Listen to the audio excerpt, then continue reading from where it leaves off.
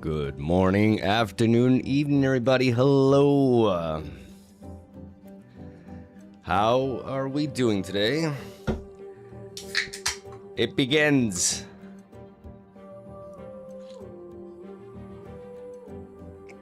I'm back early from Poland. I never left Poland. I live in Warsaw, so.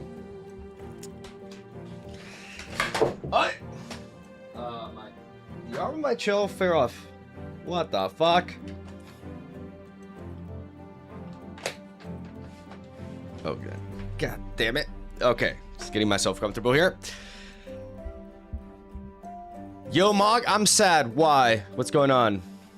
Let me move this a little bit so I can see chat a bit better. I tried playing Rift Atlas to learn Riftbound, but all my opponents left when I said I was new. I mean, that happened to me a bit when I started playing too. I started playing TCG Arena. That definitely happened for a bit, but eventually, you know, I did manage to get some games. Some people are just not gonna be willing to face a newer player, but you should just keep at it.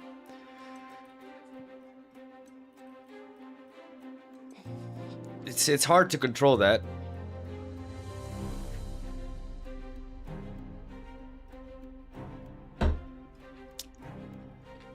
So, I'm ready to move on to the next set, and I'm working on JAYCE, Defender of Tomorrow. I know everybody loves to say, oh, yeah, just play Aurora with him, but, you know, we're not doing that because that's lame. I want to explore everything that this legend has to offer. I think this legend has several different builds that we can work on. I think tempo is definitely a possibility. There's some very interesting combos. I think my battlefields are like, I think the Hall of Legends can be replaced for the Forge of Worn. But right now I'm just play testing in best of one because I'm trying to see if like the core idea actually works. So my go-to battlefield is actually the Veil Temple, because when we conquer here, we get to ready a friendly gear.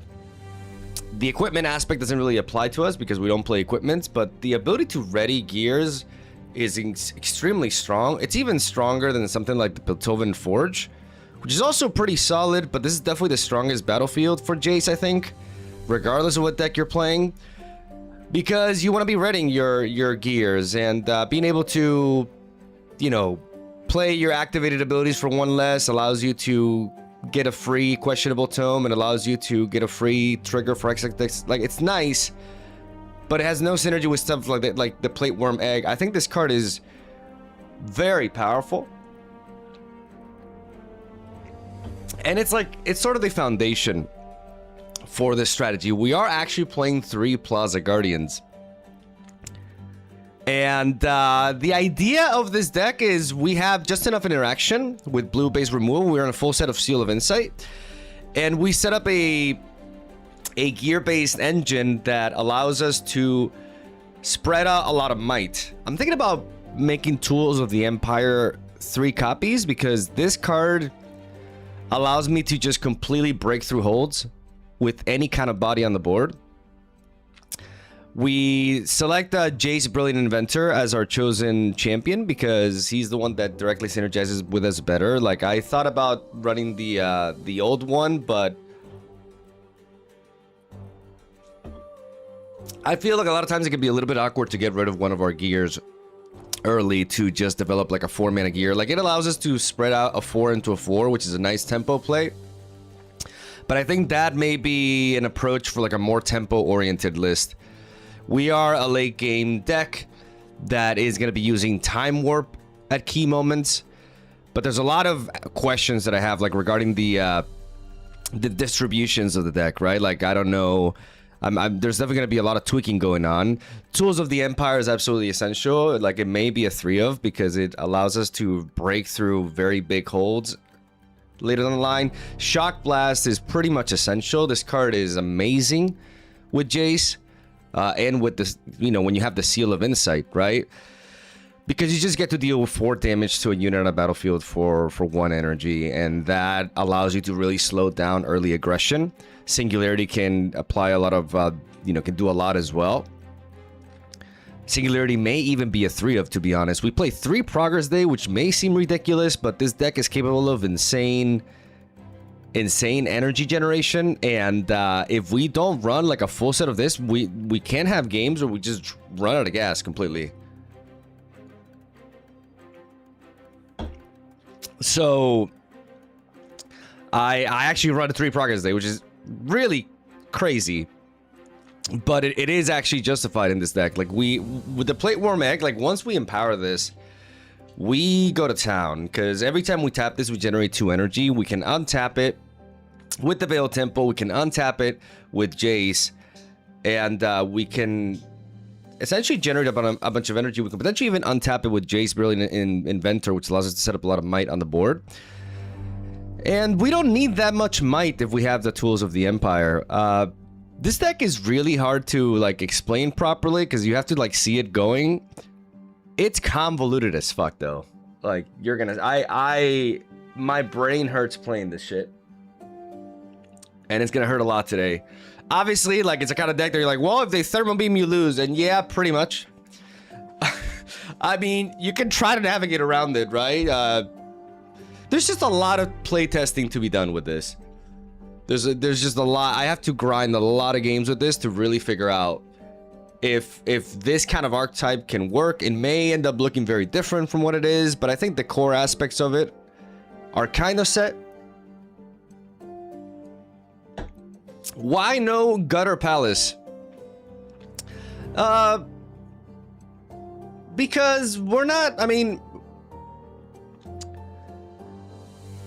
that's more for like a Jin deck, I think. Like, we can generate like 1 might units with Deflect, like, but we have to discard cards from our hand, and we actually have an issue with like, even though we run Triple Progress Day and Questionable Tome, like, we have problems with card draw in some games. And the specific win condition is not something that we're very well designed to meet. We're just not, we're just a different deck. Yeah, Hall of Legends could definitely change that. I'm gonna change that. I've only been playtesting with Veil Temple, because as you can see, I still have no sideboard. Right, like, I'm still testing like the main deck itself, and then I'll work on the sideboard. But I liked Hall of Legends, but yeah, the Ornn battlefield definitely makes more sense.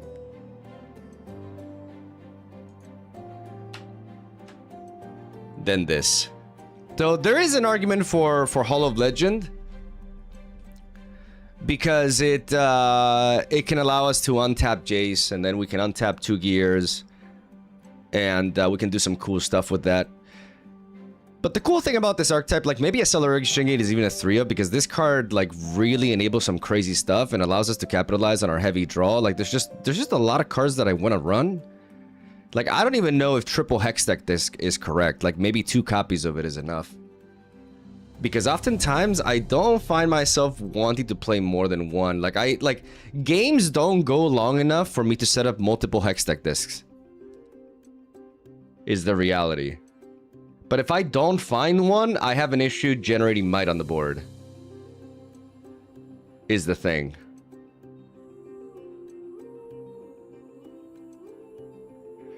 If you have problems with card draw, you could try adding Yordles and Retreats. Retreat is nice. Lecturing Yordles and Retreats. Yeah, but I feel like you'll see, like, this deck, especially with the Energy Conduit as a 2 of, as a support, like, this deck is able to generate a lot of energy to really justify playing Progress Day. Like, once we get going, I just had a game against Miracle Kennen. And they had, like, all the Rasas, all the Nocturnes, the Fizz. They Fizz Star-Crossed me, like, 5 times. And in the end, I just set up the board. I went for the Time Warp. And then with double Tools of the Empire, 1 little mech just took down their entire hold. Like, they had like Rasa, Nocturne, Fizz, a bunch of shit, and I just sent like a 19 power mech into there to just blow everything back. And then I happened to draw into the second Time Warp, and I won, but I didn't even need the second Time Warp. So like, once we get there, like, we are pretty insane. There won't be a video today, unfortunately, because I was in the showdown event yesterday. I tweeted about it for anybody wondering. But I will get back to, like, I have 2 like card review videos that are currently getting edited. But you know, like right now, I'm also gonna be prioritizing a lot of the streams because I just want to grind the hell out of this. I really like this archetype, but it's also, it's the thing is, like, I love these convoluted decks, but these convoluted decks don't love me. I'm too stupid for them, is the problem.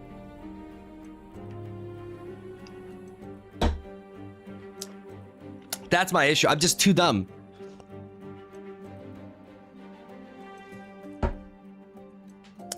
Moving Singularity to sideboard and bringing in another unit. Singularity has been pretty important. But again, there's definitely, it could happen, you know, but it has been pretty crucial. There's very few matchups where Singularity doesn't do something, especially with all of our energy. But obviously, like, this card is the MVP, like the Shock Blast. This card has really impressed me. It's, you know, it's the kind of interaction that we need. And once we get a seal going through, like, the card is just pretty much free.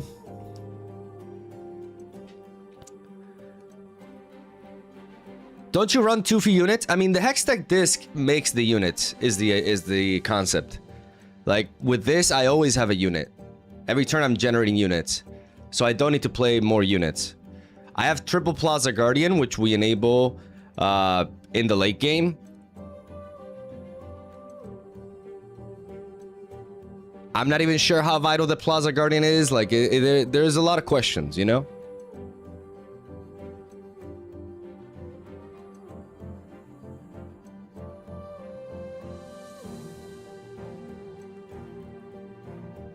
You can make Gangplank bigger. Yes, there's different approaches. There's different ways to build Jace. You can definitely build a tempo version of Jace.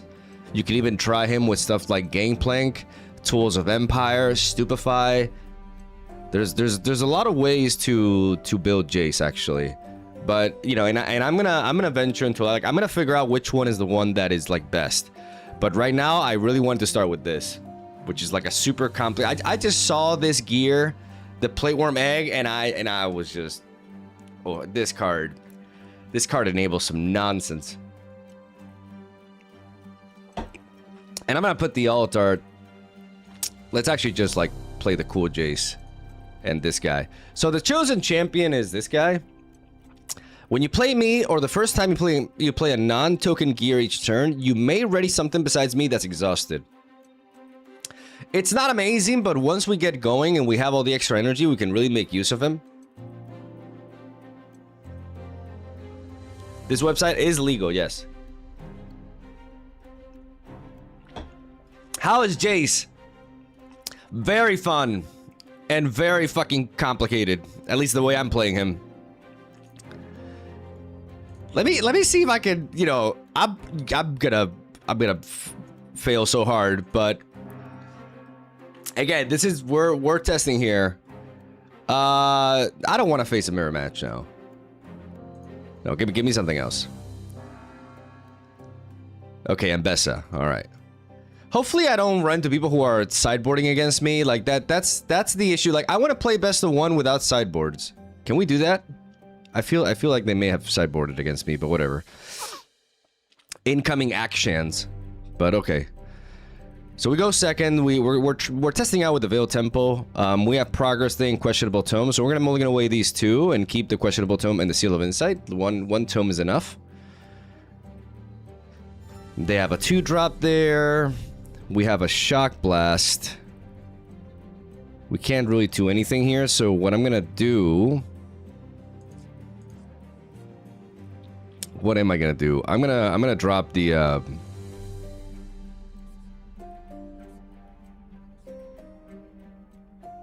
gonna drop the Questionable Tome and I'm gonna empower it.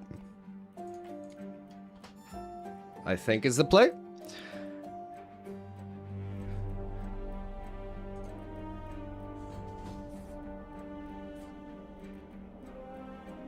They get to empower that for free. They have empowered Abessa, and they get to develop that on the back. Okay, so we can knock this out with a seal and that. And we can do all that while... We just kind of like want to slow them down, basically.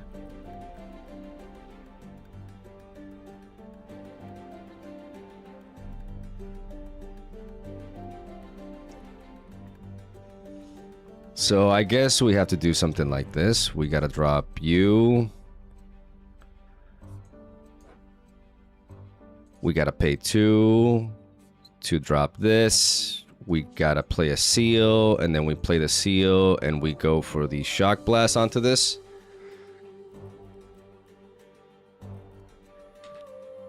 And we slow them down a little bit.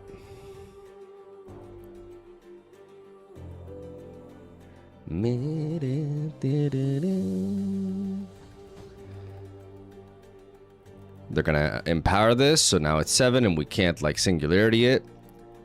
We do have the ability to play the Plaza Guardian, but okay, so they go for a sabotage, nothing to hit there.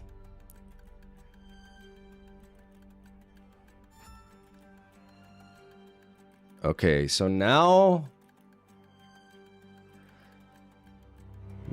what do we do? I feel like we want to tap 1, tap this, disempower it, and draw a card.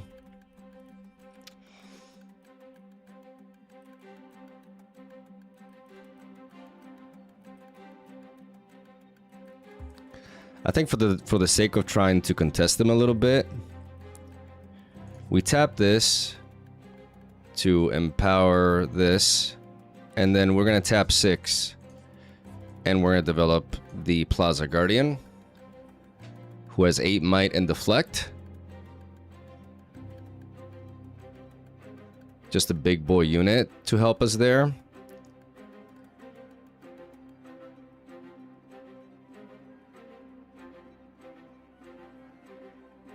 Damn. Because I could have also dropped Hextech Formula into Plaza Guardian, but I feel like I want to be able to draw here. They're going to conquer there, go to 4.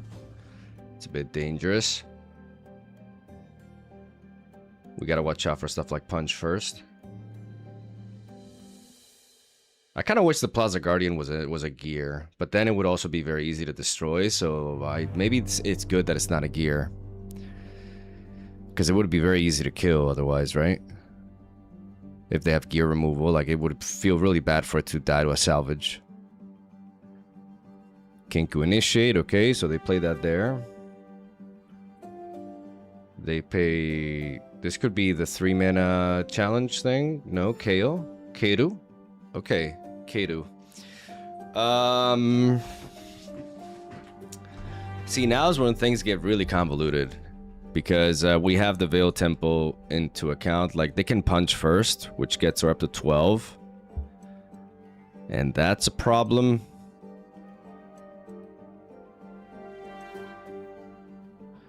I'm going to tap for 1 energy. I'm going to use that energy to tap for this and draw a card. We get the Hextech Disc.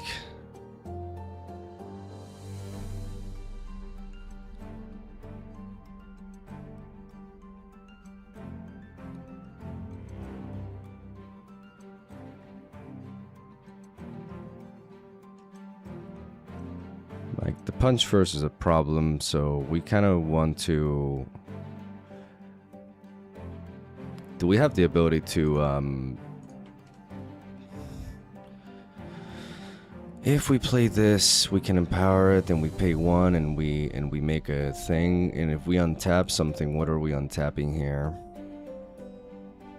Maybe that, so we can play Hextech Formula into Patch Porobot. So let's just play... No, but because if we what are we doing with JAYCE? Because with JAYCE, we can potentially untap both. So can I do that? Let me think about this. If I come here, I have 1 more mana. I have 9 mana, so I can play 4. 4. 5. 5. 7. 8. 9. So I can't do that.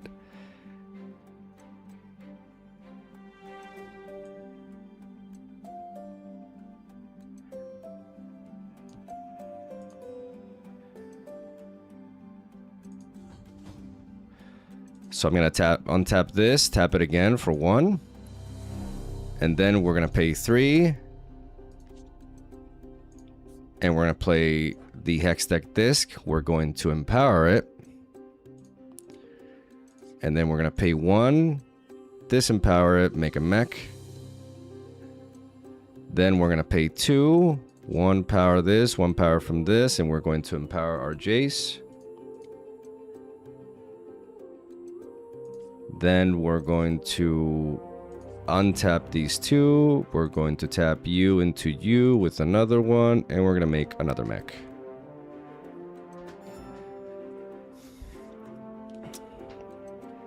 How good that is, we'll see.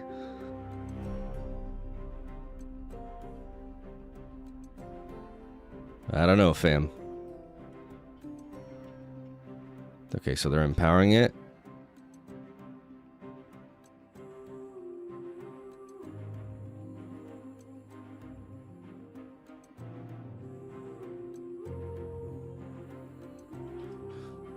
And they're gonna knock us out. Are we cooked? We may just be cooked here. We may just be absolutely cooked.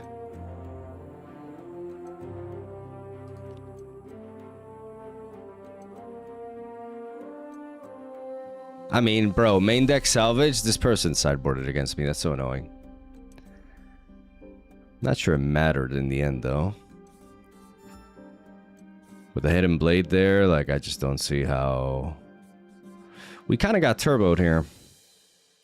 We can generate 1. We can play your homie Porobot and draw a card. We can empower this, pay 1, and draw a card. And then we die. GG. Let's try again. We got turbo there. Okay, let's go at it again. Please don't sideboard against me. No sideboard? I don't have a sideboard. Could you just play your deck as is?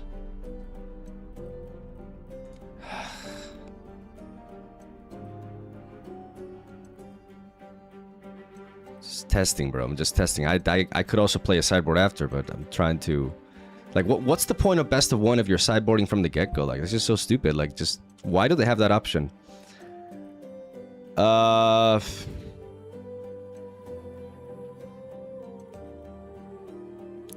we're going first. If we get a 2-drop, we're able to trigger the questionable tome right off the bat. I kind of want to keep the time warp, but that's just crazy, right? But it is a key component that we got to work for. But there's a lot that we need. I'm going to drop these 2. And I'm going to see if I can find my 2-drop. I cannot find my 2-drop, unfortunately. So, that's bad. Keiru. There's my 2-drop. Well, that sucks.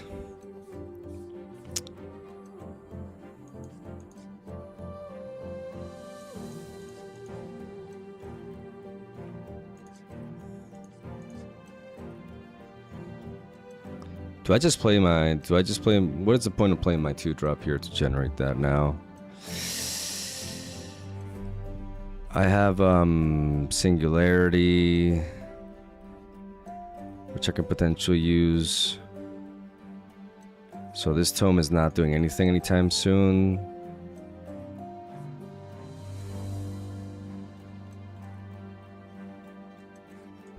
So let's just, even if it's a bit late, let's just play this guy to generate a gear. Maybe I can drop a Singularity here.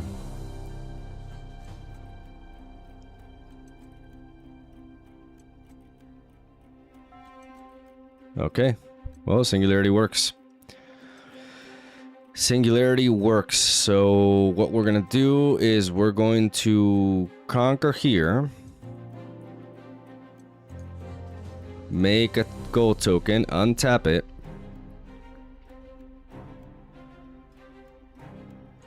Bop it to play a seal.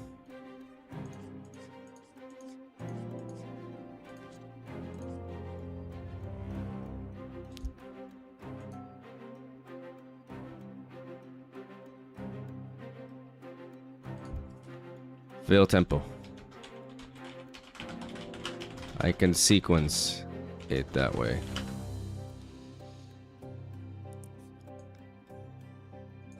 And then I singularity here and here. See, that's why I even think like singularity, you can make an argument that it's 3 of, right? Okay, so we've stabilized a bit. First mate. And is this a combat trick? It is a combat trick, okay. That took a lot out of them, though.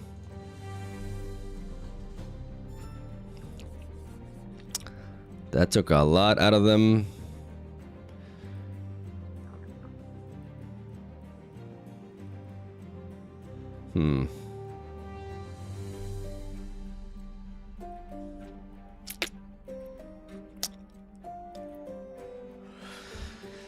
Am I just going for a progress day here? Anything else seems just like too poor. I can always make use of this later. Like I feel like now's the time to just go for it. I'm not under extreme pressure. 1, 2, 3, 4. Yeah, maybe 3 progress days too much. Maybe we're overcooking with this.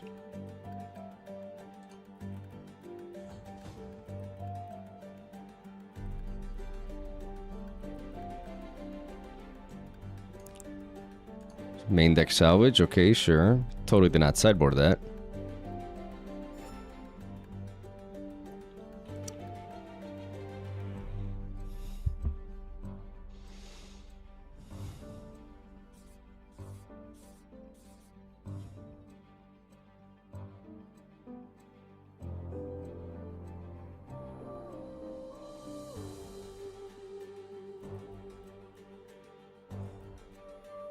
Yeah, triple progress day is too much. We have to tweak that. Because with the tomes and everything. Oh my goodness, this hand is a bunch of nothing burger. Oh my god. It's a whole lot of nonsense. And they're gonna be able to go to 6. Yeah, I know this is a problem. I managed to hit them with a singularity, but I feel like it needs to be 3 singularities and 2 progress days. Like I need to have more interaction. Like I need to be able to take away my opponent's doing. What happened here? Like I just didn't find I found too much card draw, right? So there is such a thing as too much card draw. There is such a thing as too much card draw here. This is really bad. Like even if I bop this, what am I doing after?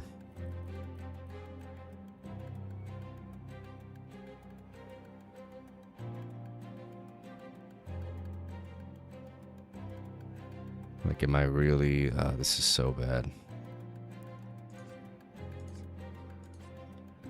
This is so bad, bro. Like 5 mana to draw 1.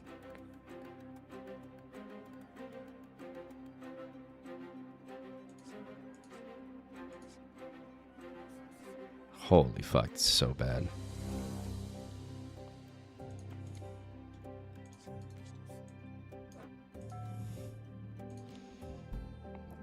We are Omega cooked.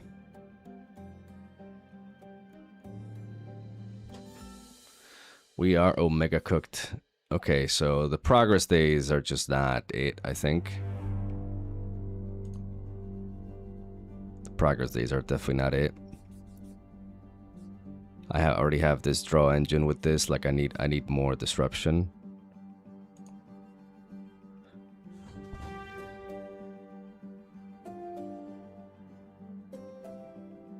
It's valuable information though. We need more units, definitely, and we need more disruption.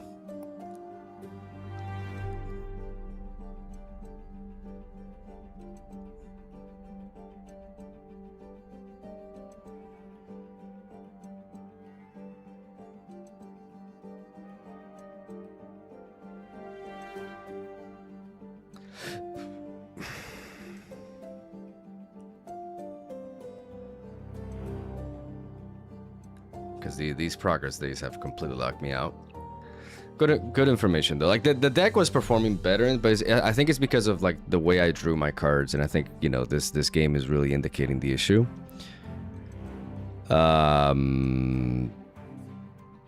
Because we can't have a hand with like 8 cards and have no way to interact with this.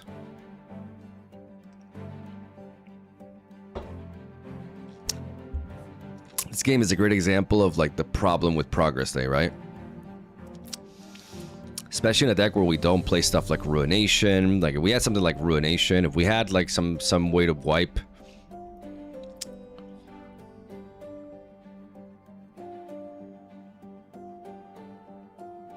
GG. Okay, so let's go back to the drawing board. Again, it's gonna be a long day.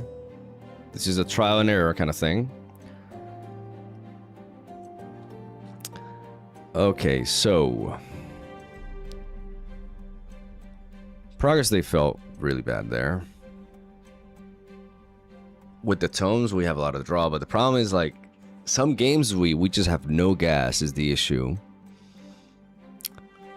Some games we have no gas. Questionable tome gives us draw, but not as much as we would like.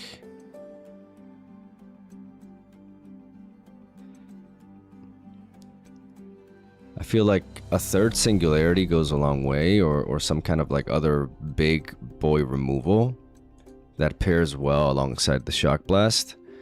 We have stuff like Deadly Flourish and stuff, but I don't like playing Deadly Flourish without ways to reduce might. Like without Stupefies and stuff like that, I don't like this card. It's very unreliable.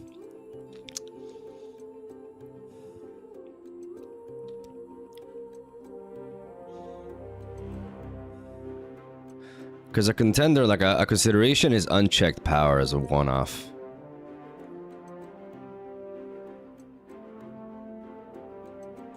And I feel like you can't go super wrong with that because people are going to try to hold against us. But we also just need more units. Let's think about this. Triple Progress Day is definitely too much, but I do feel like card draw is important.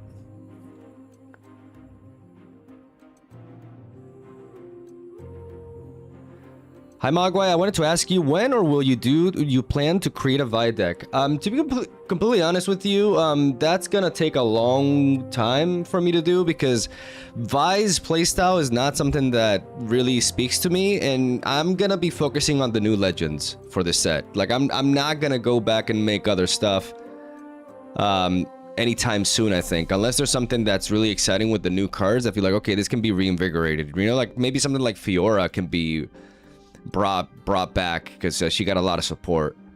But right now, like, and right now my focus for at least like a few days is just gonna be purely on Jace, because this kind of game I can't just like rush decks and just vomit. So like I have a lot to improve as a player as well. Like I just need to put in the hours, so I'm gonna be streaming like crazy, and I'm gonna be playing a lot. But I may grind Jace for like 3 weeks. Like, I may just fucking do that. You know, I'm just gonna do what I feel needs to be done in that sense, and I'm gonna approach that way.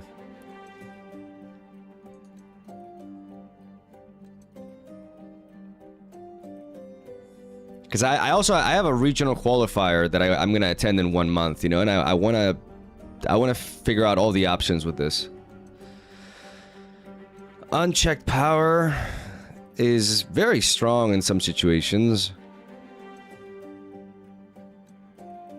Though we're not vulnerable against people holding if we set up these tools of the Empire.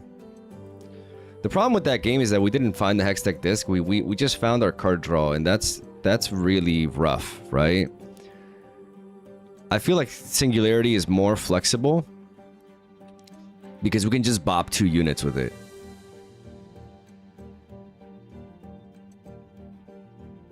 Whether they're in the bench or something, like we can just slow down our opponent's aggression. We can reach a battlefield and the base at the same time. Like I feel like 3 singularities And three shock blast gives us a lot of just because we don't want the entire deck to just be super reactive like that, but we do want to have these tools. I even think stuff like punch first can be considered, but it's a lot of power, and we don't run orange seals, and we're already consuming a lot of power with a lot of our plays, so I'm not so sure about that.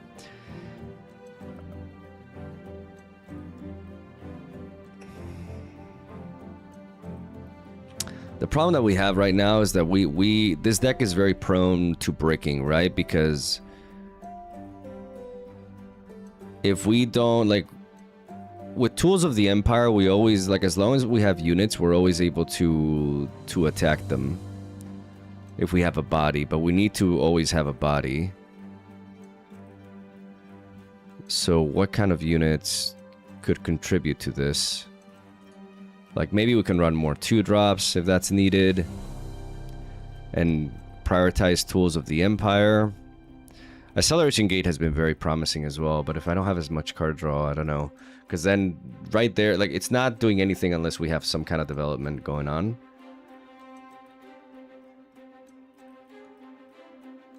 Yeah, Unchecked Power it can find places of one-off in some, like, really control decks, but... I mean, we are technically a control deck, but we're trying to set up a lot of might.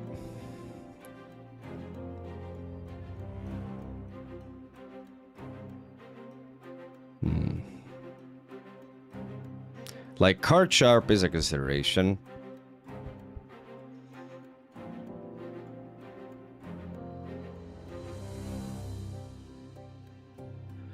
It's just kind of like a good unit that we can play.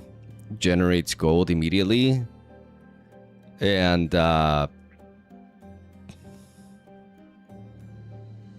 I still don't know how viable it is to resort to these Plaza Guardians. Like, they give us, like, really big units, right? That allow us to...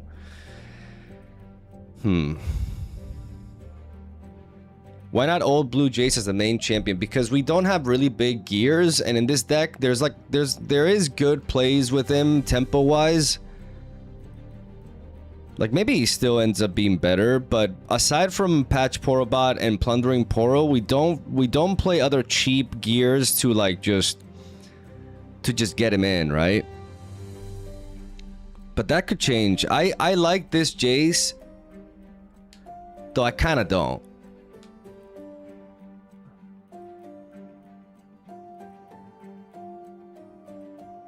Problem is, like, us getting going, right?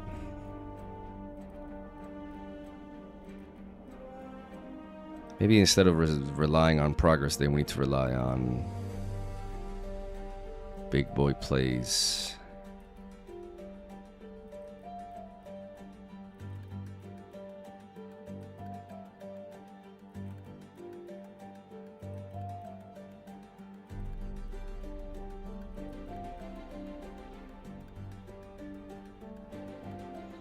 Yeah, Lucian is interesting, but I like Lucian more in, like, a tempo list. This deck was working better when I tried it earlier. Like, I've been trying it all morning and it's been doing better, but I just kind of, like, braked a lot. But the fact that I braked in back-to-back games is a bad sign.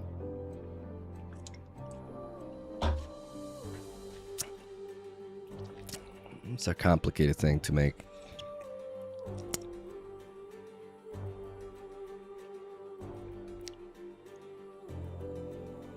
Right now we're at 39 out of 39. Shock Blast, Singularity. I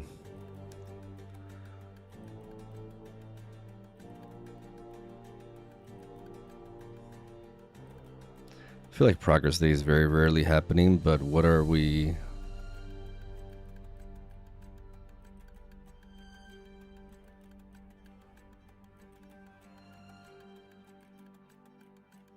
Because I've had games where we run out of gas, surprisingly.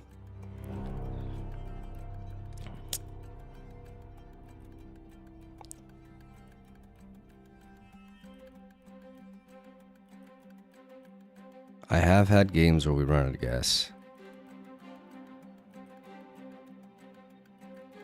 Like, only running the questionable tome actually makes us just run out of steam. me try it again, man. Let me try it. Let's see if I don't break as much, because this was working before. Let me see if I just had 2 rough games. 1 less progress day and 1 more singularity. Like, let me not give up on this concept just yet. Okay, Shen. Let's go with the Veil Temple. I don't think they sideboarded it against us, which is really nice. We go second. Okay, we have the Plate Worm Egg and your boy the Porobot. Time Warp and Questionable Time. I think I can just keep this. I think this hand can actually just work.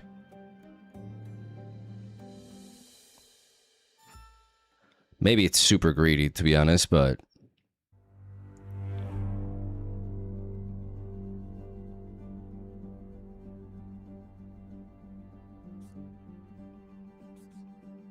What if I drop this first?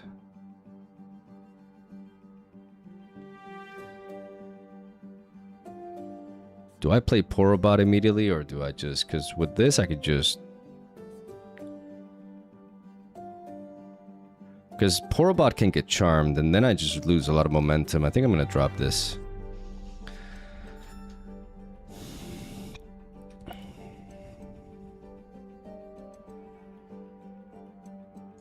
Because they're not going to let me have the Veil Tempo anyways.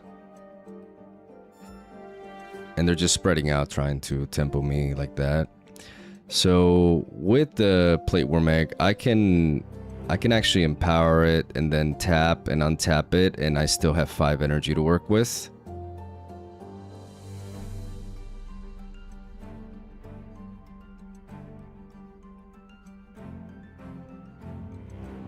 I'm gonna have to give away some points here, but that just gives me a lot of energy for later. And if I drop the Hextech disc, I don't really get... So I'm gonna pay this to empower this. Again, we're going pretty slow. I'm gonna do this to untap it.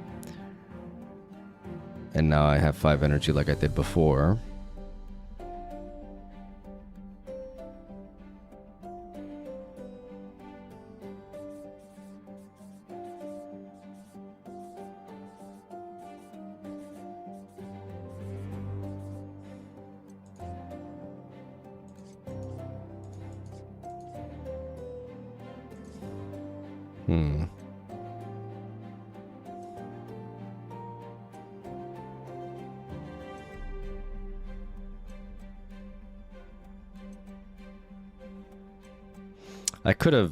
I could have tapped this to attack that, but then they could have buffed it.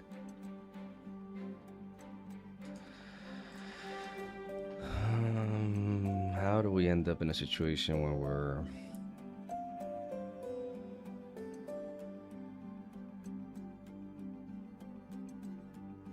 I don't know, man. I think we just gotta play this.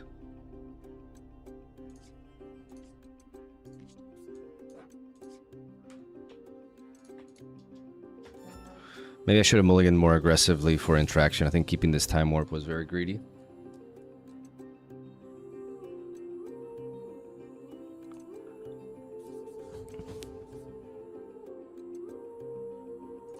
Meditation, okay.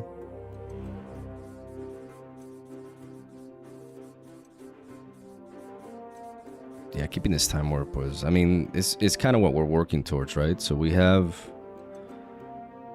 What do we have here? We have...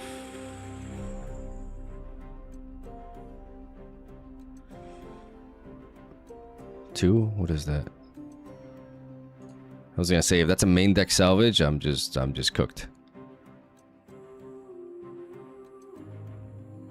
We tap this for 2 floating energy.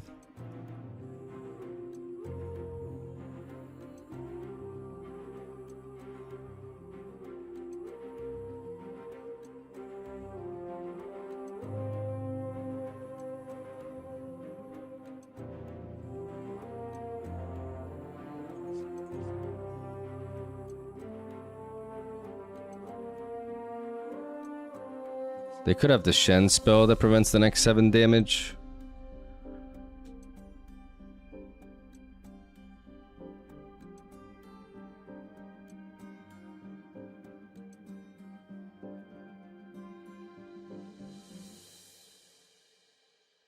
Do I interact with this board now, or do I develop more?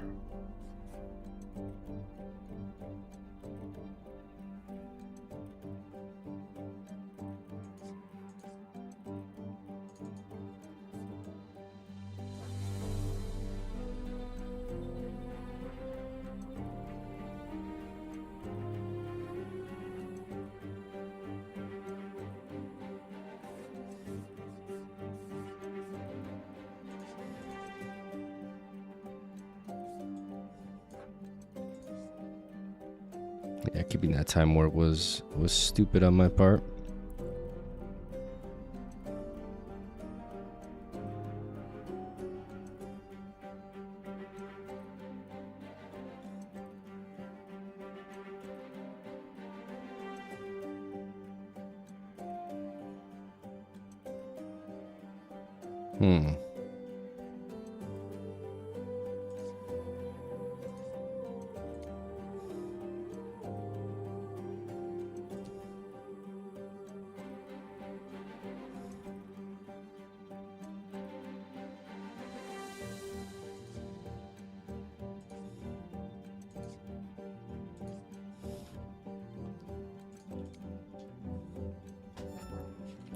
They go to 5, not great.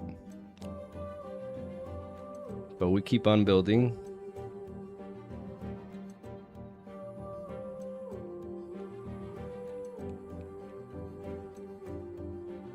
Kale.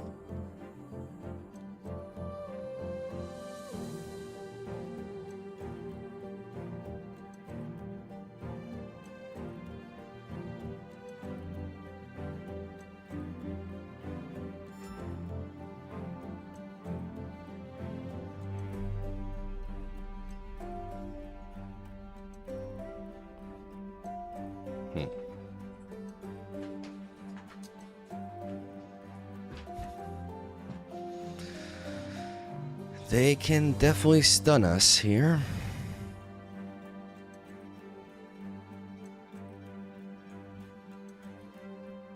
We have a total of 1, 2, 3, 4.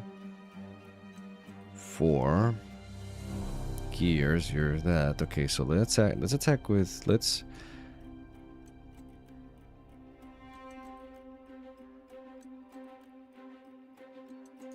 tap you to empower you. We can tap you for energy and then go for energy again. We kind of need one more turn so we can chain these time warps potentially. The problem is without a seal, I don't know if we're gonna be able to do that. But right now we need to chain this and we need to chain this. And then we're gonna go here.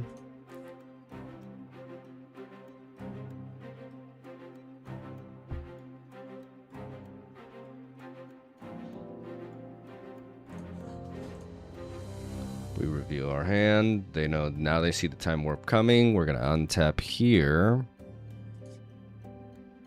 And we're gonna tap again. So we have 12 energy now.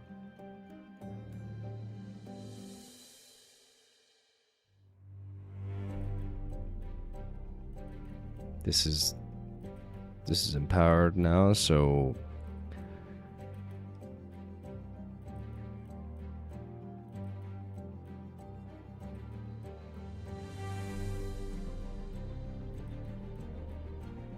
I think if we want to have a chance, we need to tap these two and use this mana to empower JAYCE. We have 10 mana still available to us.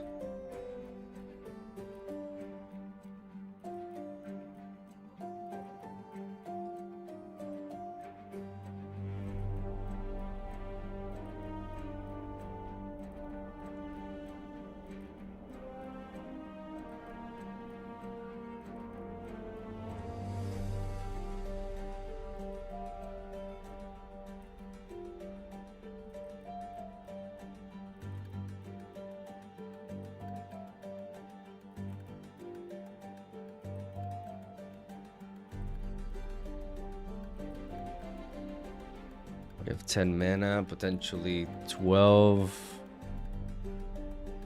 13. 13 that allows us to play you, and then tap you. Only 13, goddamn.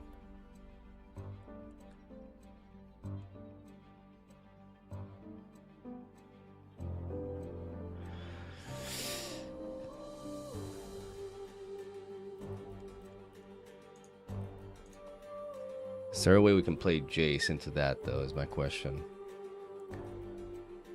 To ready you.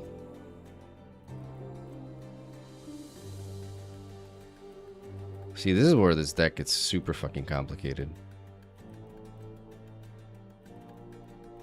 If I untap you and you, I go to 5 mana, so I have 11.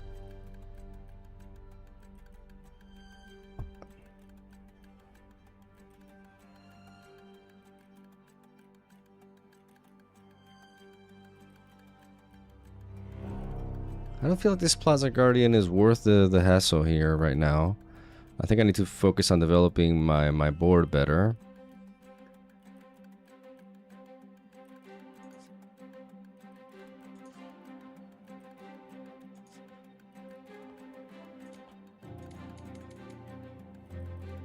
I know that some kind of like interaction is definitely coming because they can give tank.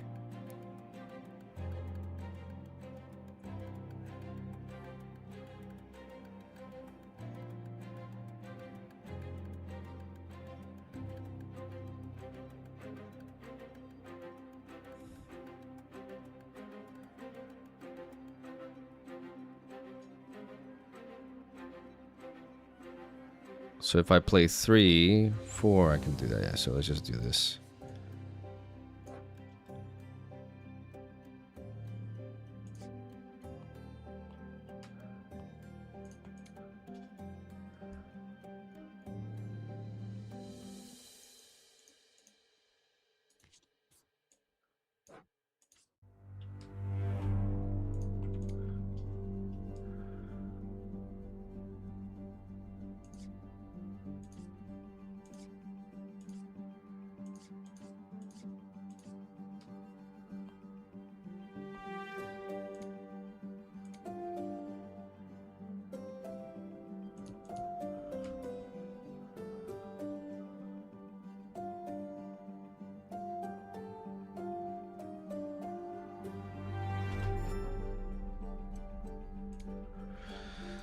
Instead of engaging with them, let's just do this and then die, basically.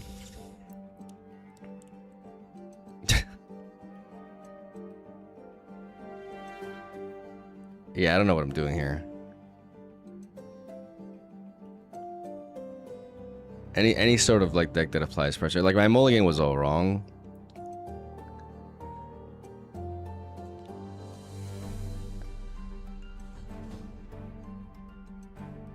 I feel like I need 3 those of the Empire anyways.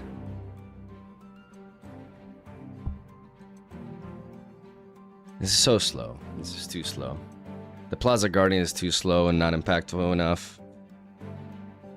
Yo, this deck was working. I swear to God, this deck was working better. But I think I just drew exactly the right cards when I was playing. It was definitely working a lot better. It was working a lot. Oh, this is a disaster. 6, 8.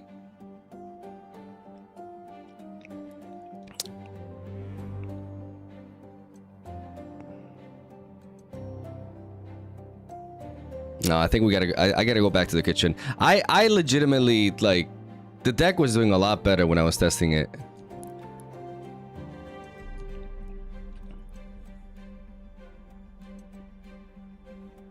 Maybe I'm just playing really bad on stream. I don't know.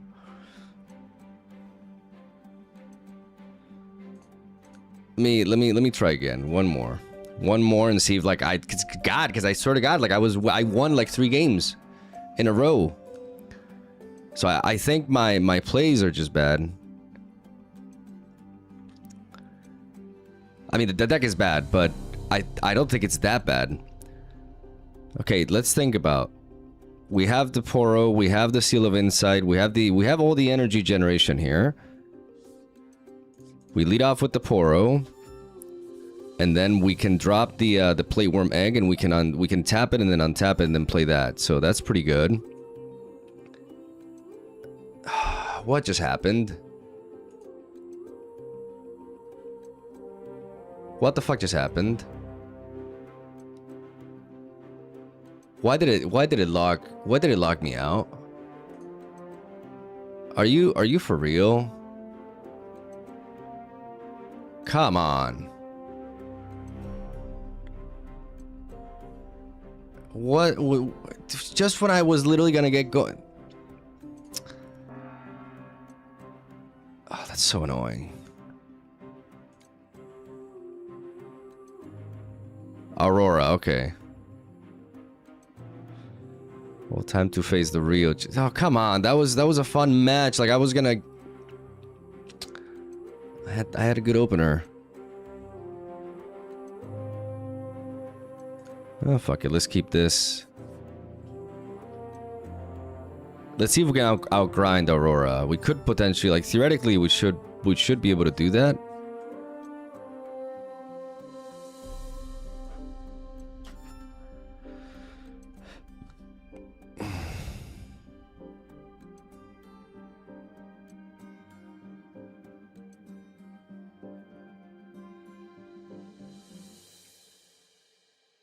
So that's how they're using that.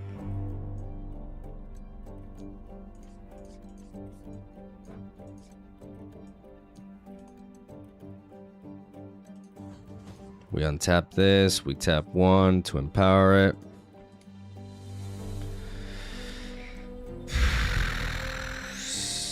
And then we untap you to bring you back, I guess. Because we just don't have mana to do anything else right now. Now they can play Aurora, but do they have it in hand already?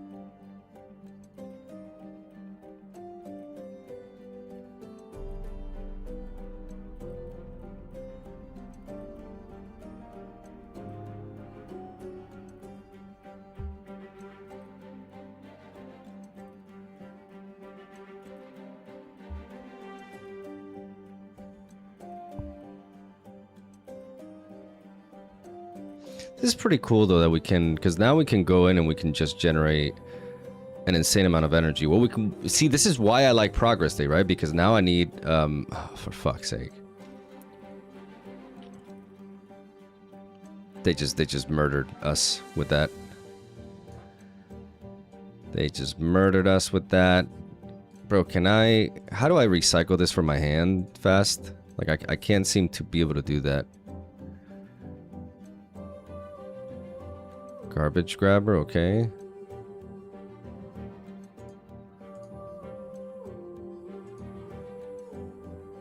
Yeah, they completely murdered our hand.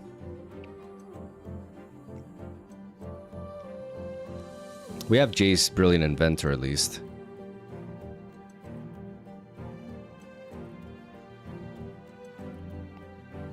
They can float to, and then they can untap it to, you know, they have Catalyst of Aeons, for example. They can do that. They could also just develop JAYCE Hammer in Hand.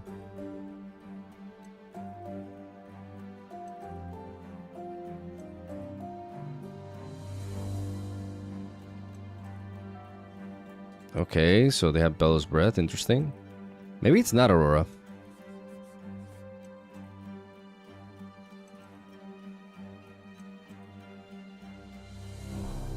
I'm gonna flow 2. I'm gonna pay 1 and flow 3. Drop this. Drop you. Pay 2. Drop this. Draw a card. And then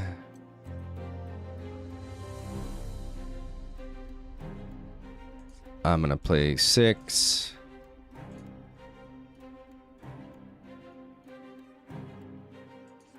Tap this. I'm gonna play JAYCE, Brilliant Inventor. If I had more mana, okay. So can I actually do this? Potentially, can I actually drop this? Let's think about it.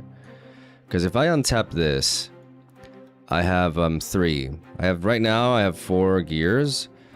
I have 3. If I untap this and then I tap that with Jace to accelerate him, I have 2 mana. I bring this here, I have 4 mana.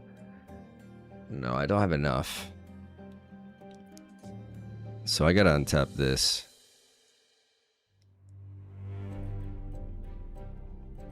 And if I attack here,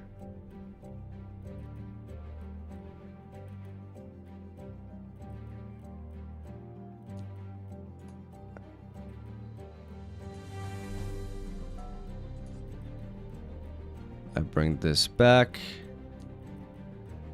I tap with Jace and I do this. But see, now I'm out of gas.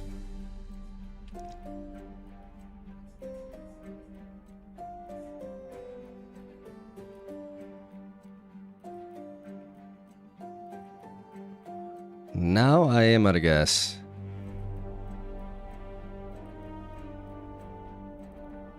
Now I miss my Poggers Day. Like my Poggers Day now goes crazy, right? Okay, it is fucking Aurora.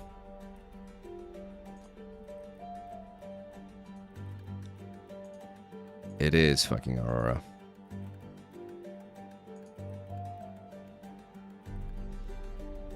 We still must pay power costs, so I think I just gotta play a Guardian.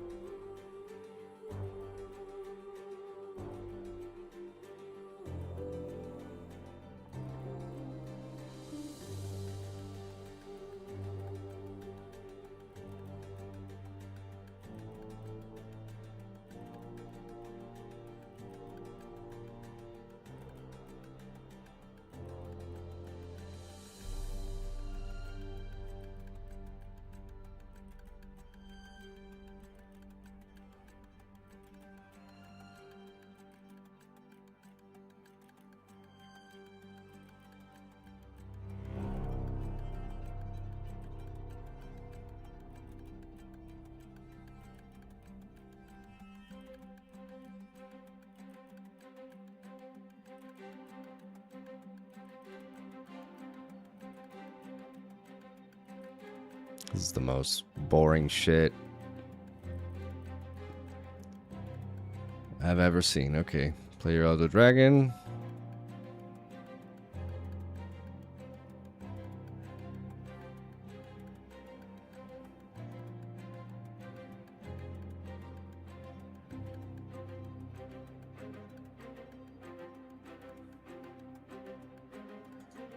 What?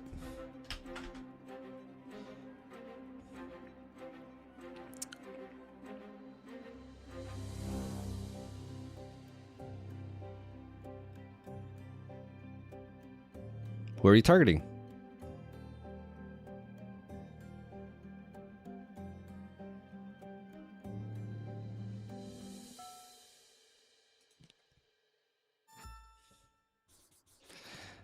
Oh, that's a top deck.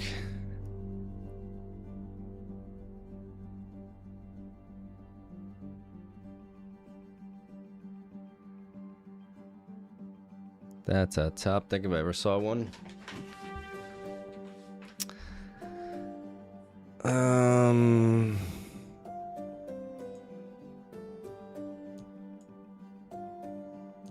If this becomes the face of Jace, then I'm just... Which it probably is.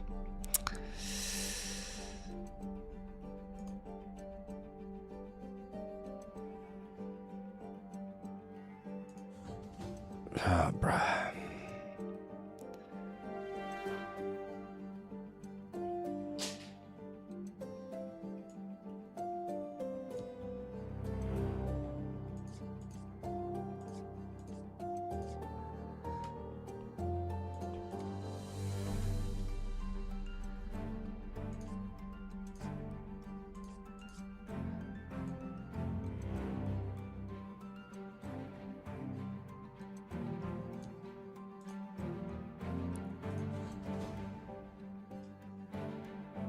Hmm.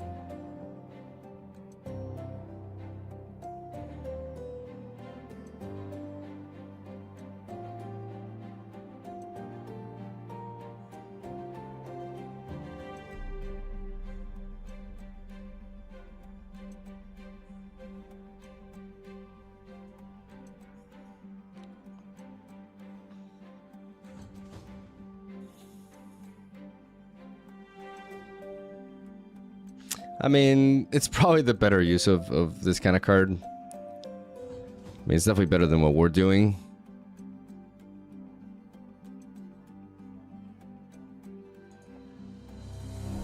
It just really sucks that this card, I didn't mean to click it. It just sucks that this card just like kind of like monopolizes so many orange decks. It's the most boring shit.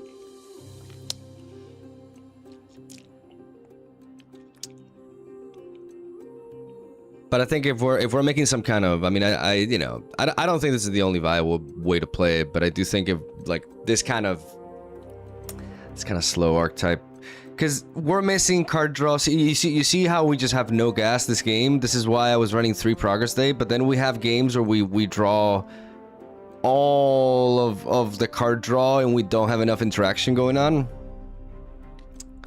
So it's just really weird because we're very draw dependent. And I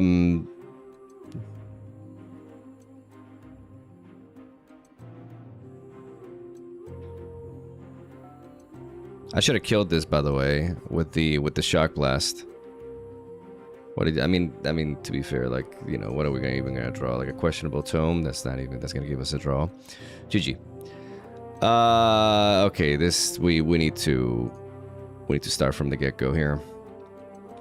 This is not it, fam. This is not it.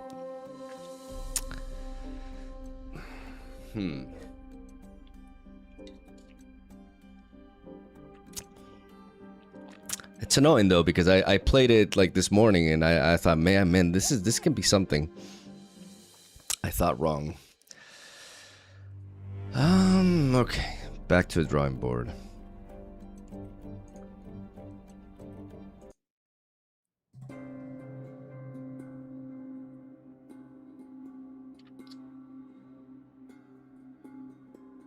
So for now, let's just have a placeholder as a chosen champion. Like, I'm not sure, but what are the things that I like about JAYCE from the early game? You guys saw like the early game with the like, these are the 3 drops that generally come to mind, like the Patch Porobot and the Plundering Poro. With this battlefield, like the Veil Temple, then we gotta factor in the other ones, obviously. But the Veil Temple says when you conquer here, you may ready a friendly gear. If it's an equipment, you may detach it. The equipment part doesn't really matter for us, but what matters is that we can actually ready the Patch Porobot and it becomes like a Lucian, which is pretty cool.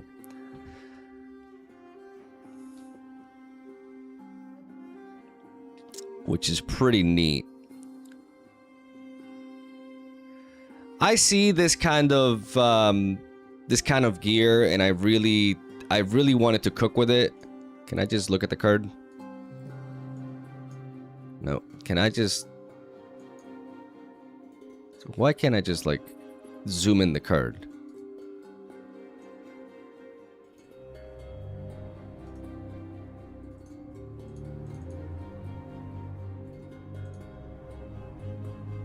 I just can't zoom in it for some reason. I thought like I would be able to select it so it appears closer on, but I don't think you can do that in this deck builder. because this card has a lot of potential, right? Like this card enables a lot of really fun stuff. Like when the deck gets going, it's like when you run all those gears and you start combining them in that way, like it does some really neat things. But it's undeniable that the engine is still very slow. And that you just kind of like, even with running the tomes and like card draw is still a problem. No matter what angle you look at it, like card draw, like the deck just manages to run out of gas very, very easily. Despite you having quite a few sources of it. My concern with a tempo deck with Jace is that I feel like it can become a little bit more draw dependent. Like you can run out of steam really fast. Jace has few tools that outshines Aurora for now. That's a problem. Yeah.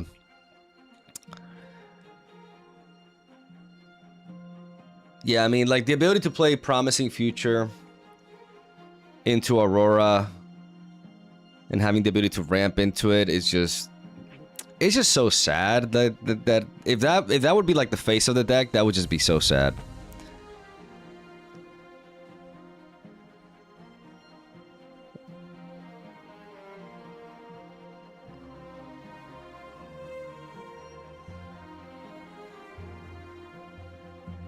There's no way you don't play Plate Worm.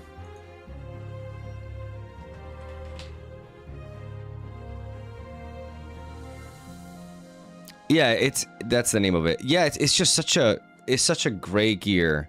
And there's a lot of like really cool combos, right? Like if you go 2-drop into Veil Temple, you play this tapped, and then you conquer the Veil Temple. You untap this, you empower it.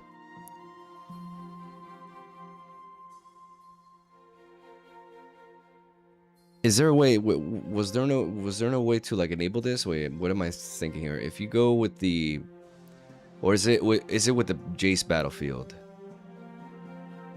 Because you play this for 3, and you empower it on the same turn. But was there a way? I think maybe with the Forge.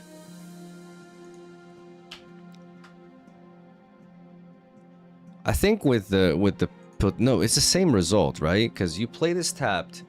You go in there, you untap it with Jace, and then you tap it. Why did I think you could actually trigger it the same turn?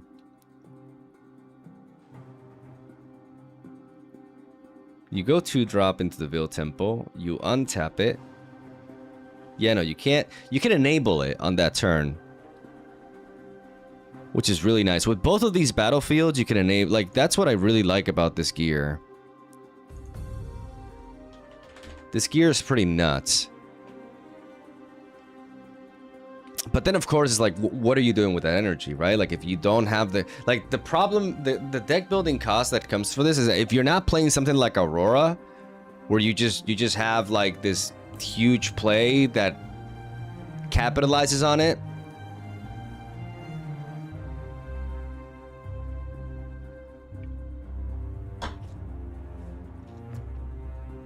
What else are you doing? Because we theoretically, like, we're just playing a more fair version of what the Aurora is doing. Because the Aurora just has to play Aurora, and then they get to cheat out the Elder Dragons, and then it's over.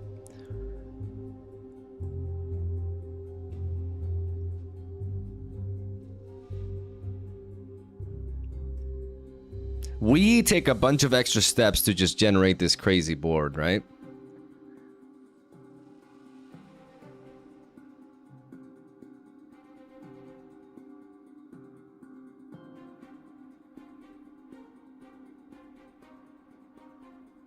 I just hate that card exists.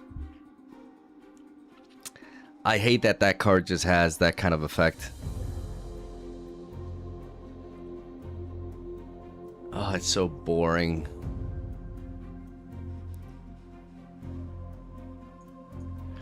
But you know, it exists. It's part of the game, so there's nothing else to say about it. Because I really like the idea of like an engine-based gear deck.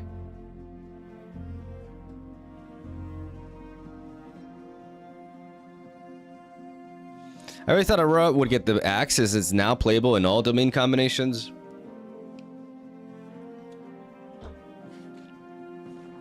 Their reasoning is like, now that there are more sideboard slots, there's more ways to disrupt it.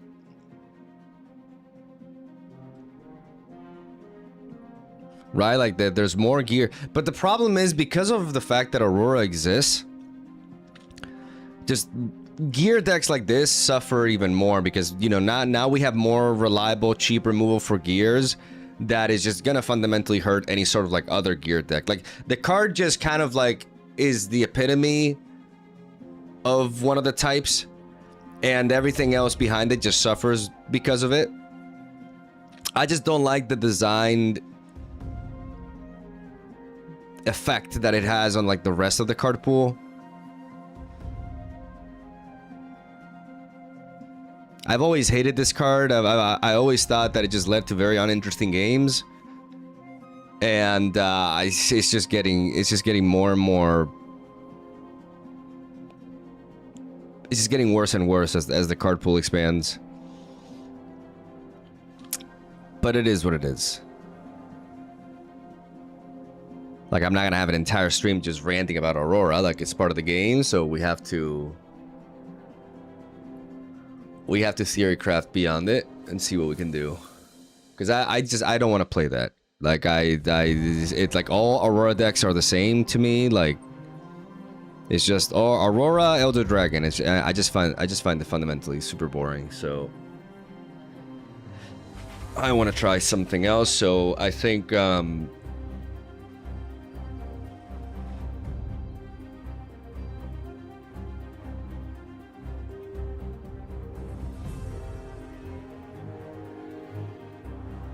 just think outside the box a little bit.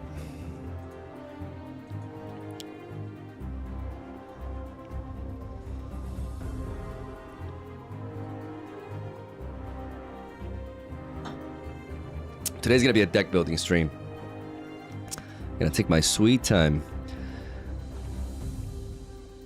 Tools of Empire is a card that I really like.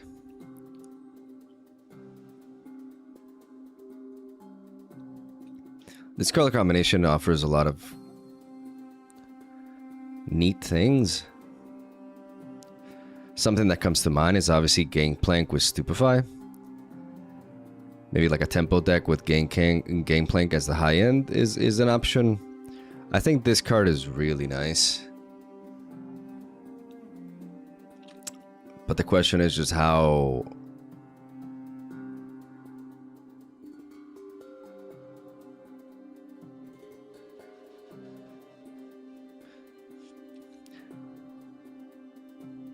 The Hextech Disc is one of the cards that really excited me the most, but it's also a card that's inherently... It's just really slow.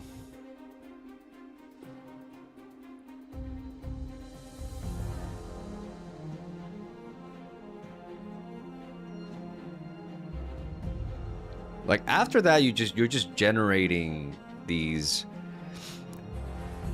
mechs, but the biggest problem that I have with this card is that you have to play the mech units in the base. When I've been playtesting this, like, that's the biggest detriment. Because if you could play the mechs to a battlefield and just stack them to hold, this card would be a lot more impactful. But being limited to developing these mechs in the base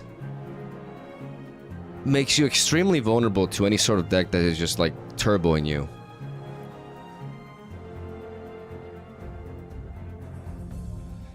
And one of the problems is, like, if you're just too slow and your opponent is able to get to 6 points, then they don't, like, all of a sudden your Tools of War, or what's it called? Your Tools of Empire doesn't really matter anymore, because they just go back and you're not as good as holding.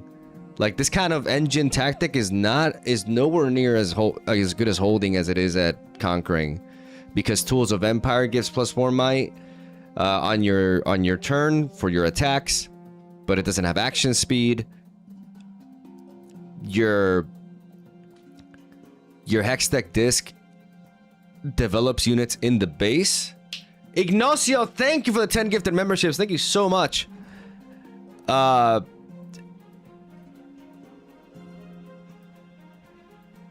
So it's just like... It's very slow. Like, I've been testing this and it's very slow. So what do we do about that? Like, what are the play patterns with Hextech Disc that actually, you know, make sense? I think the key is to construct like a mid... Like, I want to see if like a mid-rangey version of this deck is possible. One that can generate a lot of burst. Like, generate value over time, but not one that just obsesses over card drawing. Like, I've been playing a hyper greedy version. And the reality is, with something like that, just playing Aurora is strictly better. But if we play a mid-range version, we have a more flexible game plan. We need to find a version of Jace that just doesn't get trampled by aggro. That means a good amount of early game drops.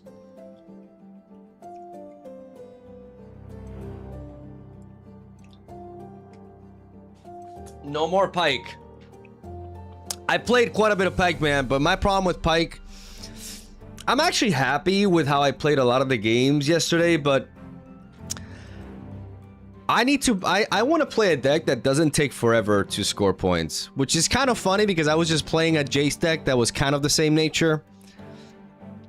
I need to migrate to mid-range so I don't run out of time and freak out whenever there's a game 3. I'm struggling to create decks so much this set. I mean, it's not easy. Like, I started brewing yesterday night, right? So I barely just gotten started, but it definitely already feels like a challenge. But I gotta... I know if I put myself to it, like, I can figure things out. I just need time. Like, I'm gonna be streaming this deck building process throughout this entire week. Like, I'm gonna go crazy with this shit.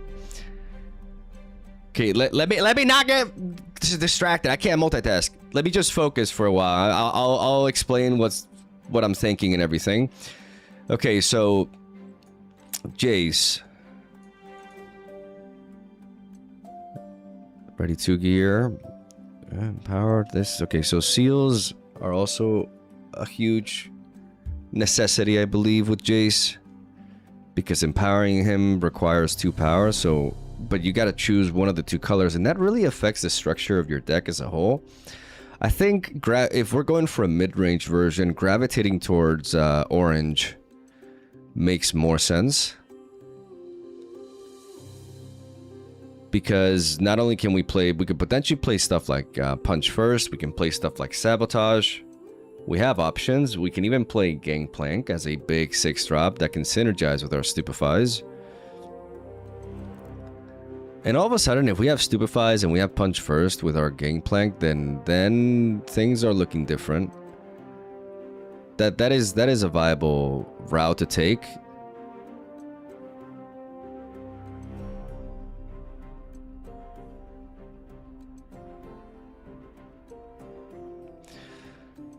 If we run a gear like Tools of Empire, which I think is a necessity in a mid-range version of Jace, because this card just allows us to break through any hold. Like, with this card, breaking through holds is really easy, which may be a good sign to play the other Jace so we can have Deflect too. Like, it probably will be better than this Jace. Because that Jace with Tools of the Empire, like, can do a lot, but the problem that comes to mind when I construct a deck in this nature is, of course, running out of gas.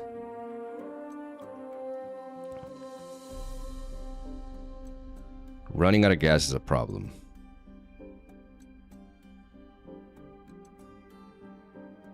You want a mech army that gets big due to the equipment build for that? I think you should try this Jace and then decide. Yeah, I mean, I'm just explaining my thought process here. Hello, Chupunish, how you doing, buddy? So, Questionable Tome is a bit of a slow draw engine. but it feels kind of necessary.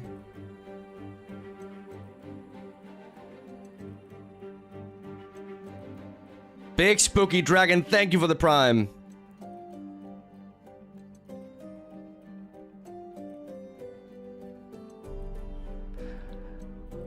Yeah, this Jace just, I mean, it has some, like, playing Jace on curve into a Tools of the Empire, like being able to develop a 4-might unit alongside that is nice, but you have to sacrifice something. And the only situation where that something is worth it, I think, is with the Plundering Poro. Because getting rid of the Patch Poro bot, I feel like just killing off your 2-drop like that, like the payoff just isn't quite there. And I believe that with this Jace, there is some argument. Like if we're running a full set of Seal of Strength, right? We could enable, like, this Jace is no slouch. If you combine him with Tools of the Empire and double deflect, like, this could be a pretty reliable attacker. You know, if we run First Mate as a 3-of, we can ready him and we can give him ganking and we can just go from one to another. And all of a sudden, like, this Tools of the Empire is really, really threatening, right? Because we could potentially just, with Jace alone, we could wipe out a board. But seals with no draw are so awkward. That's why we need card draw. We need to figure out the card draw. 100%. And I think it starts with Questionable Tome. Even though it's a slow engine, like, it's just gonna give us, like, the reason why I've found it quite clunky in my other deck is because I wanted to be tapping other because I have to empower it, right? And I've been wanting to tap other gears. I feel like the biggest problem was that the fact that I was playing the Hextech disc. But if I just play the tome itself and I focus on that, let's ponder this ability. Like, this is an engine that's just drawing us an extra card.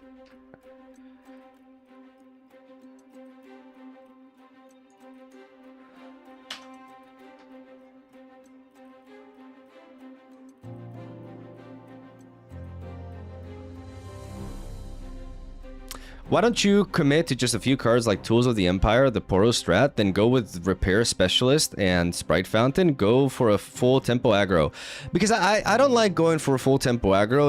In my experience, those kind of decks are just like, they're more draw dependent, and I just don't like playing a deck that can just go full, get out of gas like that. Like, I like having, and if I'm gonna play seals, I want a more mid-range version. Pike and Vendetta gained a lot of power. Why so? Why do you think that? Because of the 4-drop? I don't know. Like, Control Pike definitely. The Monk that can empower a unit at reaction speed.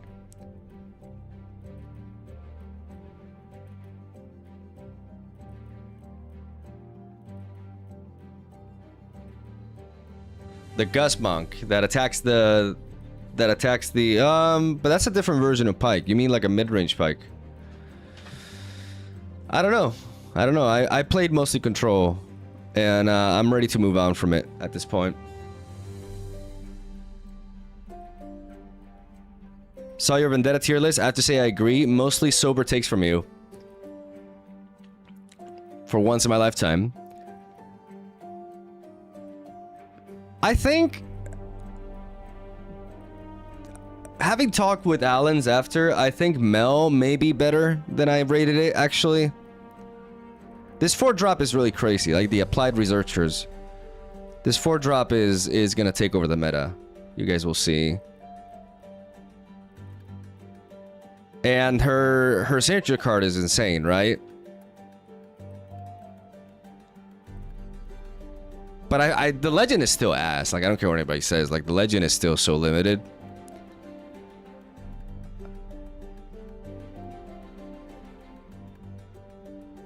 We'll see. We'll see how she pans out. Like, but she could be a lot better than everybody is saying. Like, it's hard to predict. I don't want to go full tempo aggro and just like run out of gas. I want gas. I want options. I like the 3 questionable tomes because of that. Because no, if we can go into a grindy game, if as long as we have our tools of Empire, we can power through. Like once we set these up, like there's no hold that we can't break. That's the key thing here.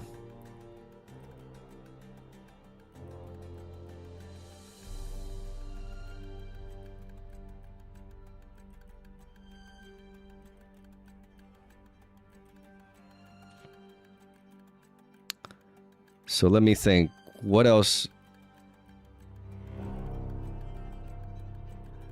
do we run to support this?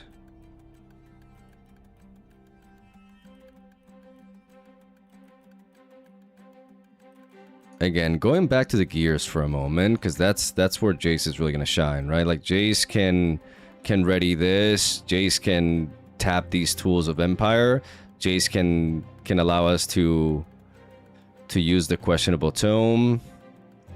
I still feel like Hextech formula, maybe not as a 3 of, but as a 2 of, can really help accelerate this, and perhaps like running 2 copies of the Hextech disc for some games where we want to be able to grind a little bit. Like this card,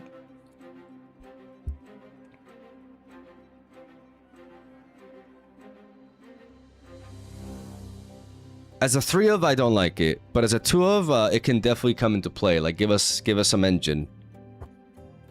The disc may be bait, yes, but if I run Hextech formula and I don't have other stuff to empower, I mean, with this, like with 3 tomes and 2 Hextech disc, I justify the 2 formulas, but I think running 3 formulas may be a little bit inconsistent.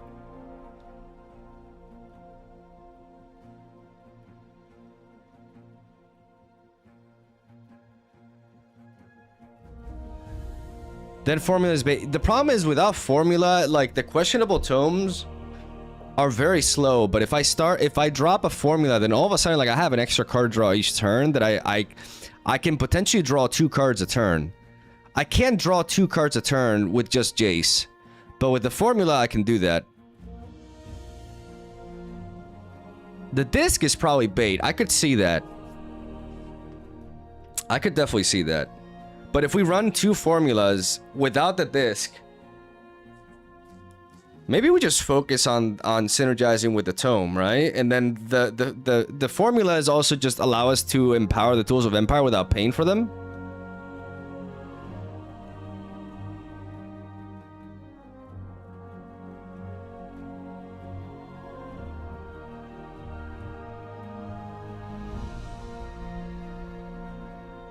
Because maybe the disc itself is just bait. Maybe the disc is a problem because we've been playing that and it just always felt too slow. So what if we forsake the disc entirely? And we just use the formula, like eventually like our target for formula is gonna be the tome. And I think that makes our game plan more coherent. It's the same reasoning for like when you play Control Pike, what are you like? The only card that the Treasure Trove works with is Pack of Wonders. Like Pack of Wonders, Treasure Trove doesn't do anything until you draw Pack of Wonders. Like it literally just doesn't. Like you may have to bop it to cycle through your deck, but it feels bad. So why doesn't the same logic apply here?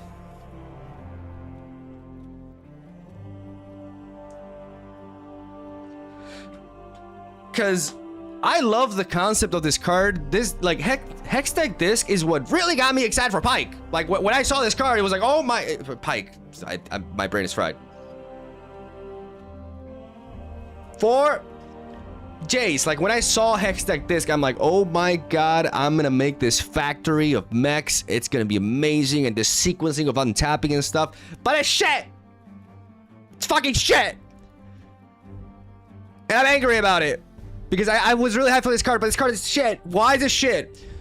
It's slow, and the fact that you can only play them to base I hate that. I hate that you can't just like use this to generate a bunch of them to hold the battlefield. That kills it, man.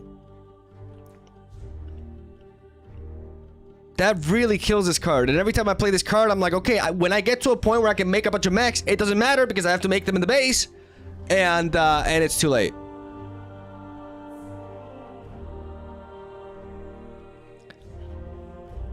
Like, even when you start popping off and you have your Hextech formula and you have your Hextech disc and you're tapping your Jace, you're still paying 2 energy to make a 3.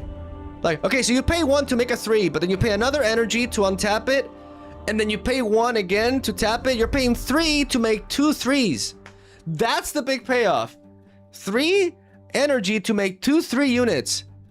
And that, in a vacuum, that's really insane, right? But not really, because you're combining a bunch of cards and you've lost a lot of tempo in the process.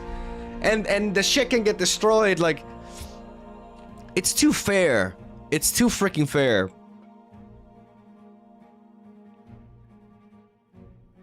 We could play Confront, but that's just like more combo oriented and I just don't see it.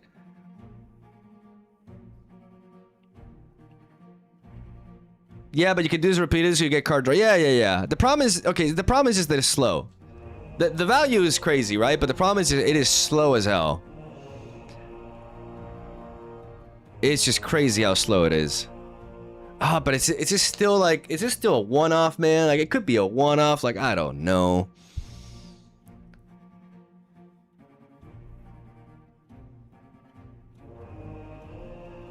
Combo the challenge bit. Oh yeah, if we played Tools of Empire, why are we not playing challenges, right? Because that way we can make use of like units that aren't even ooh. It's not just combat. But if we don't find the Tools of the Empire, then the challenges aren't doing as much. So let's put that thought, let's put that in the bench for a moment. But that's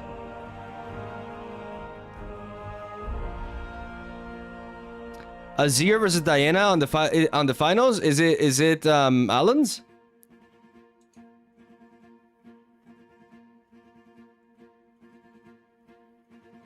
Drop Border is interesting. Yeah, Drop Border is a card that I've considered. Yeah, Pit Crew is interesting. I've thought about Pit Crew, but I don't know if playing Pit Crew without equipments is that... I mean, it's good with the Tools of the Empire, theoretically. It's definitely good with the Tools of the Empire, but the problem is, like, how many gears are we playing, right? Do we have cheap 1-mana gears? Like, are we actually playing the Orb of Regret or not? Is the question.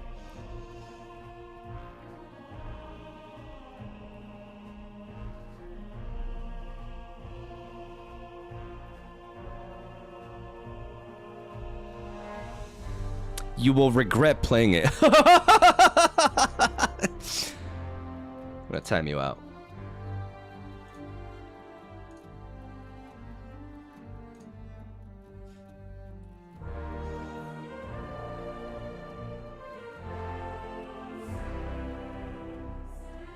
For that shitty ass joke, man.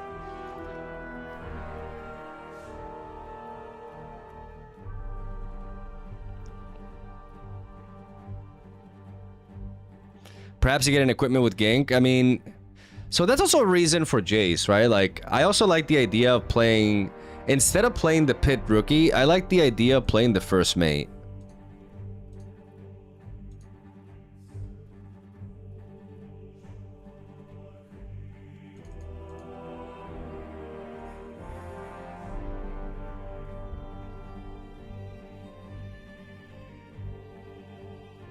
Though we could just play the accelerated gate instead of the First Mate, but the First Mate gives us a body. And then the drop border is also interesting. Because the drop border comes in ready. Very easy for us to enable, and it's a 4/4 that comes in ready. And with Tools of the Empire, isn't that just kind of insane?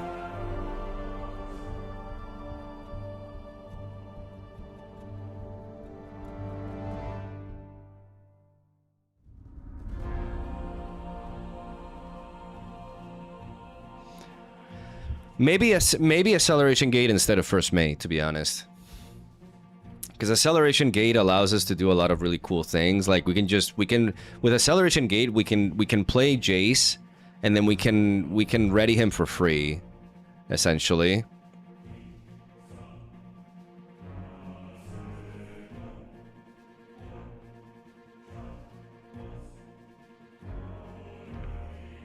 I don't know if we need Watcher when we have Tools of the Empire, is the thing.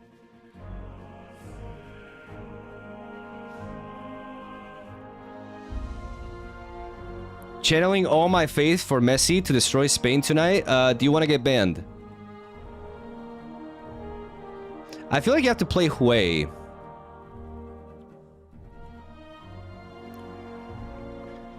The problem with playing Hui...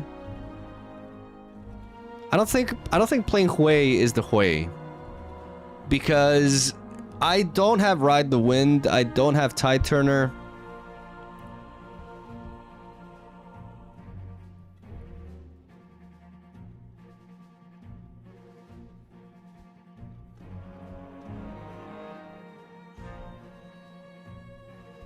You gotta ban yourself for that pun, bro? No, I'm exempt from that. That was hilarious. I don't know that. I'm funny, so. Exactly, we just don't have a lot of ways to ready Hui. We can't move him around. We don't have Ride the Wind, you know, we just don't have that shit. Drop border is a really interesting, like, I mean, drop border with Tools of Empire just seems great, because a lot of times we need that unit that can just come in. That unit that can just come in accelerated. It's a 4/4 and it's gonna stay a 4 after.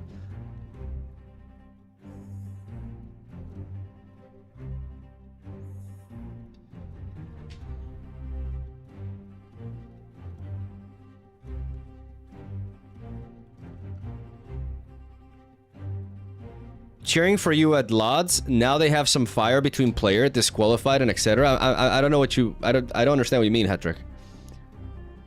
I'd run Kiana for ramp draw. Kiana's a consideration, but I really like the ability to accelerate. And we have the questionable tome to draw.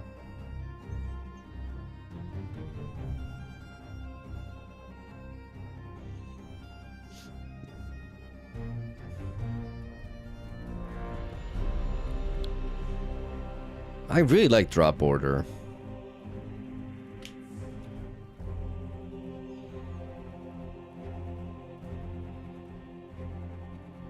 Sprite Fountain is just a good card. It is. It definitely is. Especially with Tools of the Empire.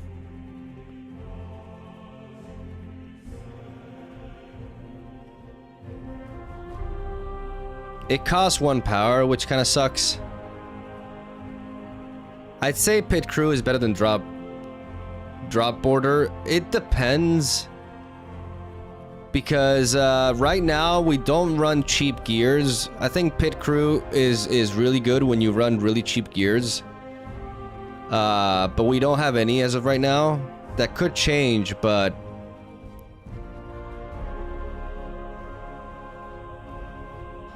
right now, drop border just aligns better with this deck as it is right now.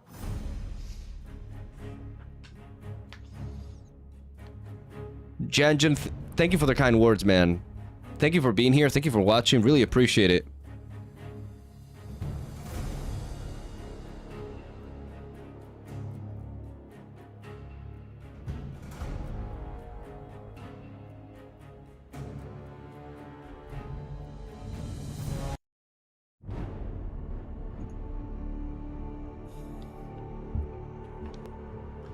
Orn's Forge Battlefield? Yeah, that'll likely be the other one, yes.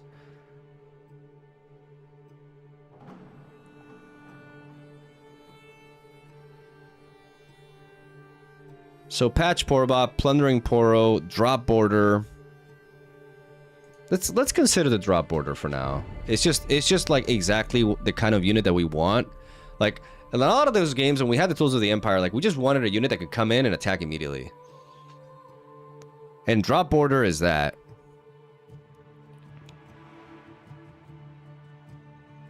You're thinking pit crew like a multi-scurrer? Well, it can help you to not get runned.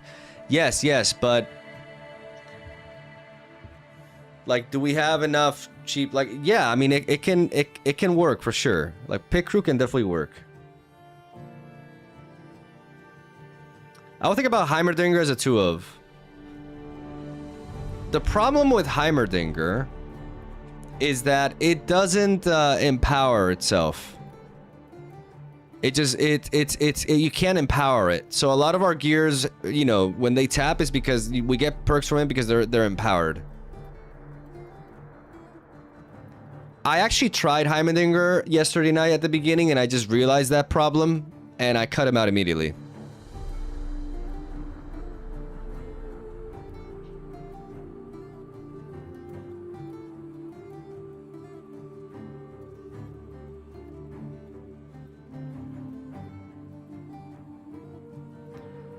Maybe a gold version, kind of. You see old Jace into tools and like plundering Poro. I thought about the old Jace into with gold and stuff. Like that is an option that I thought about.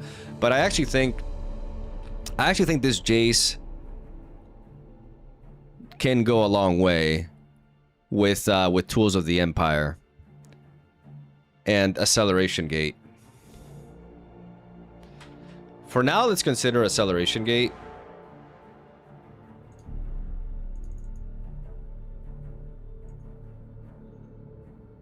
It's just a really strong, flexible card.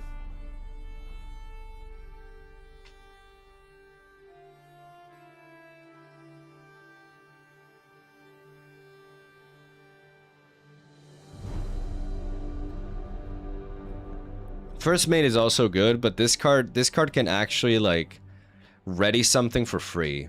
Unlike First Mate. First Mate gives you a body, which is great. But I feel like maybe Acceleration Gate is better, especially because we're playing 3 seals. We can play, like, we can make use of the seal with it.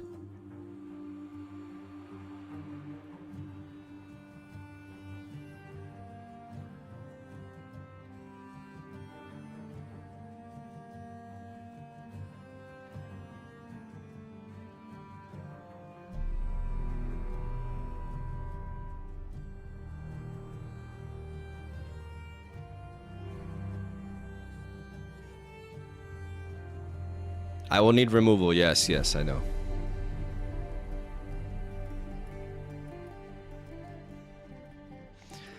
We need another gear to empower, though. I think we still need to run the disc, even if it's a one-off or something. Like, I think we still need, okay, let me filter, like, Vendetta, because those are the ones that empower.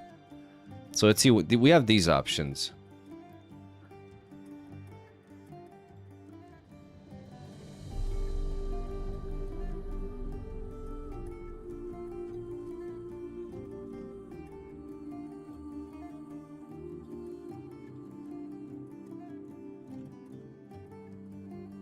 Yeah, I have, but I only have the seals, is the thing. If I was also playing a 1-mana one, then I'll consider the Pit Rookie.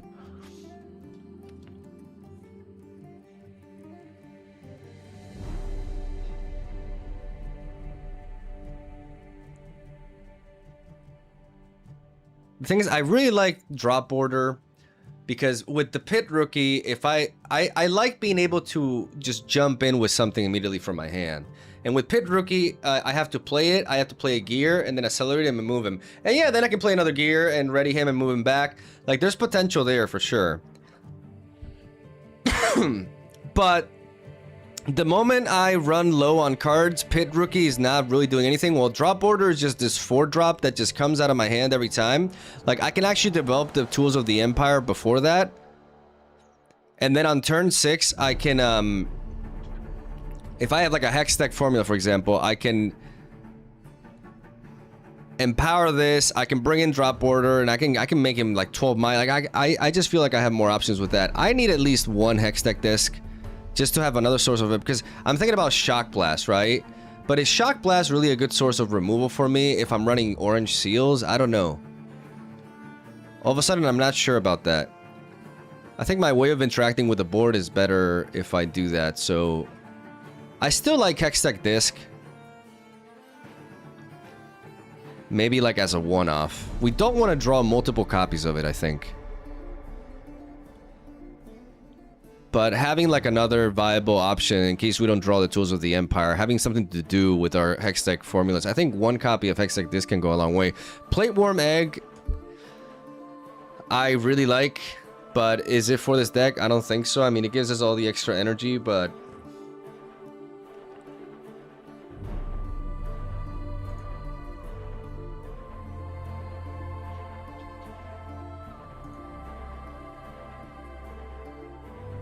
it also makes more use of our acceleration gate.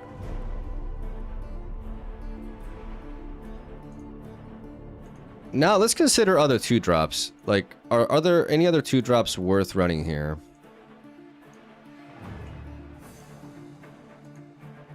Because Irresistible Fatefolk is really interesting.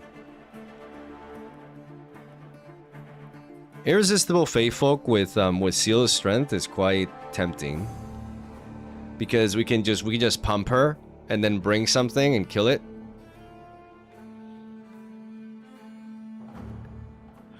With Acceleration Gate, we could do some cool combos. Sentry is also a consideration. Because we can pump him to kill something, and then when he dies, we draw. So when it comes to 2-drops, I'm torn between these two. I don't think any other one really does what either Irresistible Fatefolk or Sentry. Sentry gives us a little bit of gas. But Irresistible Fatefolk works really well with Tools of the Empire.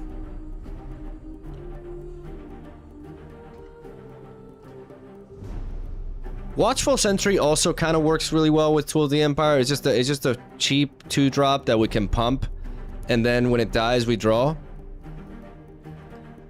We're not making infinite decks. We're going tempo. We're kind of going mid-range, but with good burst. I just feel like Fatefolk is doing more.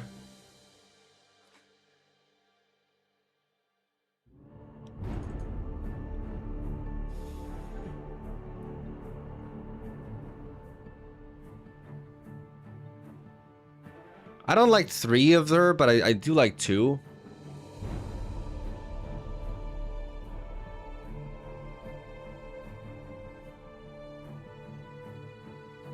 Shock Blast 100%.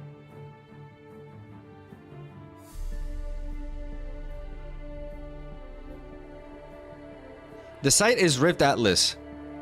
Magnet. Or Magenta. I feel like we can cheat so much mana with Hui in this many gears. Orange has a lot of ways to ready him for like first mate, wallop, and now acceleration gate. Yes, there is some sense in that, honestly.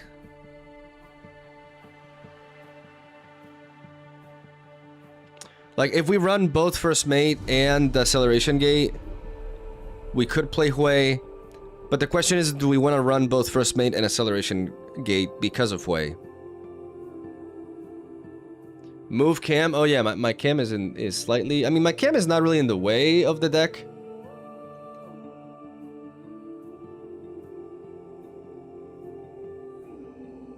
But I can make a new scene.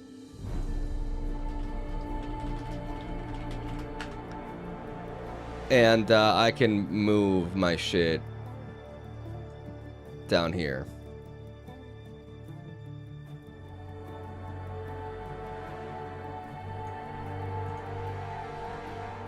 So you guys can see it better. And maybe make the cam a little bit bigger. There we go. The side is... oh yeah, I already replied to that. I feel like Hui is just one of those cards I see in almost every blue deck. I mean, outside of Diana, where else do you see it?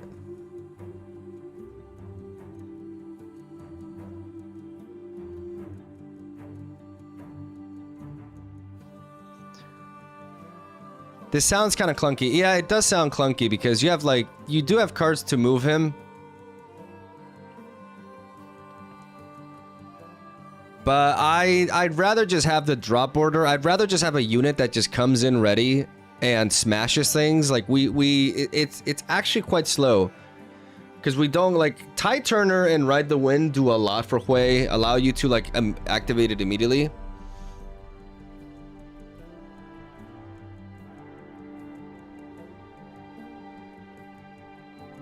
I'm not doing Aurora. Why never extra copies of your chosen champion? Is it part of your win con, or isn't it worth having a backup? Generally, you don't play extra copies of your chosen champion because you have that played guaranteed. So you having your deck be other things. Sometimes you do run extra copies of your champion. Like it's not unheard of by any means. But generally speaking, most decks don't do it. Because if you have access to your chosen champion, and because of the tempo nature of Riftbound, let's say you play Kai'Sa, right? As your chosen champion, a Kai'Sa deck. If you draw another Kai'Sa, like that Kai'Sa is not doing anything until you play your Kai'Sa, you know, and that card could be something else.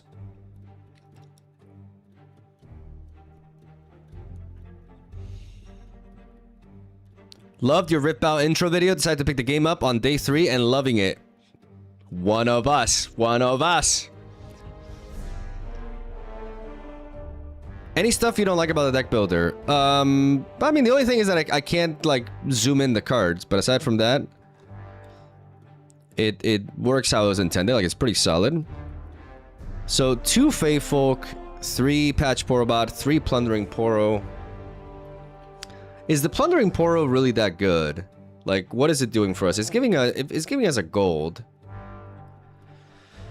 And because we're playing Jace, and we want to potentially like empower Jace, I think it makes sense, because once we empower Jace is when we can like untap like 2 tools of the Empire and we go that. So the Plundering Poro makes sense. It's just, yeah. It also helps our drop order be enabled more easily. I do like the 1 Hex deck disc. I think like it feels really bad when you draw like 3 copies of this, for example. It also feels kind of bad when you draw 2, but drawing 1 is nice, having that option. I could see it going up to 2, but for now I'm going to keep it at 1. I like the idea of the Irresistible Feyfolk with this kind of strategy. And right now, how power hungry are we? Not tremendously. Like, we have 3 seals, and we need to consider stuff. So I think Punch first is a really important consideration, at least as a 2 of. Sabotage as well.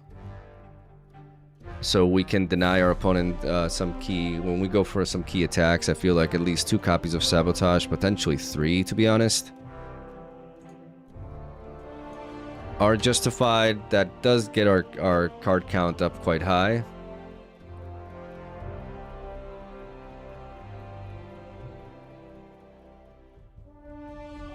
Why don't you use Piltover Archetype to deck build? Because if I deck build here, I don't have to import the deck. I can just play with it immediately. So because I just, you know, efficiency. Did you quit Pokemon Pocket? Yes, I did.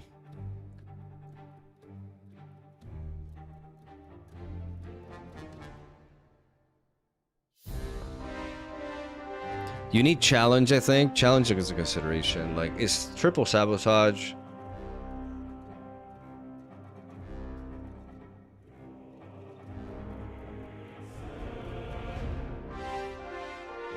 We need a high-end play.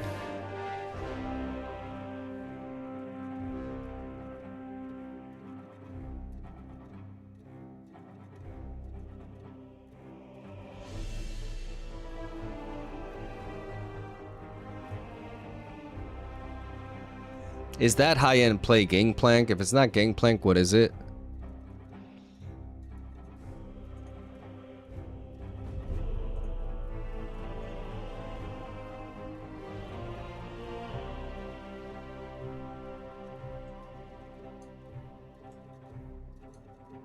Let's take a look at 5 drops and 6 drops. One candidate is Gangplank. We talked about Hui, but we would need to play the deck a little bit differently, and I'm not sure I want that.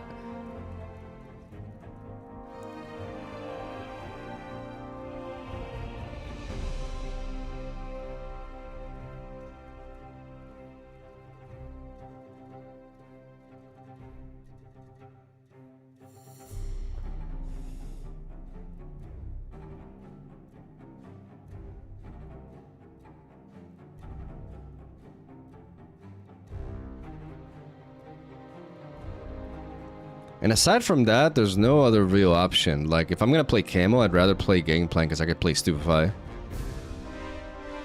Rengar is also just really good. Why did I not see Rengar? Where's Rengar? Why am I not seeing him? Am I blind? Bro, why don't I see Rengar? Oh, there's Rengar. Oh, he just looks like that.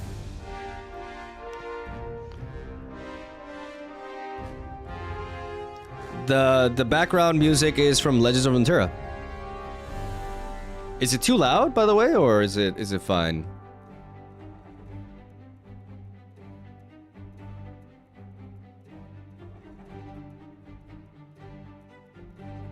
Swain. I mean, let's humor that for a second. Swain. When I conquer, if you played a non-token unit, a non-token gear, and a spell this turn, you score 1 point. Yeah, I don't know about that, fam. It could just be Rengar, to be honest. Cause I'm not sold on Stupefy. The problem that I see with Stupefy is that it just really just synergizes with if I'm running Gangplank, if I'm not playing like other sources of removal.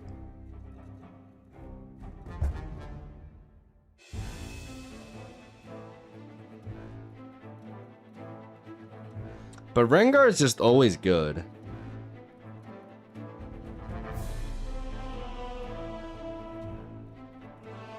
The downside of Rengar is that he doesn't synergize with Tools of the Empire. Blue Ornn.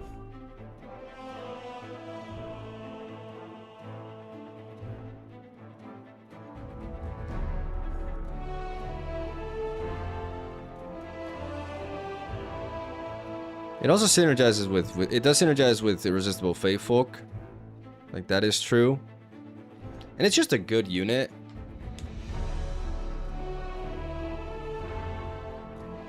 It can also help us in defense, which is where we're more vulnerable. We can try it. Just 3 Rengars. I'm not crazy about this Rengar though. Like, I kind of like this one. Because I have it.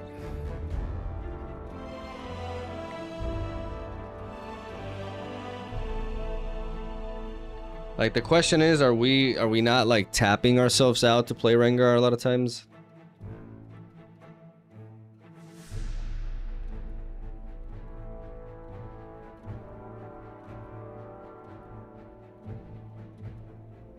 Ornn is interesting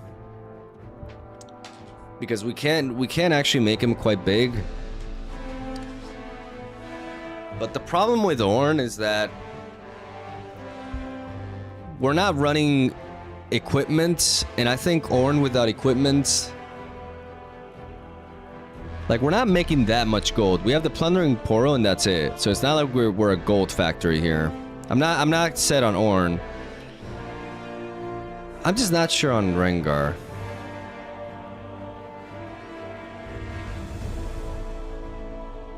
But I think he may just be good because he's Rengar. We keep our curve like nice, like we cap out at 5 because we always have stuff to do. We have the punch first, we have the sabotage. We have the Tools of the Empire, which I really like. How many units do we have right now? We have 8 2-drops. 11, 14, only 14 units. I think we need more units. And a consideration is actually Lucian.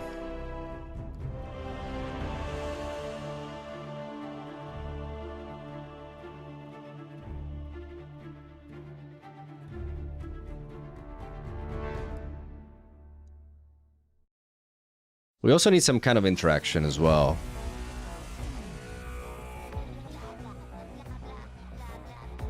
Like, once we have 1 Tools of the Empire, our challenges become insane.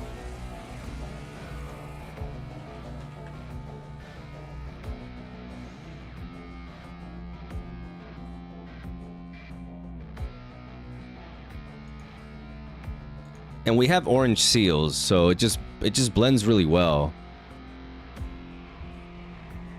And right now, like, you guys are talking about like Shock Blast, but there's an important consideration to make here. As of right now, our only power cards are orange, which allows us to go with a full set of body runes. And that is very consistent.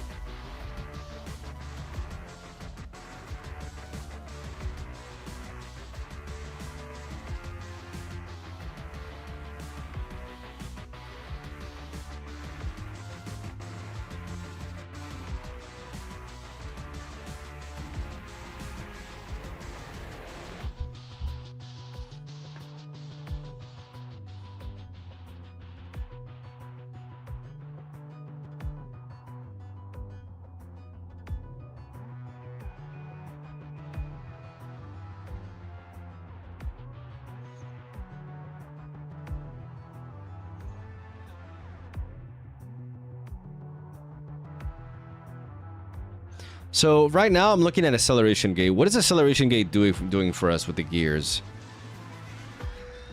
It allows us, like, unlike First Mate, Acceleration Gate allows us to untap the tools of the Empire.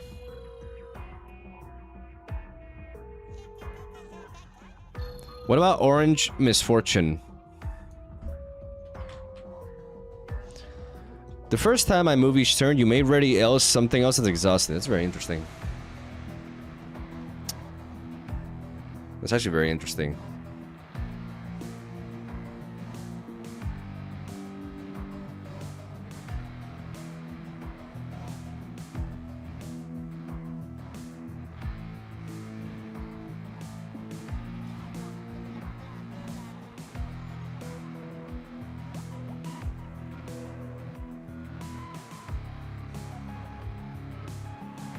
That's actually really interesting.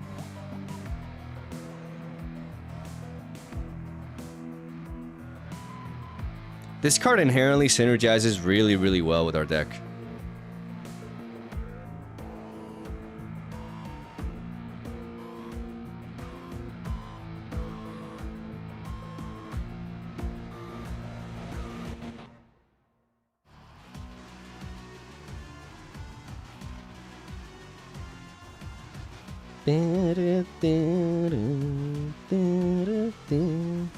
This card synergizes really well with our deck.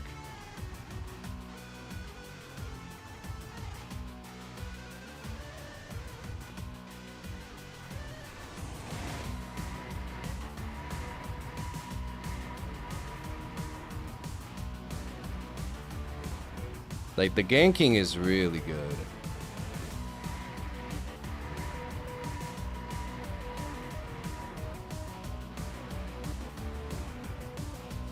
Ganking is a keyword that we really like with Tools of Empire. None of the tools are, yeah, but it doesn't, like, it, what it does is that if we like, we can accelerate her from hand.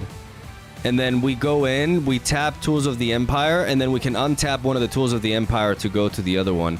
We can accelerate, we can, if we have enough mana, we can just accelerate her with Acceleration Gate for free. And then we ganking on the, like, this leads to potentially very powerful attacks. I want to test this. I don't think she's ever a 3 of, but I think as a 2 of, she's interesting. I could go 2 of her and 2 of Rengar.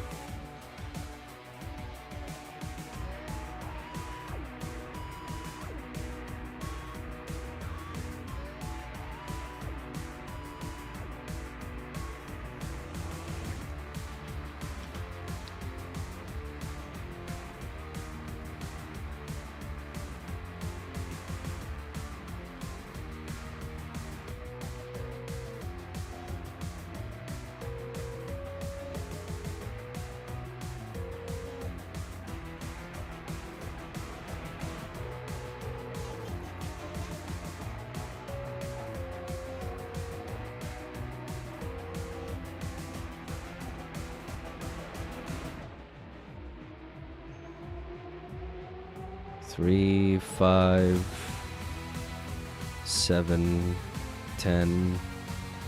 We could definitely run more spells now. Like, it feels like running more. Like right now, the thing is, I don't like if I run a blue spell, like I just mess up like what would be a pure orange build,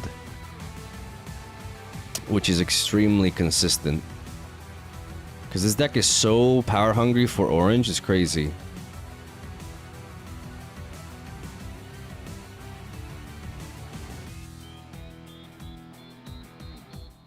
Deadly Flourish or Wages of Pain. That is a consideration. Problem is we don't run Stupefy.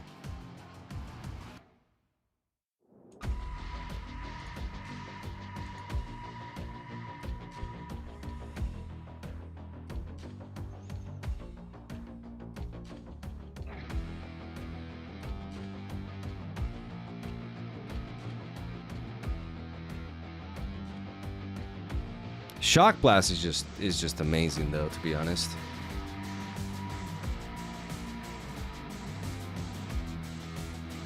But it costs blue power, and that just kind of messes up with what we're doing here. How important is triple sabotage? I mean, we're going in on heavy attacks here.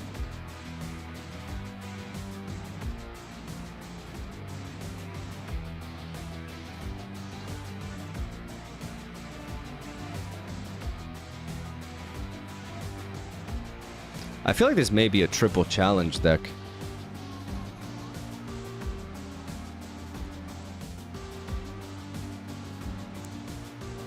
We just capitalize on our tools of Empire here, and we have a way to reach the bench consistently. So we can run triple challenge, and then we can run the rampage as well. Choose a friendly unit and enemy unit. If you pay the additional cost, give the friendly unit +2 might this turn.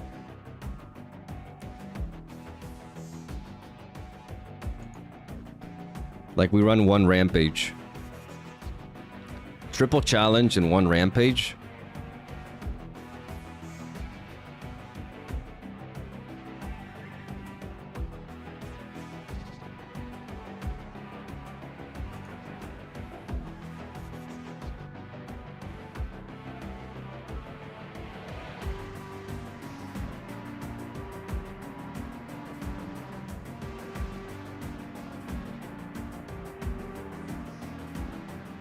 Repulse. What's Repulse?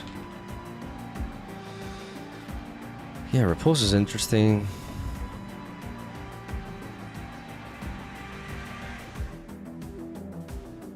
Yeah, Starcross is definitely a problem.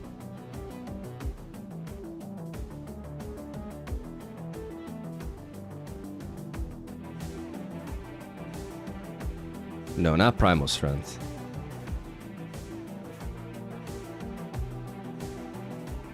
Do we have card draw? We have the questionable tome.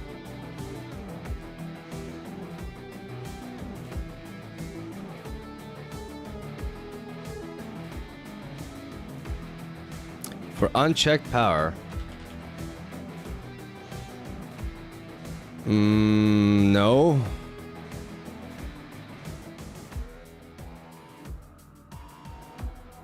Disqualification in the semifinal on Showdown? Why? What happened?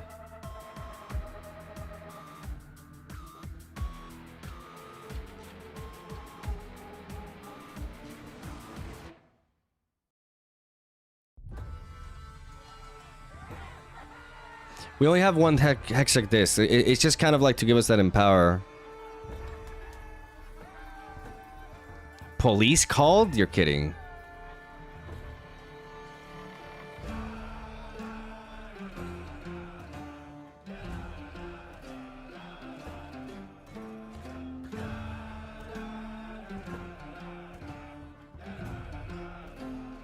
You're kidding.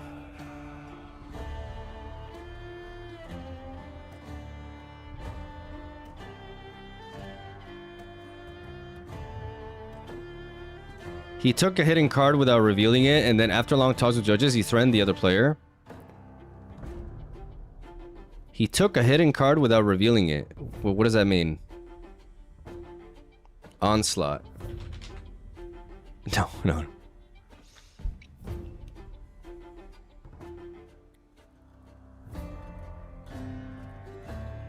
I do feel like we may run out of gas here, but with the tome, like, that should be mitigated.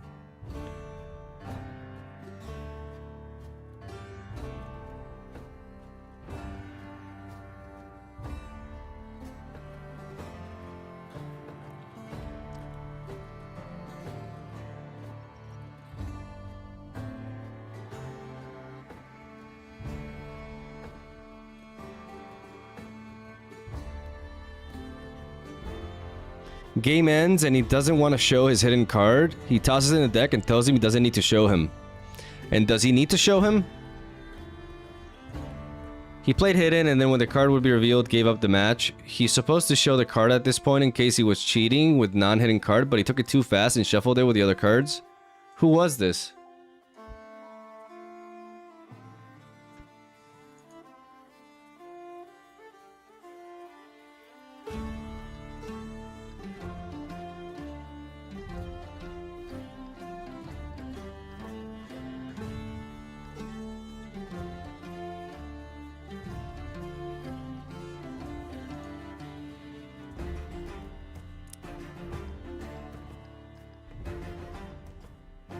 Why doesn't it say how many gears I'm running?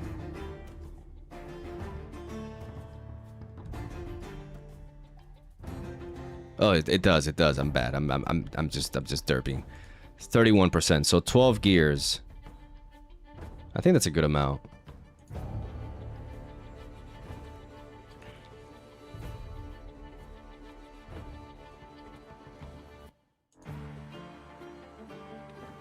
I'm gonna test this. Except I need runes, and then it would just be all orange runes.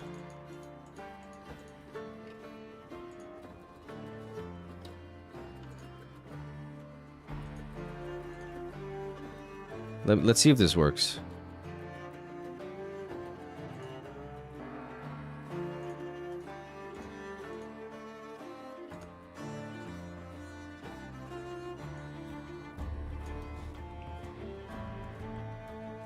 Maybe we do need something like we do need the camel.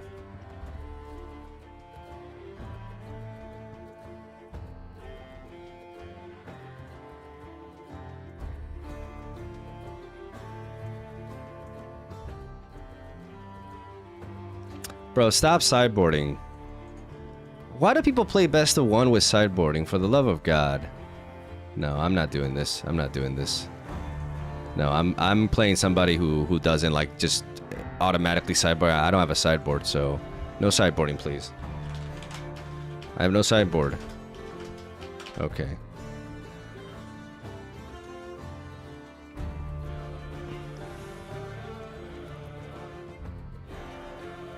Okay, so we go second. We have drop border. We have Rengar. We have the orange seal. I think we can just mulligan like this. Not having a 3-drop kind of sucks.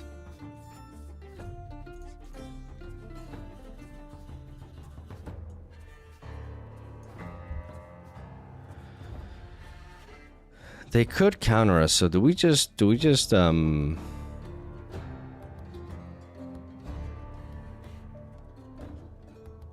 I think we drop this seal and we just pay 1 and we sabotage them.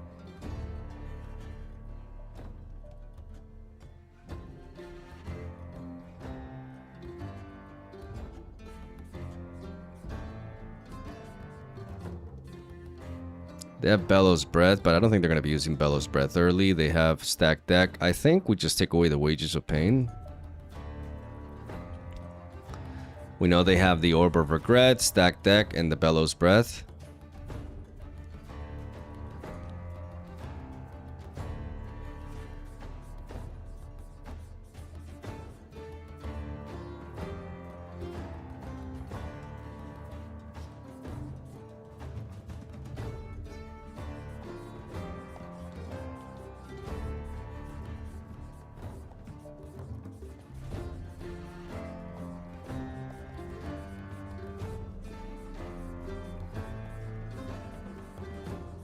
Oh, we pass.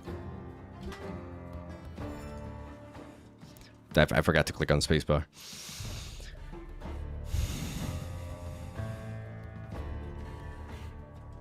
I think them playing such an early, yeah, they're gonna stack. Oh, they're gonna play the Orb of Regret. They're gonna play Stack Deck.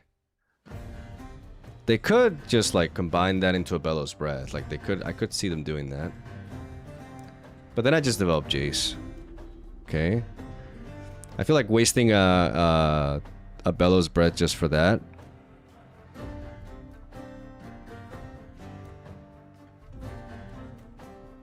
Maybe it's just better to... Like, if they don't come in with the treasure hunter...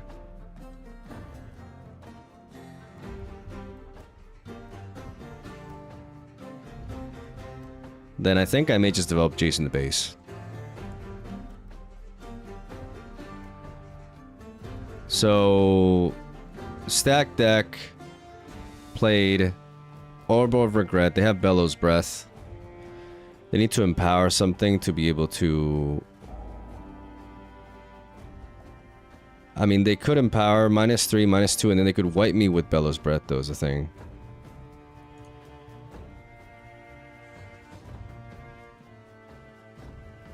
If they play this next turn.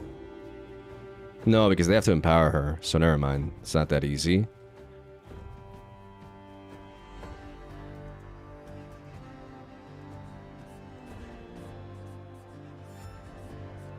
There's the tome, which is really nice. I could just start drawing, though, is the thing. Like, do I need to dive into this as immediately? I'm gonna, because what if I just set up this draw engine instead?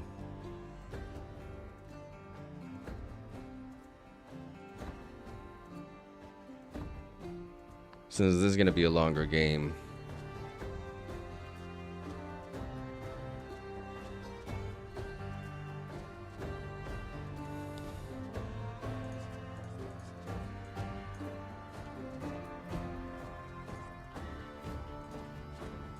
I'm gonna empower this, and then I'm gonna go here.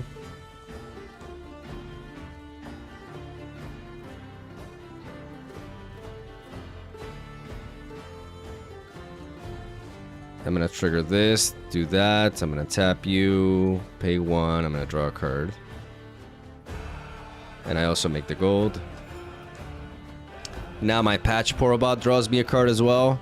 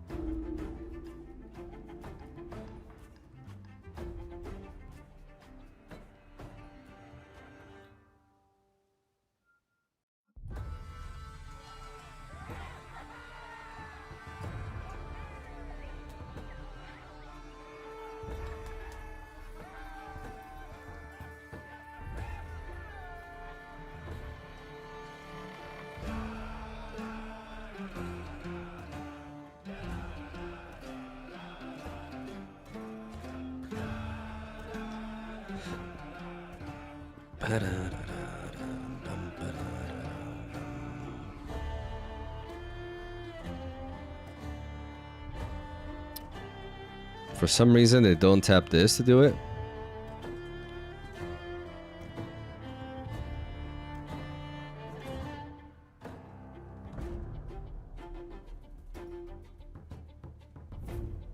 Okay.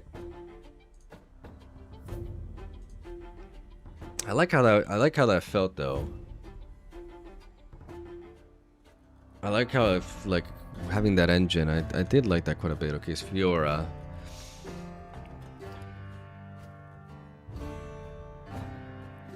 We definitely want to look for okay.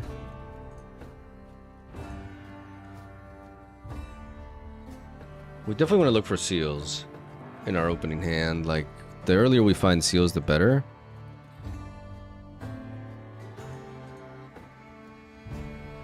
Can we... I hate this aspect of Rift Atlas. I hate the fact that if you want to play a best of one game, you can sideboard. No, I'm not... Did you sideboard against me? Or I just hate that aspect. Why is that a thing? It's a best of one. It's meant to mimic the first game of a match. There should be 2 different options. We have Tools of the Empire. We have Hextech Formula. I'm going to drop the Acceleration Gate. I'm going to keep... Like, Tools of the Empire is a really important card. So I'm going to go ahead and just... deploy my boy here. They're gonna go there. I want them to play Vex. Sona, okay. Sona is different.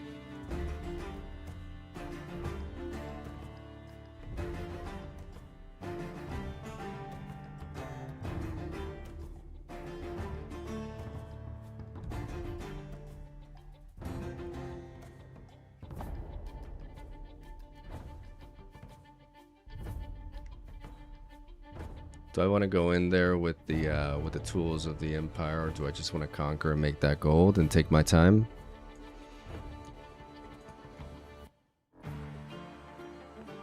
Because right now they can stun me is the problem. So I'm gonna make the gold. I'm gonna drop a tool of the Empire. I'm gonna call it a turn. Maybe this is a mistake. Maybe I'm just making myself too vulnerable here. Okay, so they sideboard against me. That's so stupid. Can I face somebody who doesn't sideboard turn 1, please? No side. How can I take away the sideboarding option, bro? That is the most obnoxious thing. Like, I want to test best of 1. Nah, not a Jace Mirror. It's really aggravating, like how you play a deck, you want to taste best of 1, but the game gives you the no sideboarding, please. I don't have a sideboard.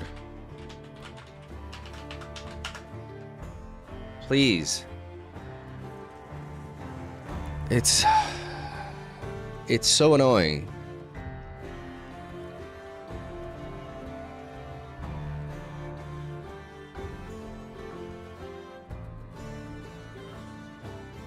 Unfortunately, standard best of 1 official rules allows sideboarding, so that's so dumb. That's so fucking dumb.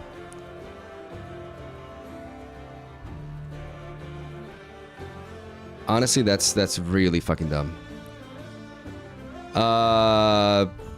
Sabotage could be useful, but I'm gonna mulligan away these 2 because I want to find my seals.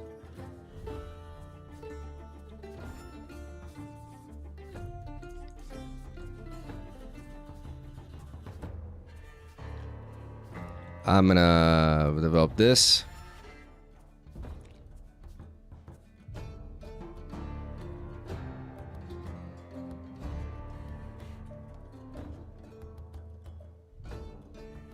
Then I guess I'd rather just play best of 3. I want to test like game 1s. Like I want to test game 1s so I can then focus on building the sideboard first. But I guess you can't do that. Okay, so Rift. Okay, so it's Baron Nashor with Rift. Okay, it's a lot.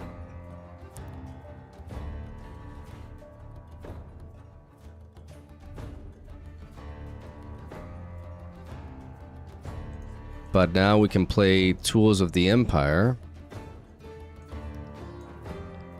We can give this +2. We can tap it with Jace. We can give it up to +5. We move here. And we target this. And we kill it. See, that combo is really nice. But now they're going to salvage us.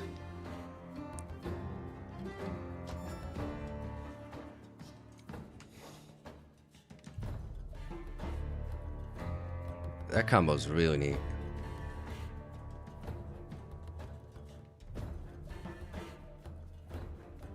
So this is baited hook. And I would have untapped this, but it doesn't really matter. And of course they fucking I fucking... Okay, I'm gonna play best of 3. I'm gonna make a sideboard and I'm gonna play best of 3.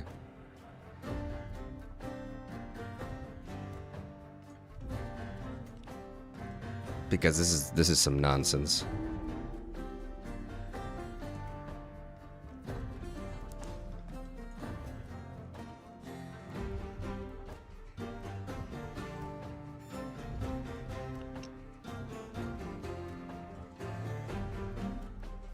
This is some nonsense.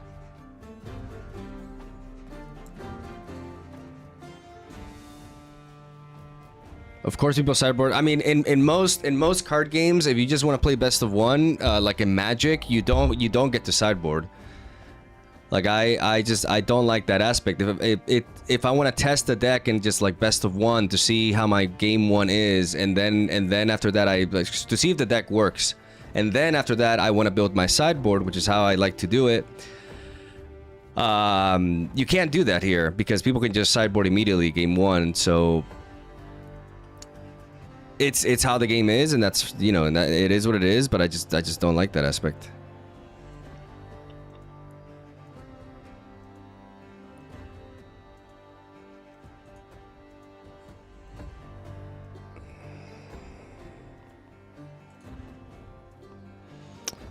Um.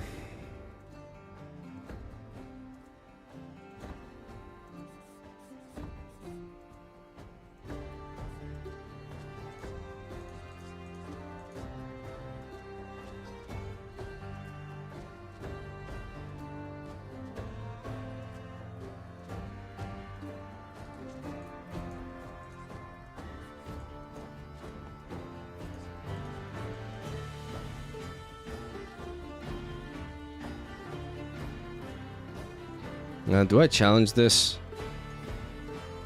I think I may just challenge this.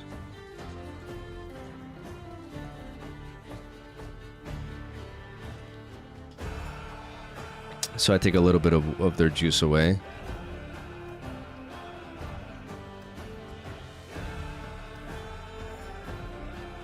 Okay, so we find another one.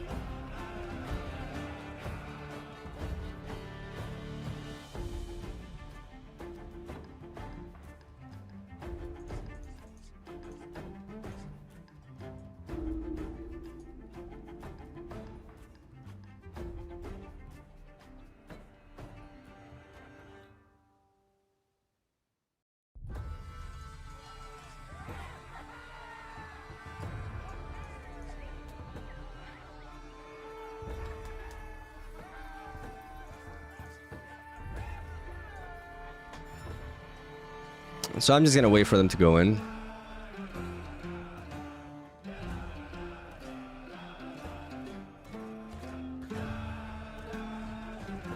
They could have tapped the Seal of Discord and untapped it to generate an extra power there.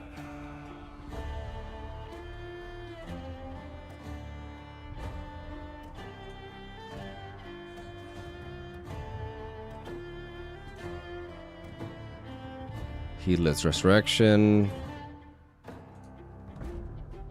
Another seal.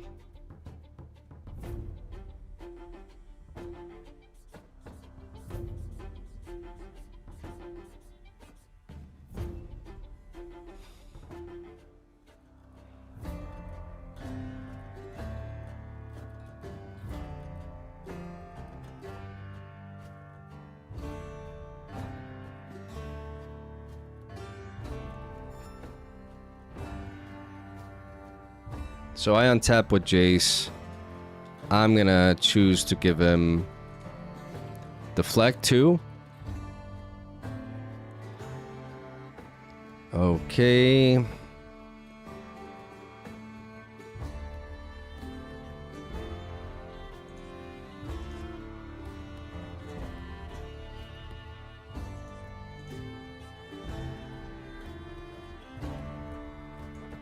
Now I'm going to play Tools of the Empire.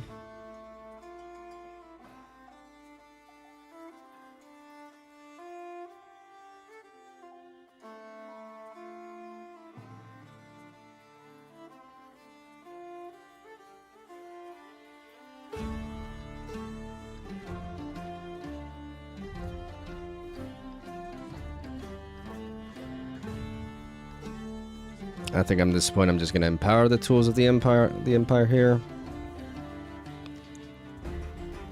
They could easily have a Starcross, but at least we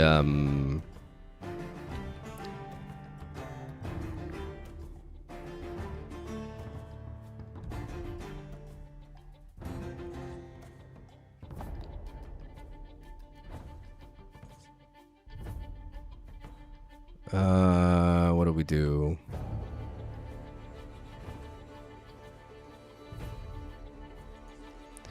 I think we're actually inclined to give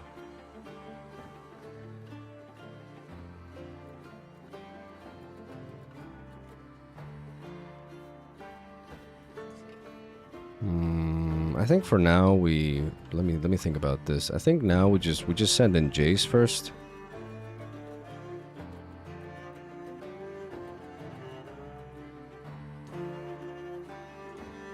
We have Deflect 2. So we conquer here, we discard this, and we draw a card.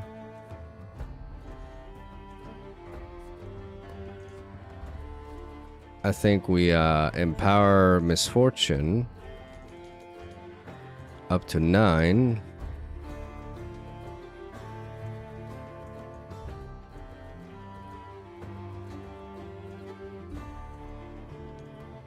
And then we ready Jace and we give him ganking.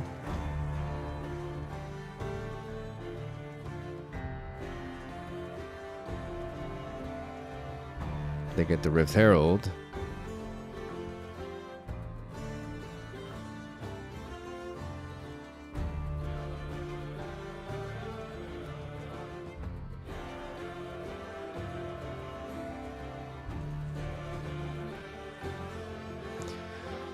We untap this.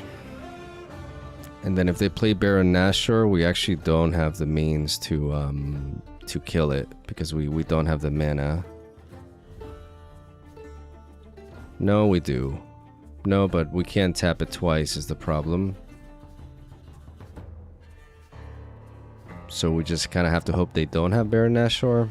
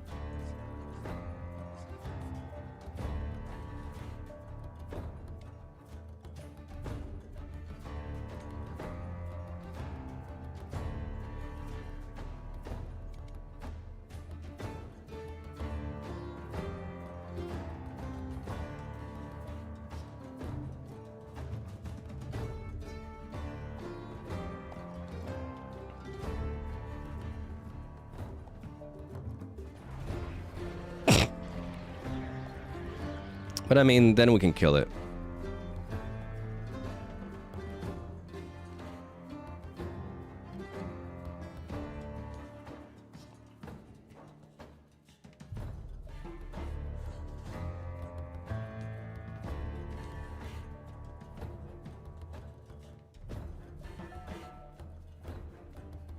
No, you just one.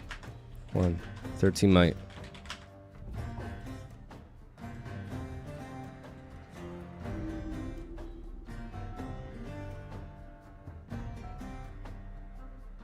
Oh, yeah, true. He was damaged. Never mind.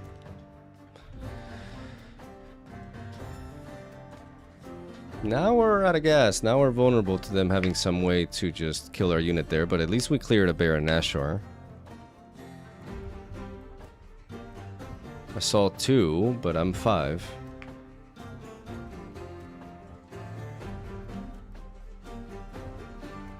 What do you mean 5? Oh no, never mind. Yeah, true. Oh fuck, yeah. Yeah, you're right.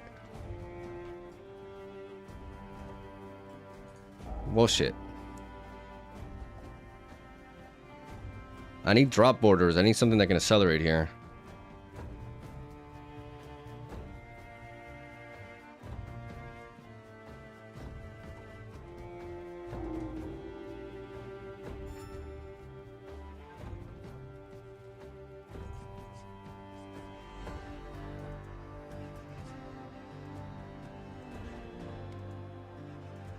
Okay, so this is empowered.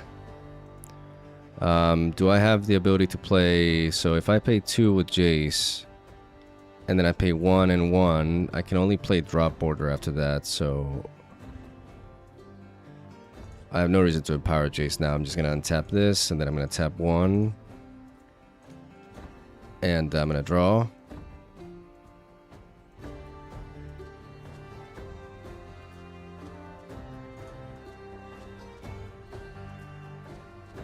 They play Fizz, and then...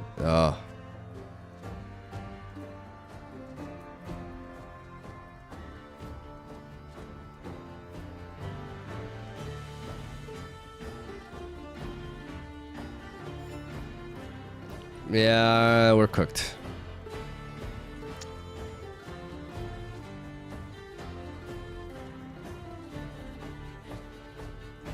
I mean, the fucking main deck salvage was egregious. Like, the fact that they sideboarded that in on game 1. Because if we have the second tools of the Empire, we're able to, like, just break through.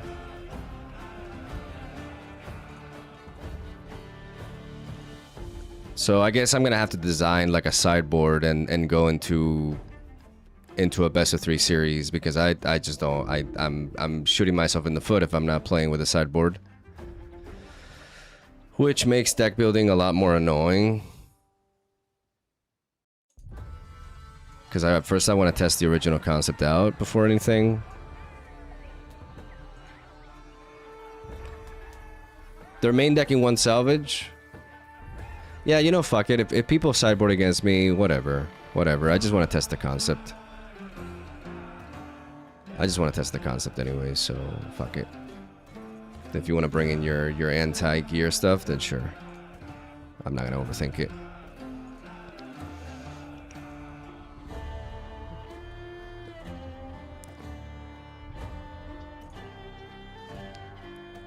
Okay, so we have the Patch Porobot with that. We have the Seal, which is really nice. We have the Misfortune that allows us to untap things. Like, we got a lot of burst here.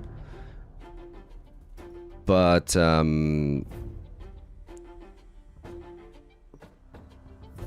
mean, this is pretty good.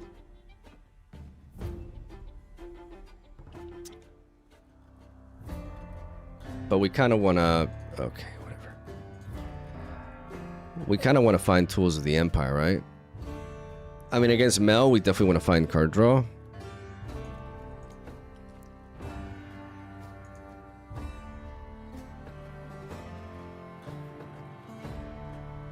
Well, you can sideboard in best of 1. Yeah, it's the rule within this game. I think it's a bad rule, but it's just how it is.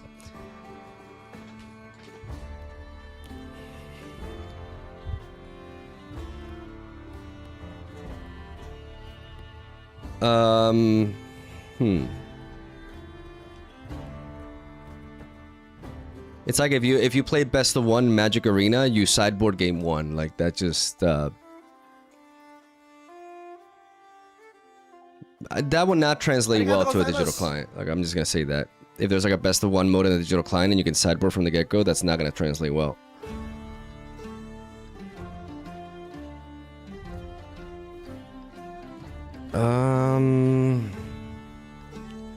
We have the Hextech formula. We have the sabotage is important. The irresistible fate focus is very vulnerable to their removal.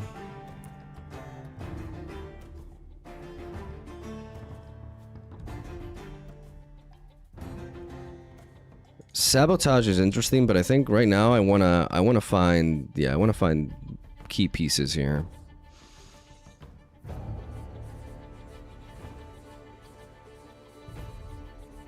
In this matchup, I definitely want to find the gear that makes mechs. Like, I could add that to the sideboard.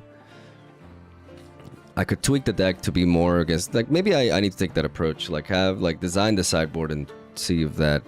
But I want to try out like the initial concept first. But maybe I should just be playing best of 3s. Because for a matchup against Mel, like, I definitely want to have a lot more value cards.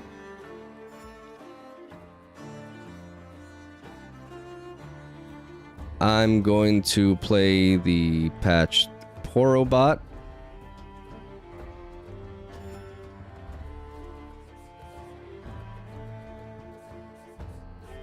Because I can conquer and get away with him. I can use tools of the Empire to put him out of range. He could just get bopped here. With like the 4 mana spell.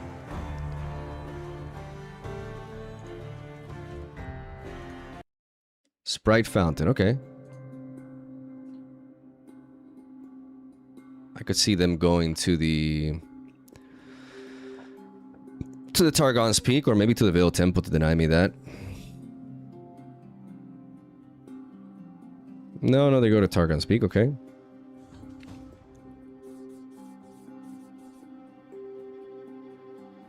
And they play a merchant, okay. So they're tempoing quite a bit.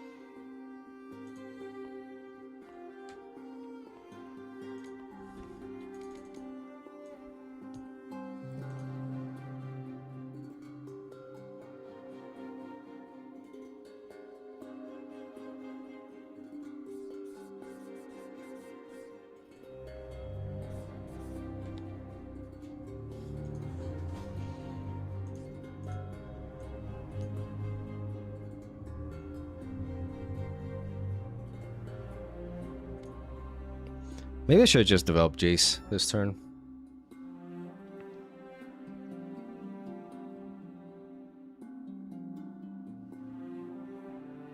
Maybe that was better.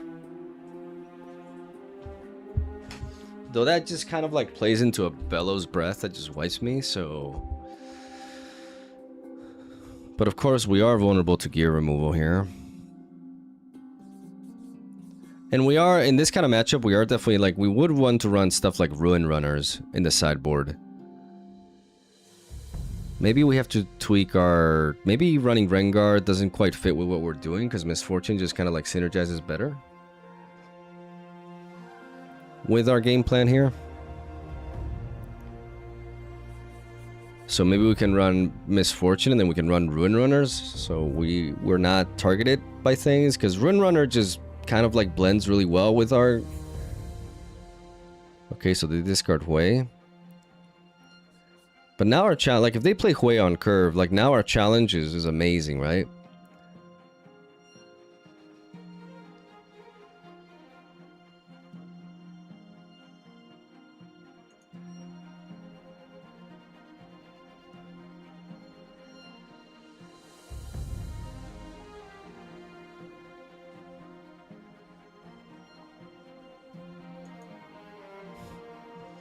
I mean, you already scored.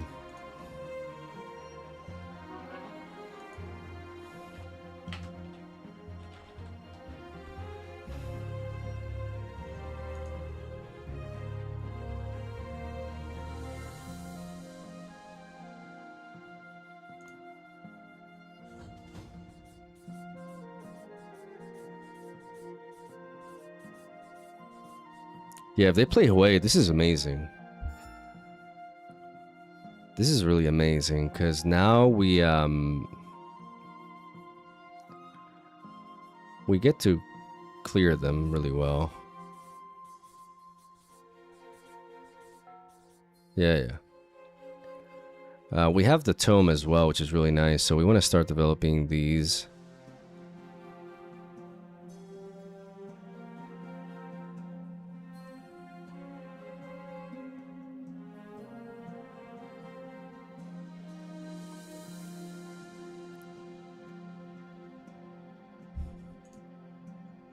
But we gotta think about how we approach things. Because they have 2 mana open. So if I just pay 2, I just get to empower this. And I think it's better than developing that. Because this requires more energy out of me and I can do more with this. So I can pay 2 to empower this.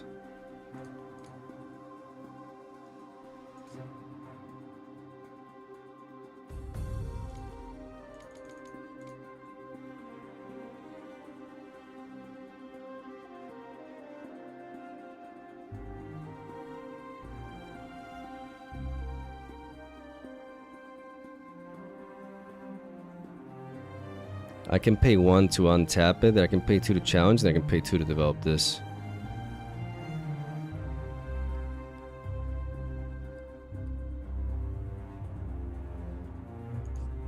So I can untap it with Jace. I can tap this to give you 10 again. And then I can go in here.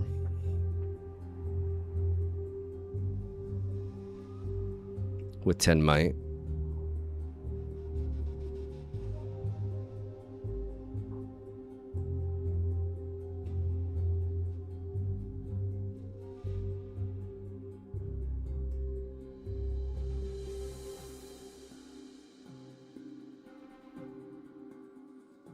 Because this plays around smokescreen.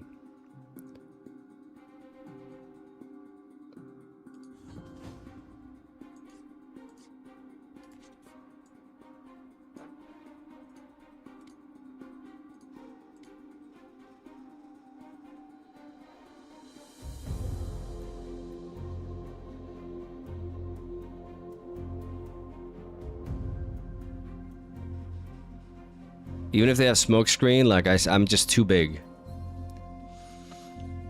Beautiful.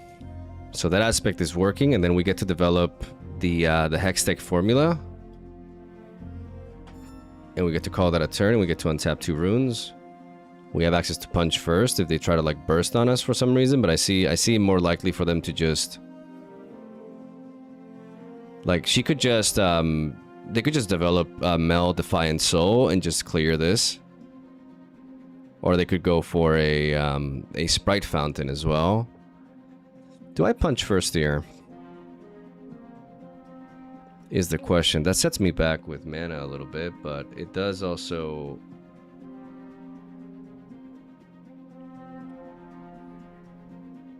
It does also slow them down. I think I'm just going to punch first here. I think this is the moment where I do that.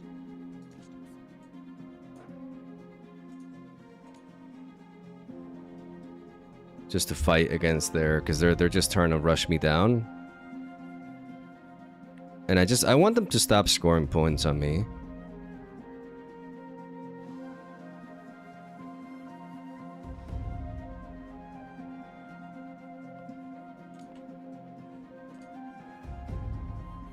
So they react with Stupefy.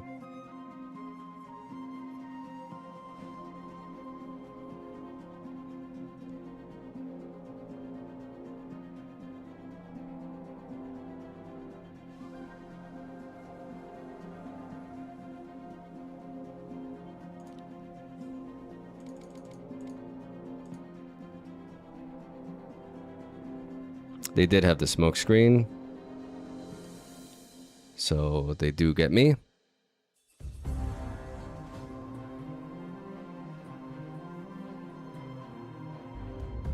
Okay.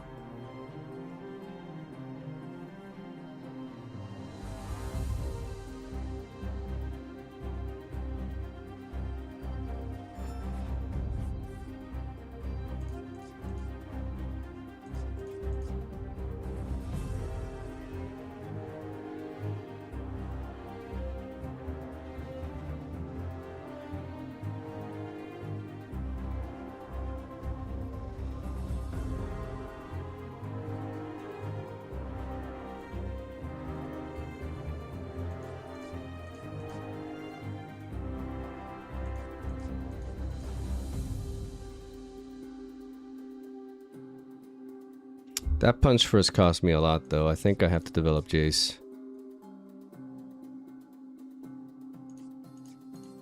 Do I? Let me think here, because I can always acceleration gate. I think maybe I save up my... I think I'm going to do this instead. I'm going to play this. I'm going to empower you. I'm going to tap you for 1, and I'm going to draw. And then I'm going to tap Jace, I'm going to untap this, I'm going to tap you, and I'm going to empower you again. I'm going to call that a turn. I build up some more energy.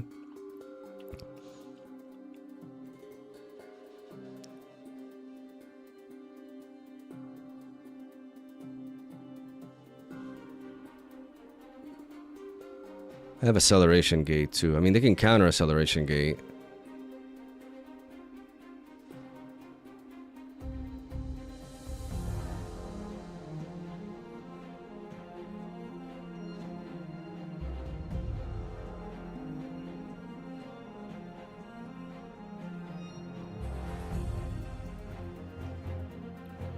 I think that may be better. Rengar's just kind of awkward in this deck, though.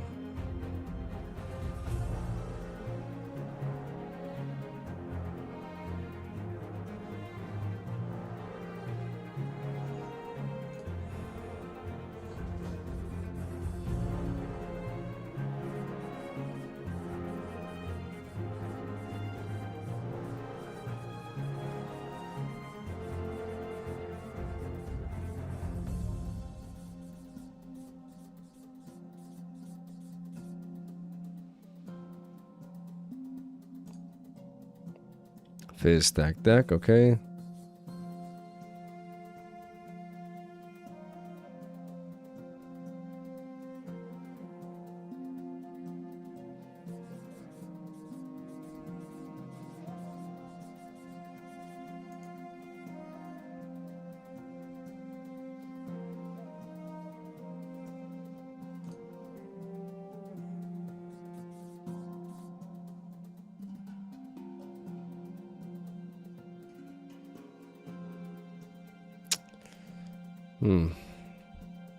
It's interesting because we're getting like tempoed because of these sprite fountains. We're just getting tempoed by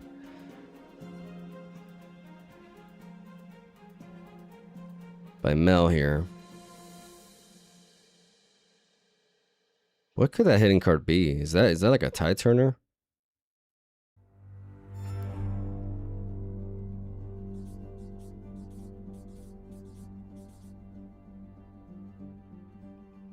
Do I just bring in Rengar?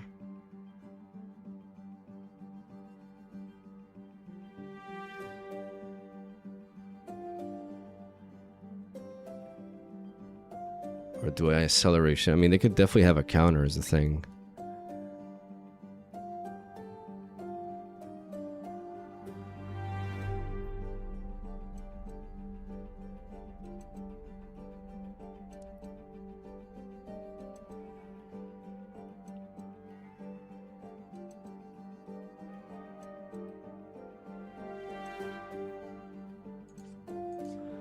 I may regret this, but I'm gonna draw. That's more like it. I mean, I'm gonna 2, 3, 4. I'm gonna play the drop order, and I'm gonna target this.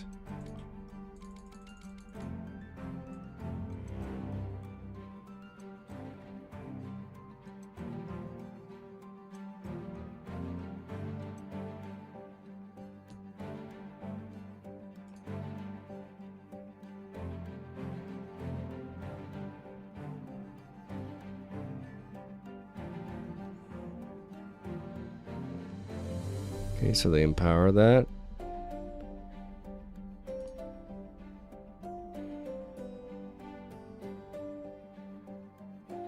But you can't tap that at action speed.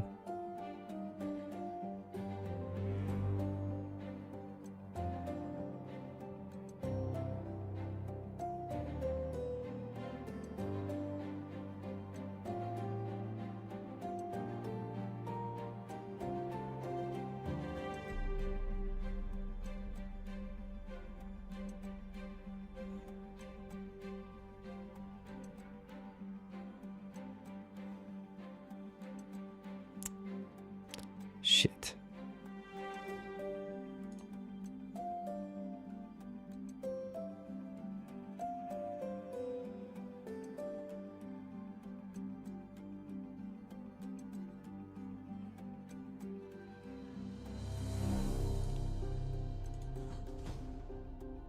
I got out-tempoed here. The thing is, like, the moment, like, these pride fountains were the death of me. Yeah, I can't do anything about that.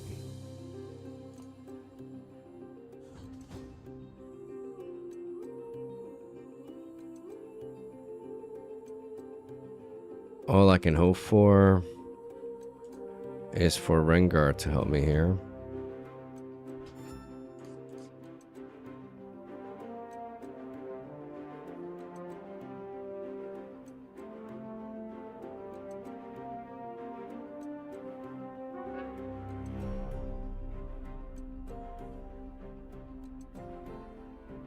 Wait, didn't...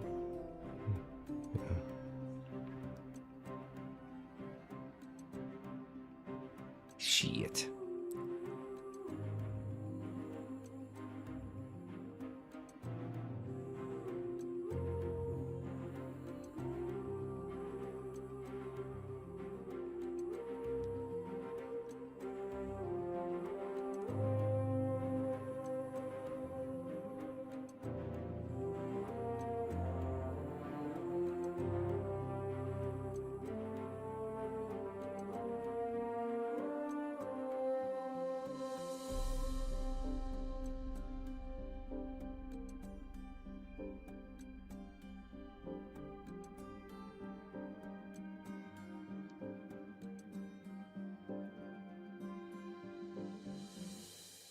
This felt really good though.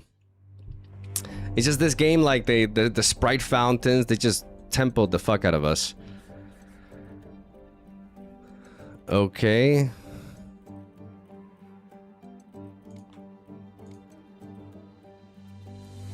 So never mind.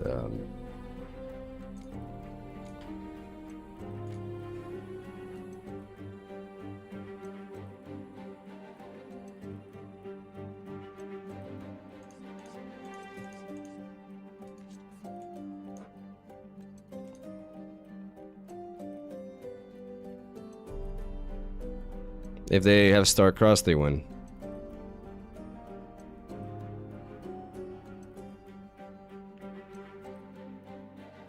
That Tornado Warrior and to ride the wind play, like I just could not answer that.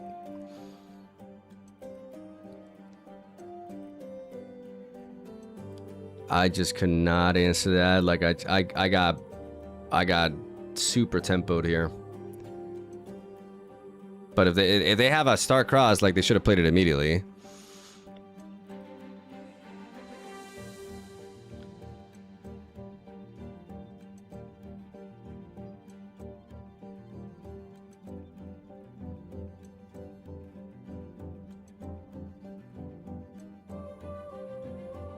So I guess they don't have it.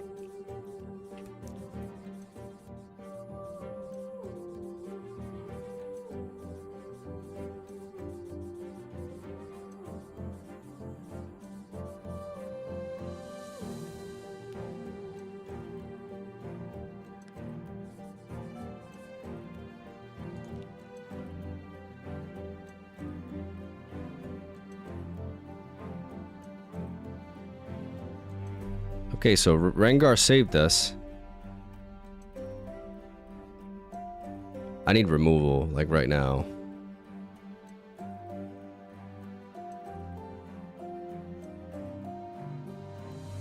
Like right now, I need removal. Or another drop order. Or another drop border. I mean, that thing gets empowered. They bring back Fizz, and then the madness ensues. Even though they have smokescreen.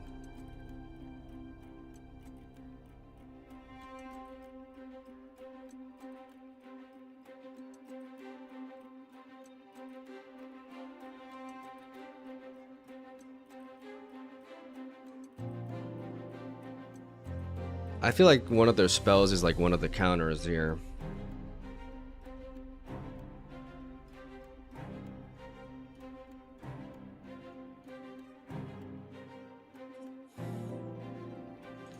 I'm gonna tap this to empower this. I'm gonna tap that, tap one, and I'm gonna draw. I'm going to sabotage.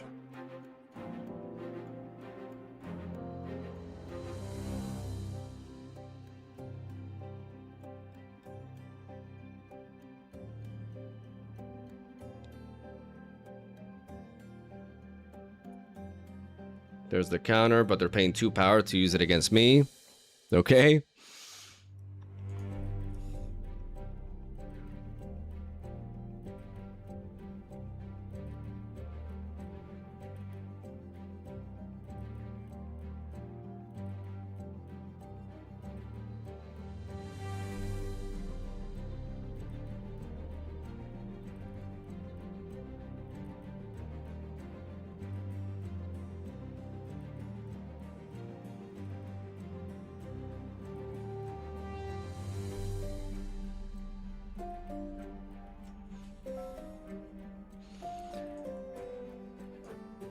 My punch first gets recycled. We are in trouble. I can just drop border to eliminate that.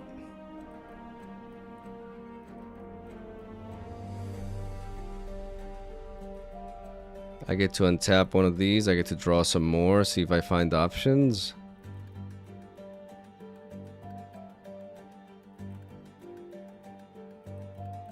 I need a way to kill that thing. Do I need more removal in this deck? Because I need a way to kill this thing.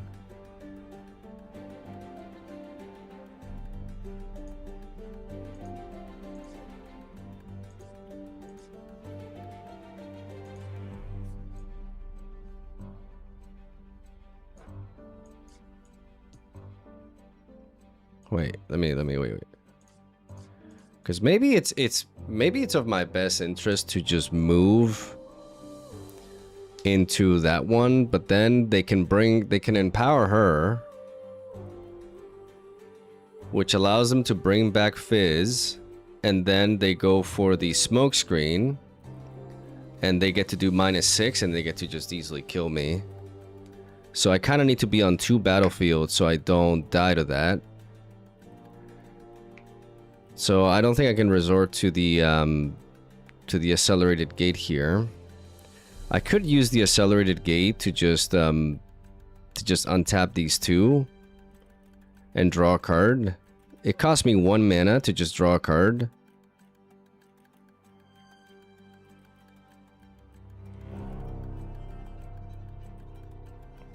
Because if I'm not defending, they just use that. I need to find a way to kill this. If I can kill this,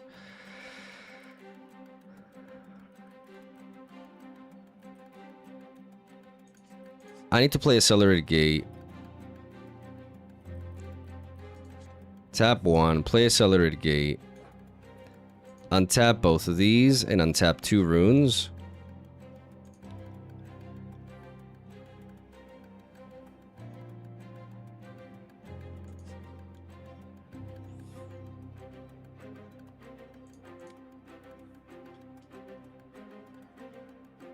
Tap this for 1.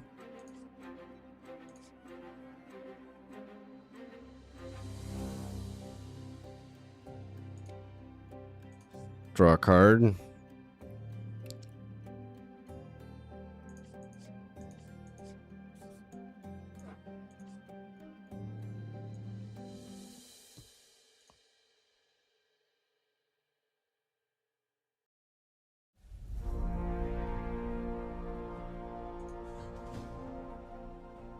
And then I just untap this, I tap it, and I empower this. Yeah,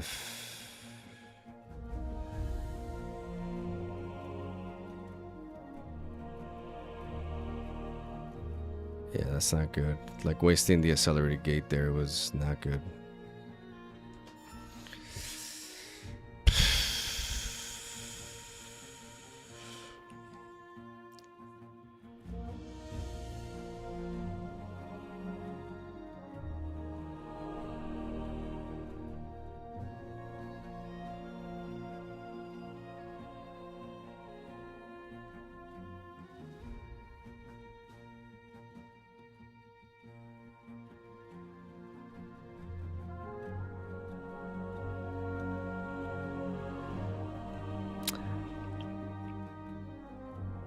If I got a challenge there, like maybe I need another source of removal. I have 3 challenges though, but definitely like challenge is definitely very vital.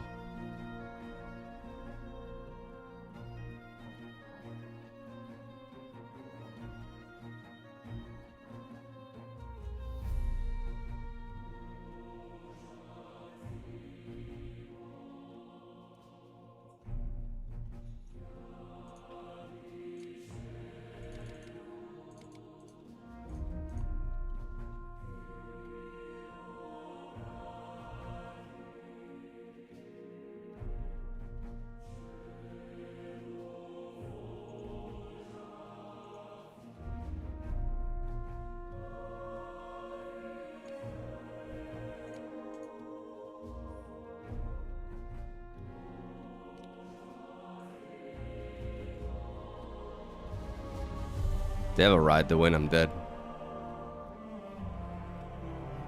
Okay, they just kind of drew perfectly. GG.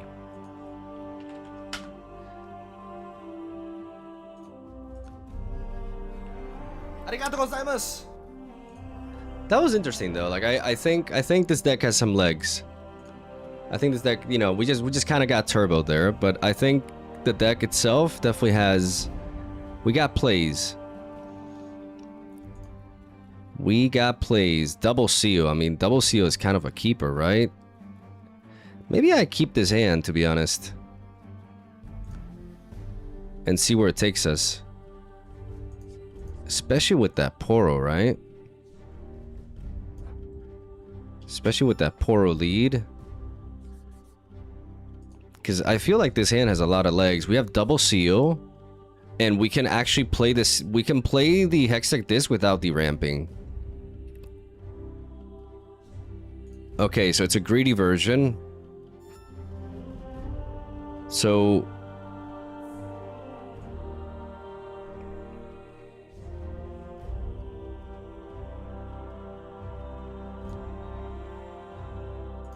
we can come in here. We can make a gold token, and then with this, we untap the gold token. And then we play a seal, we tap, we play a second seal, and then we pay 4. We tap this, we tap it, we empower.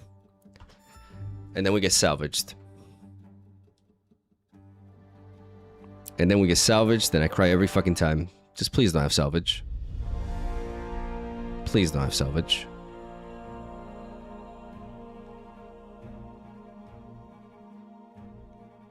This is too good of an opener. Please don't have salvage. Don't do this to me.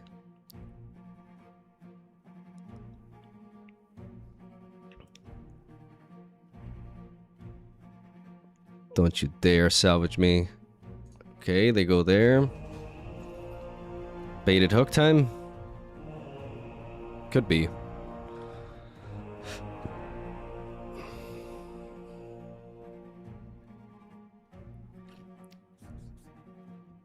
What is that? That's a 4 mana, 1 power play? 4 mana, 1 power.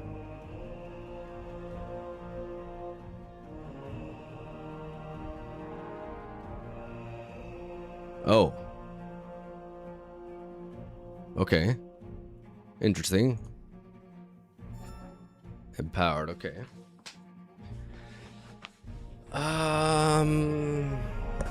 I think instead of developing the drop border this turn, I think what I want to do is I want to focus on... I can empower my Jace. 1, 3, 2, 1, but I don't have the mana to do more than that. So I guess empowering my Jace is out of the question this turn. I think we're going to start off by doing this. And just generating a mech.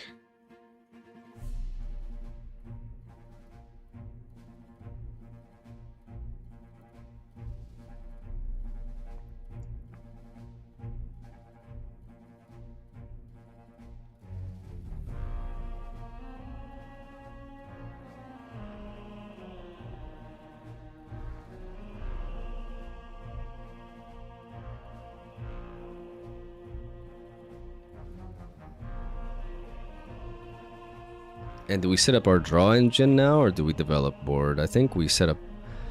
Maybe we just play Jace. And we get ready to make another mech, and we save for the drawing for later, because right now we have a board to deal with. So I think I just deploy Jace. I go back.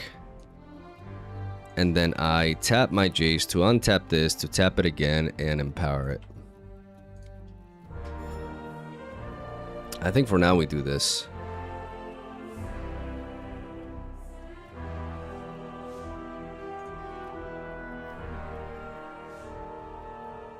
They generate 2 power with that. Because the cannon is empowered, so they have assault too.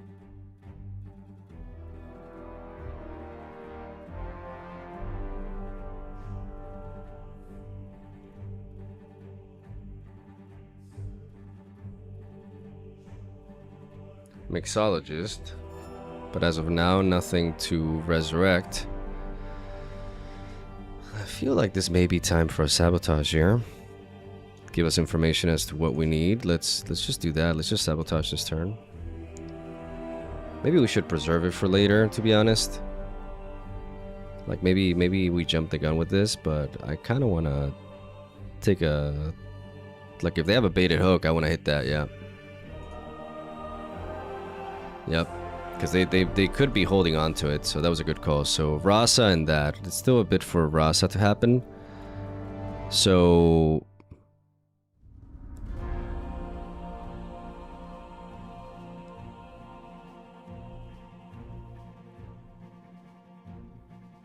by the way, this guy, like, I'll just give him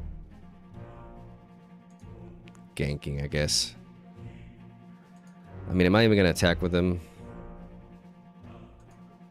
Probably not. I'm just gonna... whatever, I'm not gonna use Jace this turn anyways.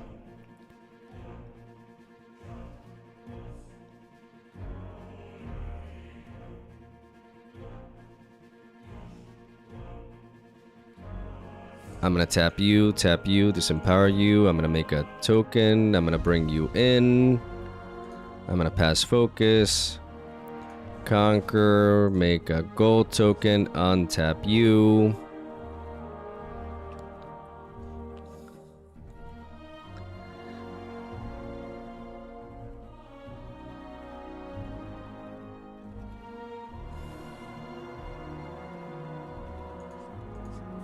Play the Hex Deck formula, which comes in tapped.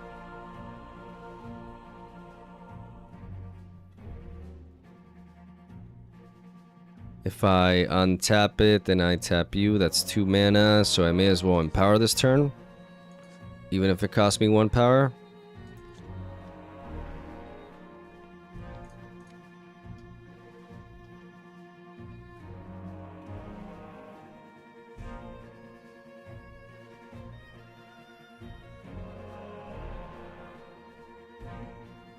I tap you to make you empowered. And then I tap Jace to untap both of you.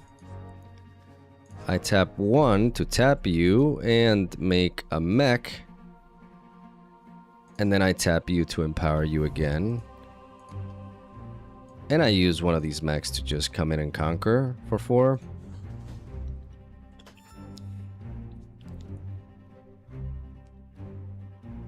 They top deck a seal, they have that. So getting rid of their baited hook was really important there. Now we got this factory rolling. Like this one off of this card is really putting in the work here. I feel like this card could be a 2 of, to be honest. Like it comes into play in a lot of situations. It's slow though, but once it gets going, like we're generating this crazy value. But going all in on just like the gear factor, like we need to have a lot of interaction, which is why like a full set of sabotage and that works. You know, we definitely go down here.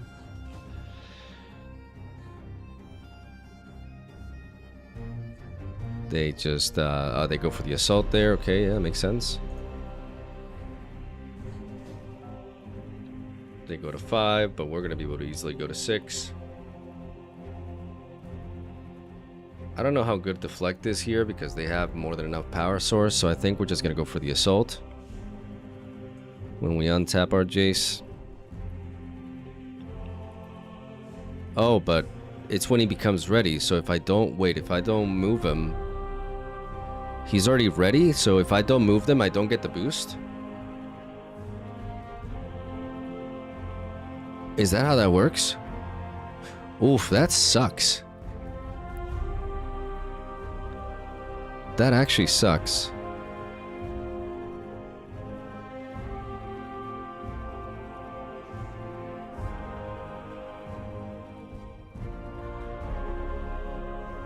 Oh, that's really bad. Like if I don't dive him in the next turn, then I don't get the boost from him. Cause he didn't ready. Big yikes. Okay, so they drew a lot of cards. We have 2 mechs here. We have the ability to make more. This is already powered. Like, we can do a lot of crazy shit this turn. We can generate an army and then try to go for 8. Just basically set up a double conquer for 8. We can even play Rampage this turn to get rid of Kennen. So they can't, like, star-cross or do anything weird this turn. So...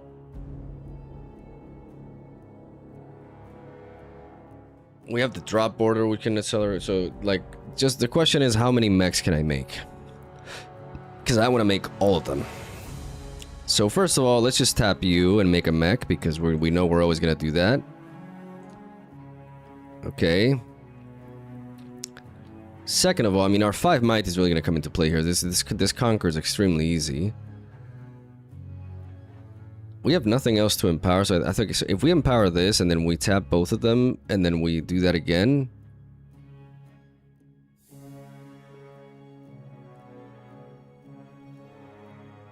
I think we're better off drawing this turn, because there's no way we can actually, like, if we tap this now and we empower you and we go here and we trigger you again. If we tap this and we empower you, then we go here and we trigger you again, then I can untap with JAYCE both of these, and I can do that again. So because of that, that does actually work. So we do want to make as many mechs as possible, actually.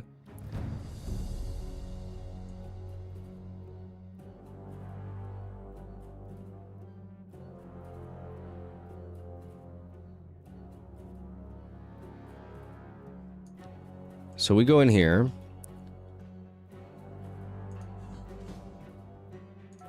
We untap here, and then we tap you, and we make another mech. And then we go here, and we go to 6, and then we tap with JAYCE, we untap these 2, no, and then we tap you for 1, and we generate another mech.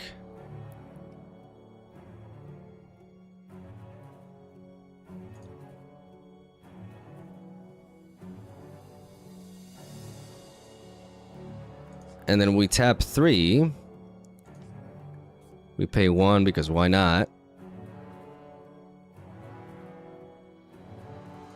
And we rampage to kill that.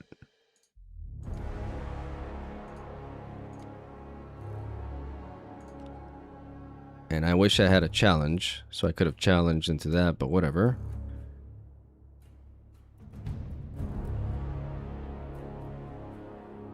And I can't play this book because of 1 energy, which really sucks, but it is what it is. We have 12 might on the board, and we don't have an easy, like, we have like 3 might there, so it's not easy for them to conquer here. They have 10 mana, so I don't know what they can do to avoid this double conquer.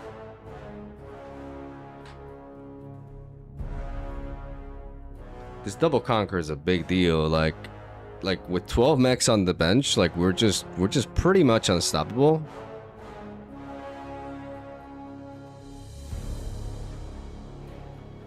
And we have the drop border in hand for extra burst. We didn't draw the tools of Empire.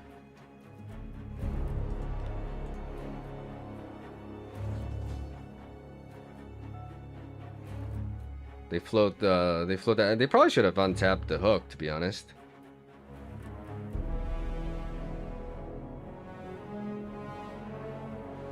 No, but they can't because they had to conquer first.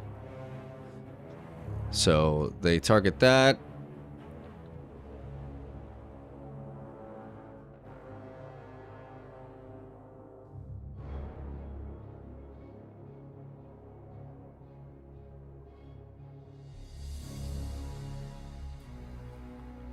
They get to play there because of the way that works. I didn't know about that ruling with the mixologist, but you can actually play into a battlefield after you kill it. But I have too many mechs. That is, oh my goodness, okay.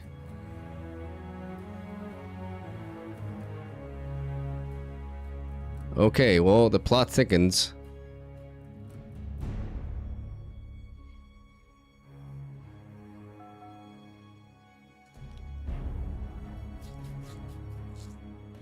Did I get overconfident here? Now the problem with this mech factory is that I cannot deploy the mechs on that area.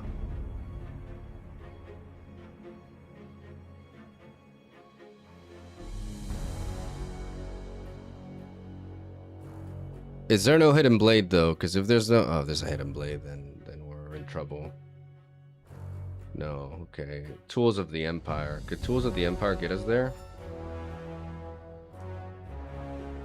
Acceleration gate. Can we make some magic happen with this? How much might is there? There's 12, 17, 21 might.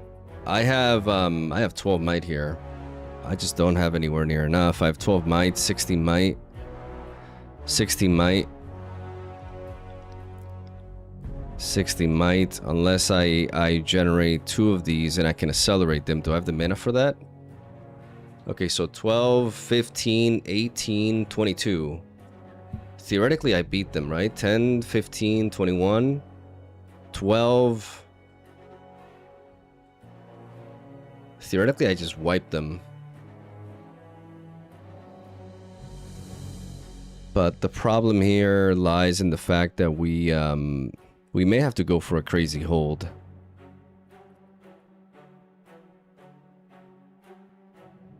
We may have to go for a crazy hold here. And use the acceleration gate to make that happen. Like, I could try to go for the tome to fish for some stuff.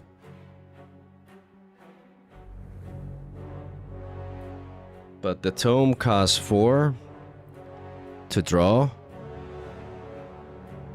And if I find a punch first...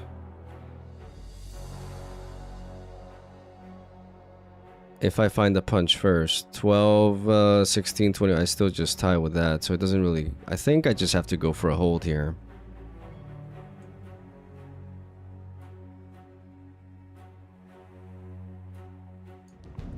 If I untap this, okay, so 1, 2, like I can definitely send a lot of shit there.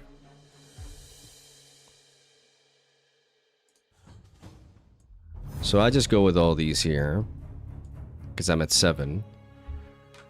And then what I do is I tap you into you, tap 1, and I make a mech. Okay, that's step 1.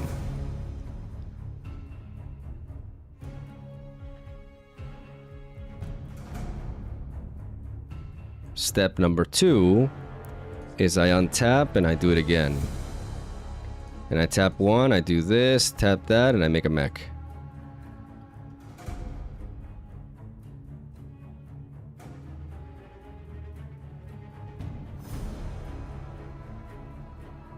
I hate how I can't make these mechs in there, because I could potentially accelerate more, but that's all there is to that. And making more mechs there doesn't really make a difference, because this game is going to be won or lost on me, because if they're able to break through this, then I'm just cooked.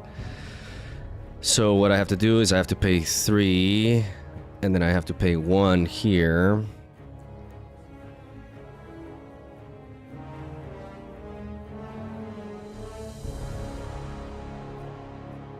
I mean, okay, wait, let me see. Let me rewind that. 2, 3. Okay, so what if I play the book and then I acceleration gate?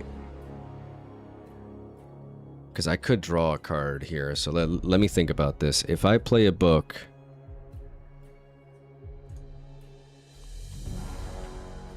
No, what did I... Oh my god. These hotkeys. If I play a book and then I play 6 and I untap 2 runes,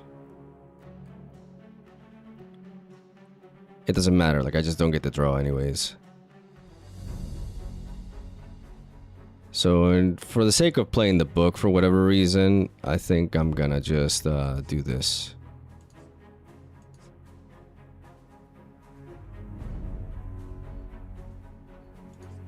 Just to make them guess a little bit, I'm gonna keep a card in hand. So I'm gonna Acceleration Gate.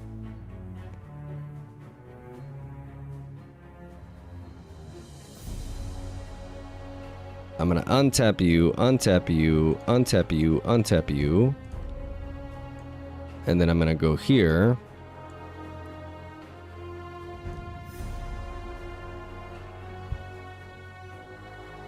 And then through 3, 4, I'm gonna play you, because what if I played the book, like this 4 is just better, I think. And then I'm just gonna keep this book because this game is all about this turn. I'm gonna keep this book in hand. Because if they manage to conquer, they manage to conquer. I have 5, 9, 13, 17, 21, 25, 29 might.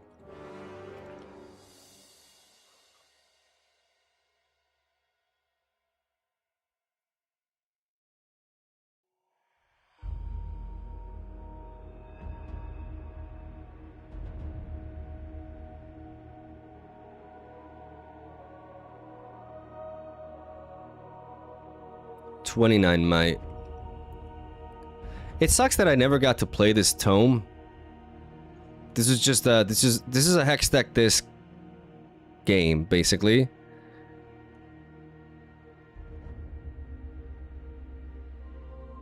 But I think it's just because this game, like the game is decided this turn. Can they break my board or can they not? So I'd rather play some mind games. Unless for the fringe scenario where they happen to go for an even trade and I didn't play my book. But then I'm just kind of dead anyways.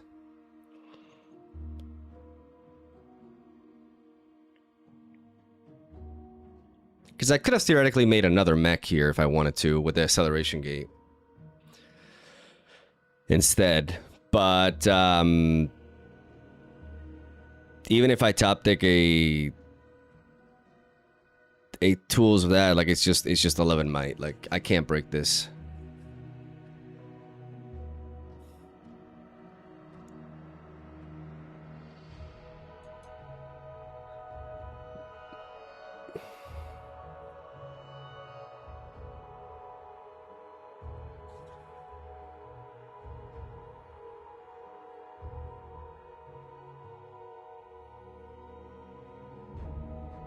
They're gonna kill that. Let's see what they find. They're probably searching for another Harness Dragon. Yeah. So that's 24 might now. So that was a strong pull for them. 24 might is definitely a lot more beatable with the board they have, but right now they have 5, 9, 12, 15. They need 9 might.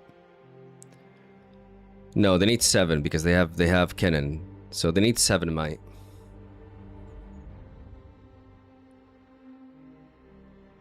So 2 Hidden Blaze actually does it for them. That doesn't do it. That does not do it.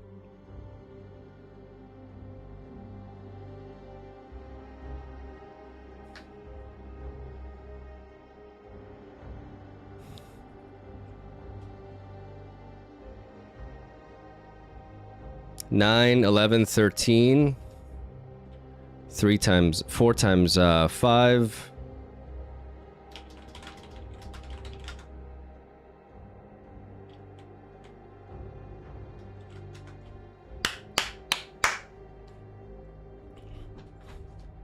The max!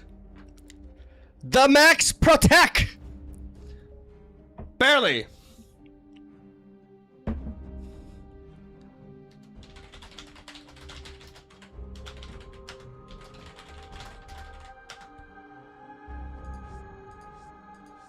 If they have double, yeah, I would not have drawn into a punch first. God, my top decks were garbage.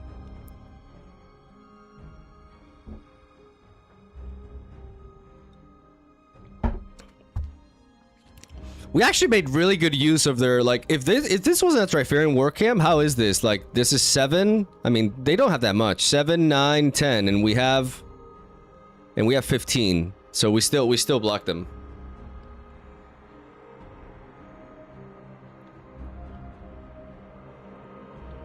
Okay, well, that worked. What were we missing there? I mean, the Hex Deck disc felt really nice there. The acceleration gate is just, it just gives us like that tremendous burst. Like, do I like Rengar?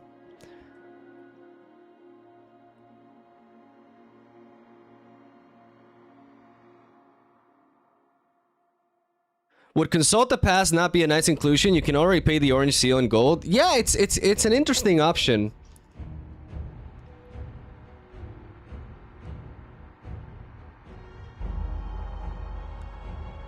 It's definitely not a bad option.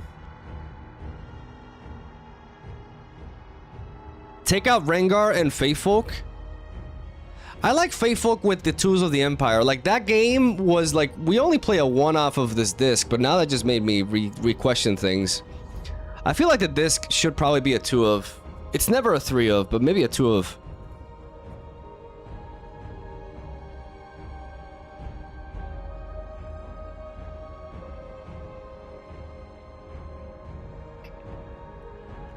But maybe Consult the Past is good, because if we're playing double seal, we get to just like draw 2 for free.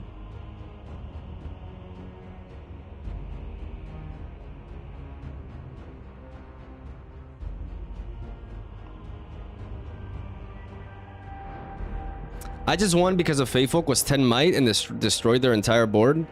I feel like Faithfolk does a lot. Misfortune also, in theory, does quite a bit. This Jace is disappointing me because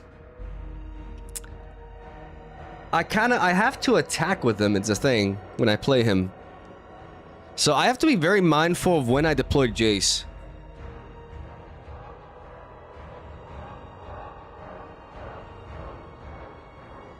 You should be amassing a ton of tokens.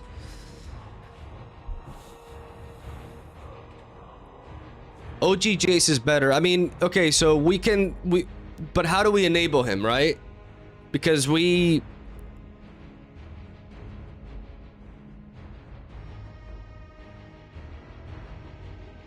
have the Plundering Poro, but what if we don't find the Plundering Poro? What are we doing? Any thoughts on Shock Blast? Shock Blast, I think, is a really neat card. The thing is, with this version, we're running only body runes.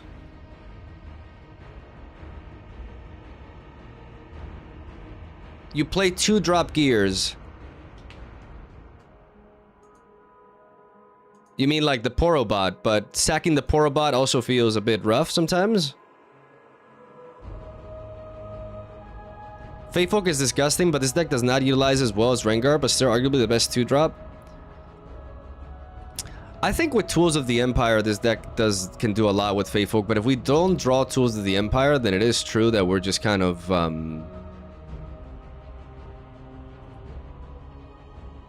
does it need to be a unit? Yeah, but what gears are we talking about here that we're sacking? Because it feels bad to just sack a gear and not do anything with it.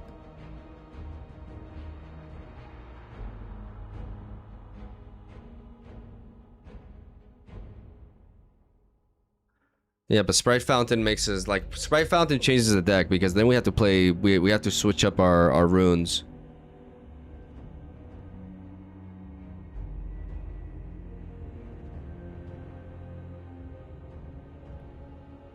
And the problem is Sprite Fountain doesn't really make sense because, like,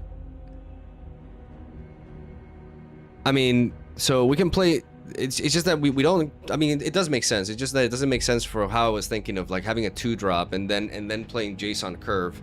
With Sprite Fountain, we're not doing that on curve. With Sprite Fountain, we kind of have to play it when we're on turn 3. When we have 6 runes, we have to play Sprite Fountain into Jace, which is a pretty neat combo because then we can bring down Tools of the Empire, but it's just from our curves perspective, it's just weird. I went all orange, yeah, because I'm playing Punch first, I'm playing Sabotage, I'm playing challenges. There are some good blue cards with power, but they're not good enough to justify me, like, getting out of here. I just realized I was in the wrong... Like, I was using the wrong... Oh, this is why I don't want to make another scene, man. I've been playing with the wrong scene. I've been covering my shit. Have you guys been able to even watch the game? Jesus Christ. That's why I don't like making... Because then I forget. And I'm not even covering the deck here. JAYCE is not really a combat deck. I disagree. Sabotage is really clutch.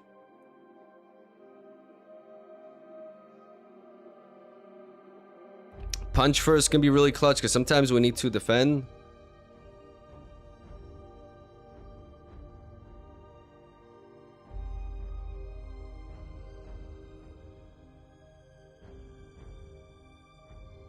It was just covering chat. It was fine. Okay.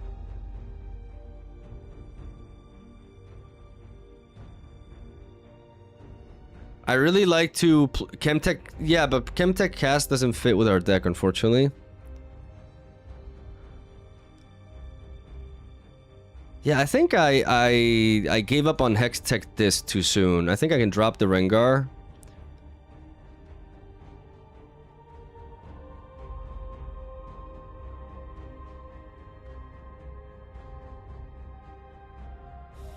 Chemtech cast plus 2/5, but that's just a completely different deck. Like you're suggesting things that just completely change the deck.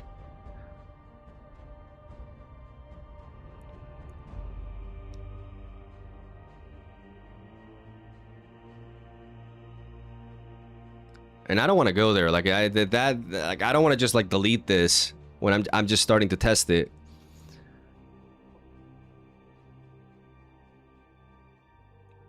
I don't like triple Hextech Disc. I think 2 is fine. I do like the idea of some more card draw, so maybe Consult the Past. Consult the Past can be quite good as a 2 of. Because with the seals we get to play it for free, essentially. How good is Misfortune in this deck? Like in theory she's good.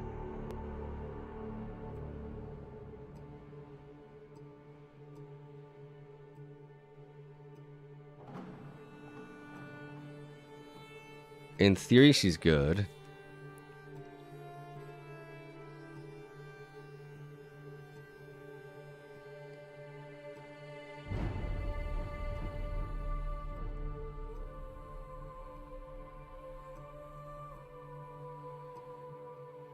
I think Seal Strength is not as good in your deck. I have Punch first, I have Sabotage, I have Hextech Disc, I have Challenge.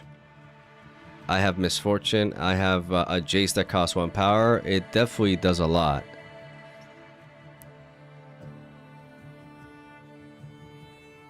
It allows me to not eat up my runes, and I do have a lot of card draw that justifies it. Maybe it's not as great, but I feel like without it, I have a power problem. You also lack draw to make use of it. I mean, I have Questionable Tome. And I have Consult the Past now, so I have quite a bit of card draw.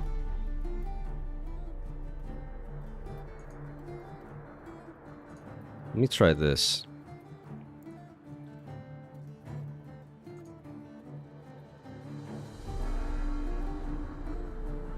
Akali. Veil Temple. They play Grove of the God Willow, so they're trying to hold. Interesting.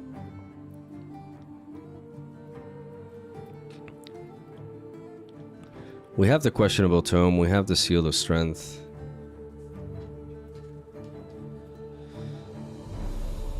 Have you tried Confront?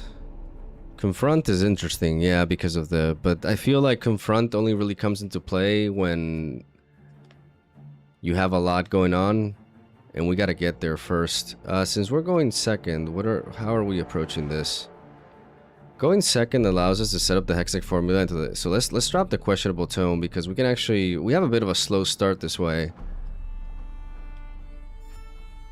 But because they also have a slow start too, what we can do is we can use the Hextech formula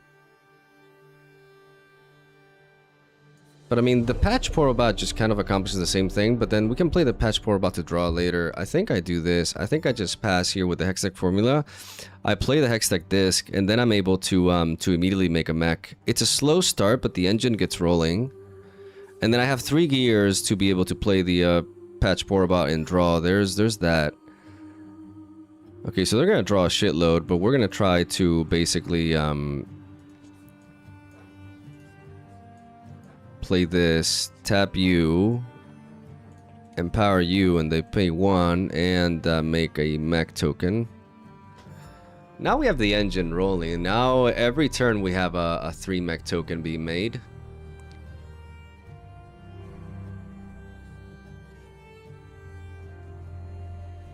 And we can set up another... What the fuck is this? This is so greedy. Are you kidding me? Okay, that is insanely greedy. Okay, so they're gonna draw a billion cards.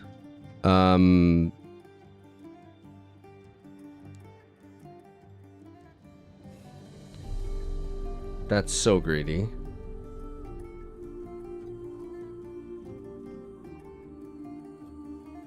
We have Rampage, but we don't have more than that, so what can we do here? I also like the seals a lot with Jace because I get to empower him as well. It's also a very important aspect of this.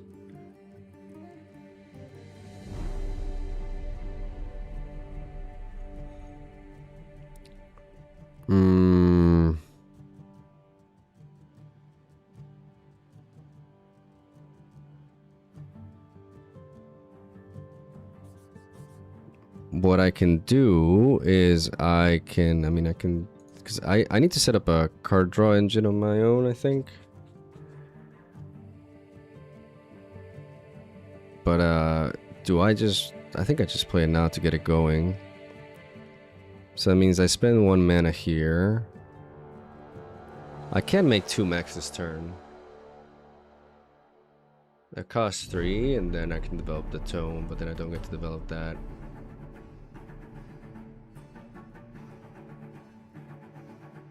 But I think for now that's okay. So I'm gonna tap you to empower you. And then I'm gonna tap this, make a token, and then I'm gonna go here with this one. I'm gonna conquer.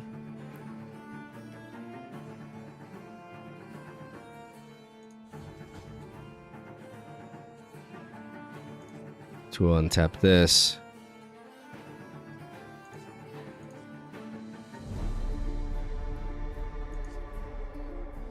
And then I get to tap you. I get to empower this. I get to tap you for 1. I get to unempower you. And I get to make another token.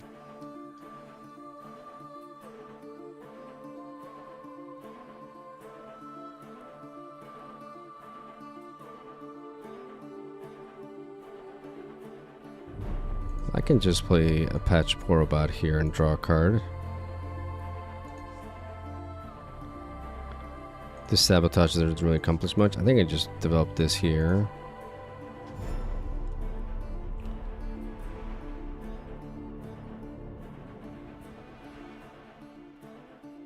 I mean, they get to draw 1,000,000 cards.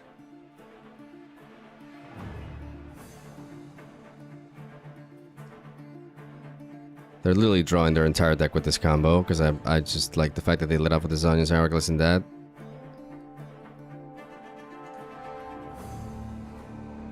But can I just generate, like, do they have removal for gears, the question?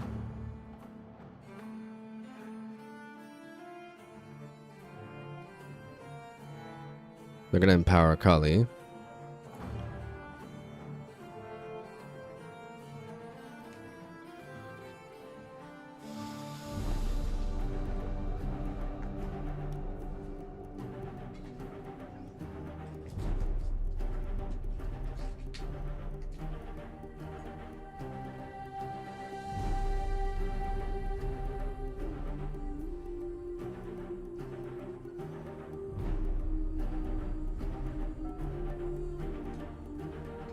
Okay.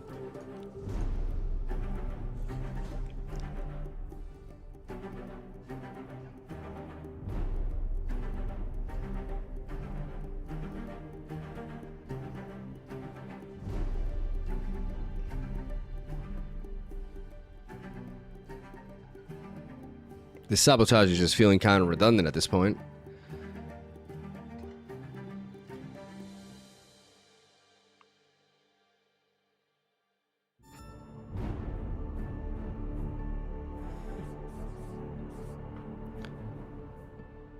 So for 1 mana, they could pump this up.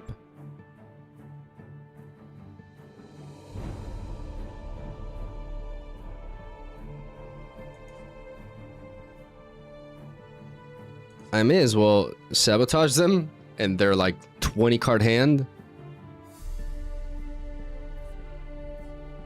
So Defy, another one of these, a this.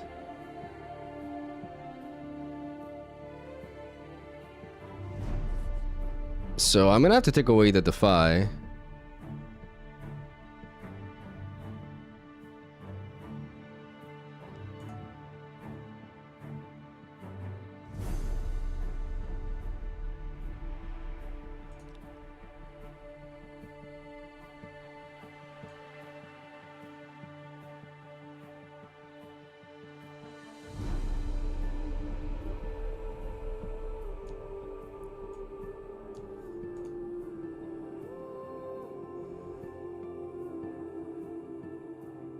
Wait, and I wait. Sorry. Wait. I tap you, and I tap you. Sorry. And then I do this. Sorry.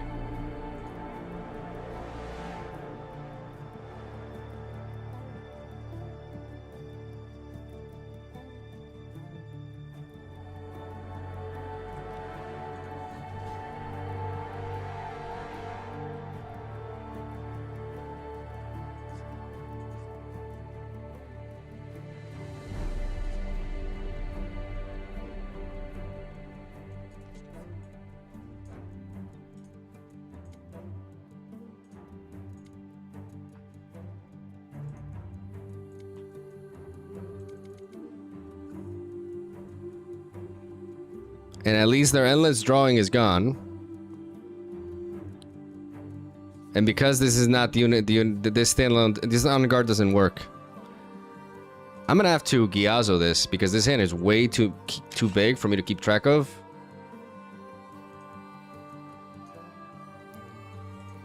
So the Rampage dealt with that nonsense.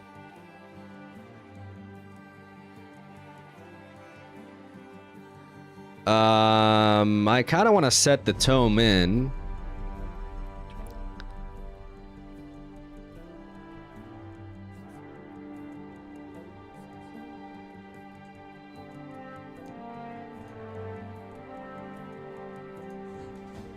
I'm gonna conquer with this. I could make another mech. But I think I just want to set the tome in, to be honest. I just want to play the tome, empower it, and then tap this to empower this.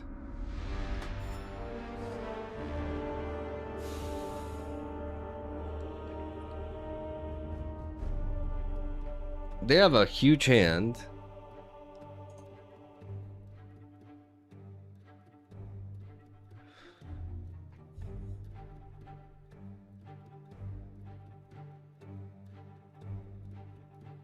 Okay, so they're gonna combine that with On Guard to kill me here.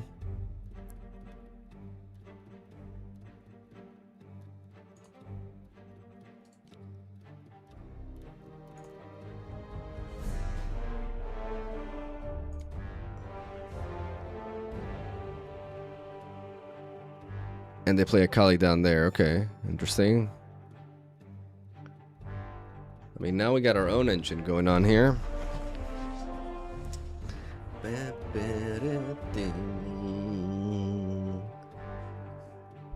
They have like 2 Irelias, they have like 1 Kaisa, 1 Jin. Like their hand is huge, but it's so expensive. I'm just gonna come in here and conquer.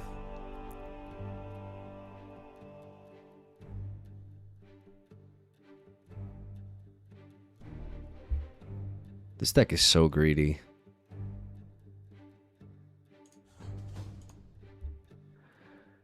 Okay, so now we got 9 mana to work with. How about we start building up some mechs here? I think the first thing is we can definitely, we've filled in the hand already, so we can definitely draw. Oh, no, but we can't target that. Okay.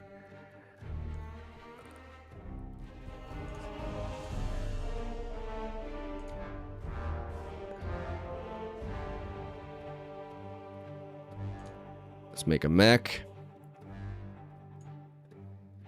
Let's go back with this mech. 2 mechs. 1 here, 2 mechs in the base. So now what we do... I think now it's time to empower our Jace. 1, 2, we sack 1, we play this, and we empower Jace.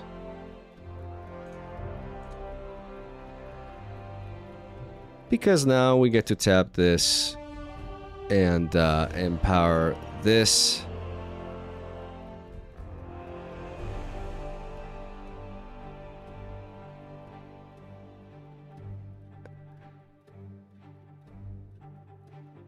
I mean, do I want to do... Is there a world where I... No, there's no world where I can do both of that. So yeah, we tap this, we empower this.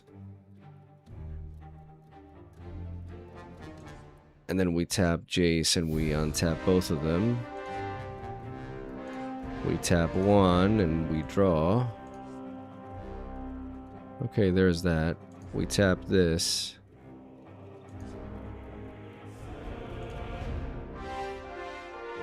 And we make a 3rd mech.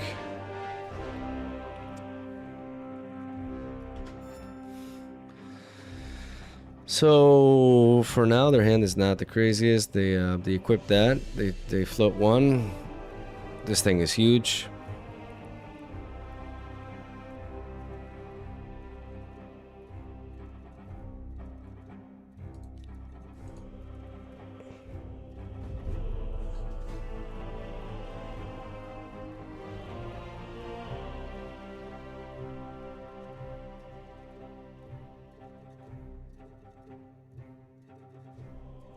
They play Jin.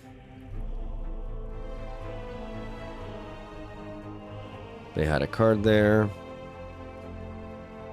And they play Zanyas. Okay. Okay.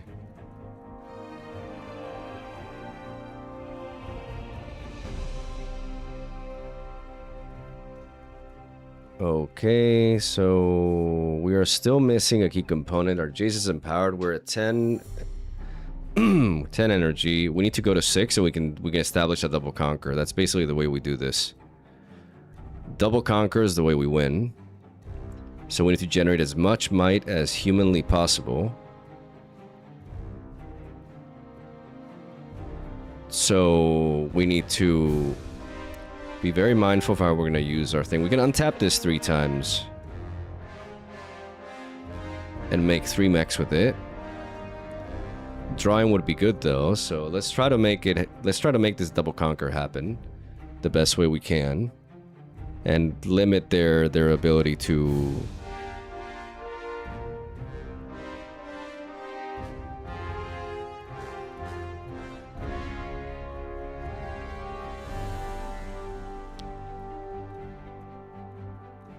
So the way we do this is we tap you. We empower you, we tap you, we unempower, and we make a mech. Then we walk in here.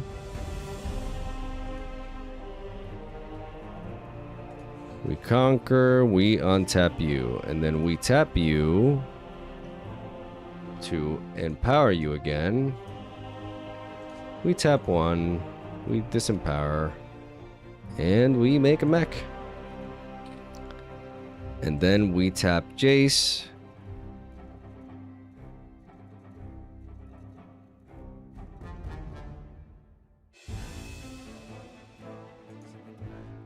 We untap these 2. We tap you. We empower you. We tap you. We disempower you. And we make another mech. And then we pay 4. 1, 2, 3, 4. Pay you and we play Jace.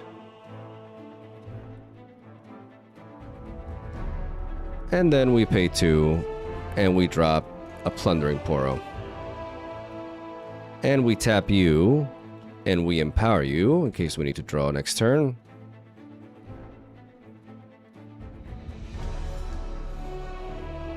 And that's our turn.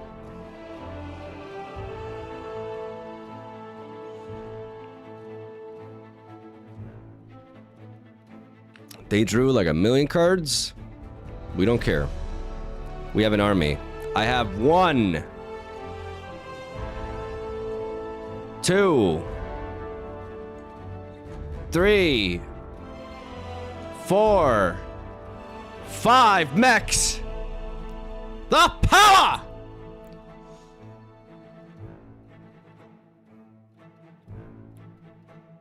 And they got 6 mana. And then when Jace becomes ready, I'll give him +2 assault. Actually, they have a lot more than that.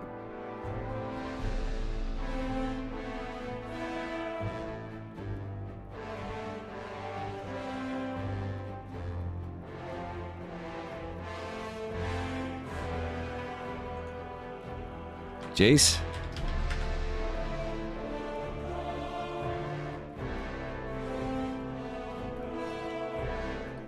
Well, guys, some F's in the chat for Jace. Some F's in the chat for Jace.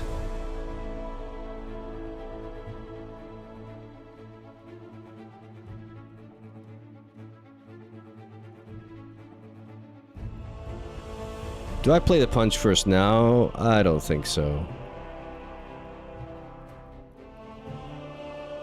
I think I just saved that for next turn, yeah.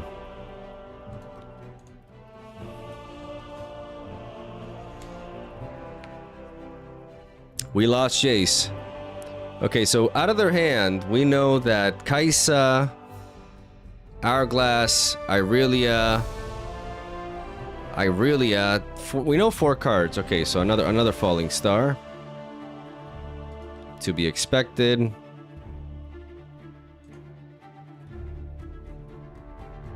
I'm starting to get worried.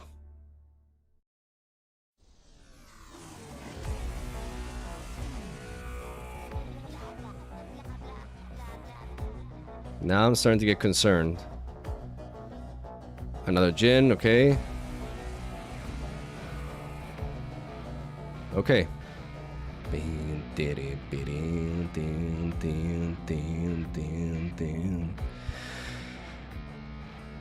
Now we use the tome to dig. We do that and we draw. Misfortune. Ooh, misfortune, misfortune, misfortune. Misfortune. Misfortune. Okay, so we know that an on guard could be a thing, so we need to make sure.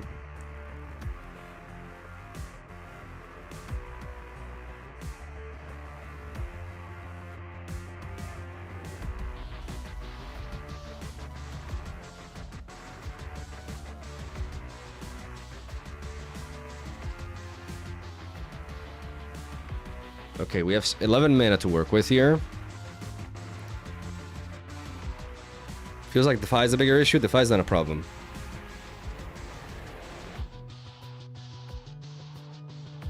So we can charge this and power this. Pay 1. Pay that. Make a mech.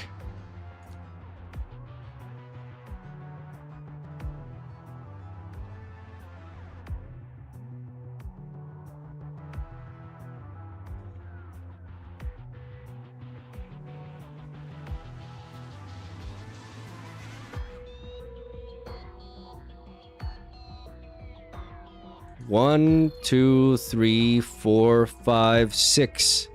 1 power, 1 here. We accelerate Misfortune. And then we go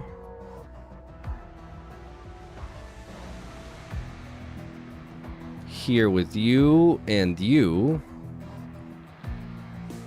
And then we use our ability to untap you.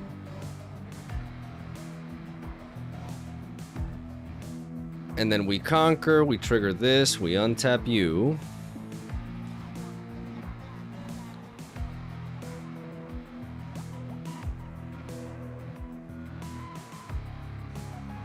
We tap this to empower the book. We tap 1 because we want to have the punch first. So we tap 1, we use this to draw another card. Oh baby, here we go.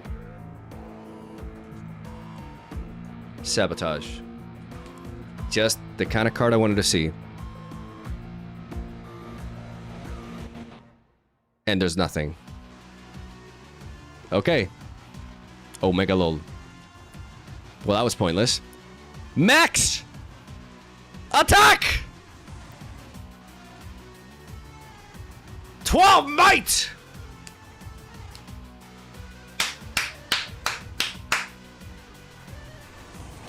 Cinema. Absolute cinema!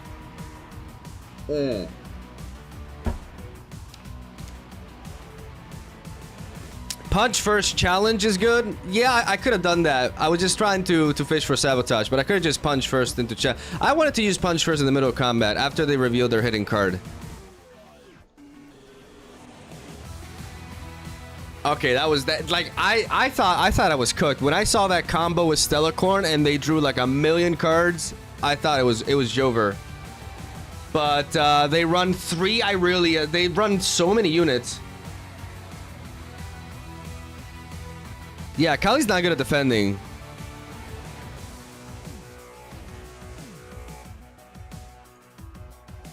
Okay, I think we're getting somewhere. We just have to be mindful of when we develop our Jace.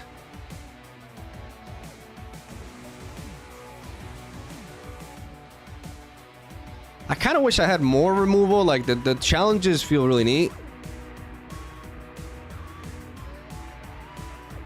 I just realized this deck only uses... Yeah, we only use orange.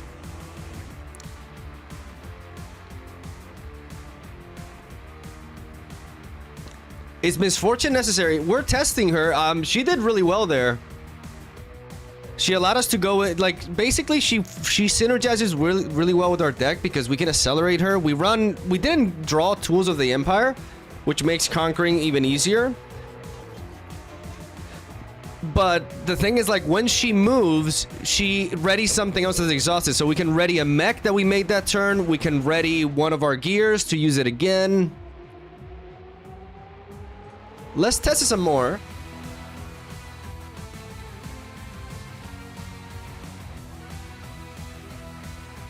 Against Victor, but it uses the other Victor. Interesting.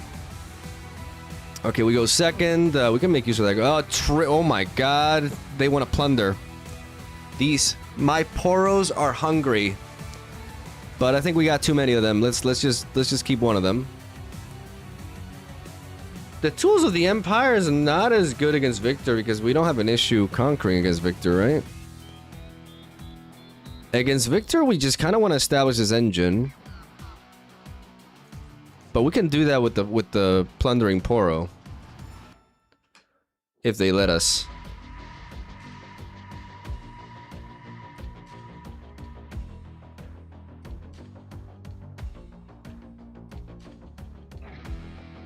I kind of missed some 3-drops, right? But I think the way the deck is structured, this is fine. Jace versus Victor. This is like Les Runeterra all over again. Oh, you mother. Guys, they killed my Poro. Fuck you bastards, dude. Okay, so... what do we do here? I feel like deploying the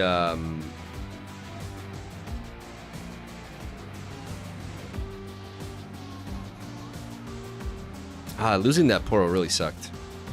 I would have had a great turn. Like, that call of the week really set us back.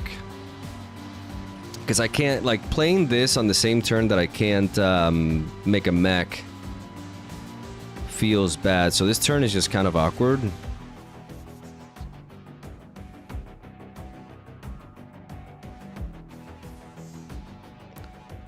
Do I set up the tome and this instead? Because then I can just play this the next turn and make a mech anyway. So I guess we just do that, but then I don't have interaction with them.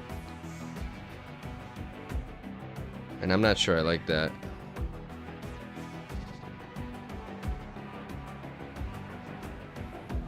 I have to think here.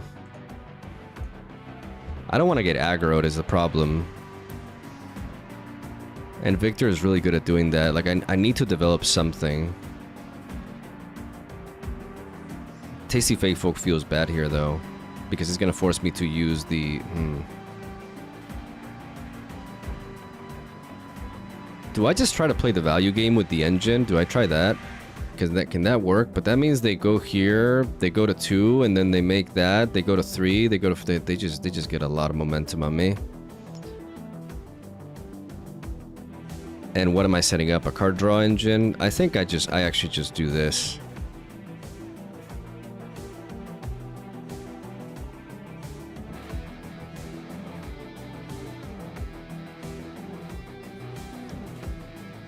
Humporn is the card draw here. What matters is not getting... this feels so bad. Because I have to deploy, but I don't like the unit that I have to deploy here. If I play this, I can just...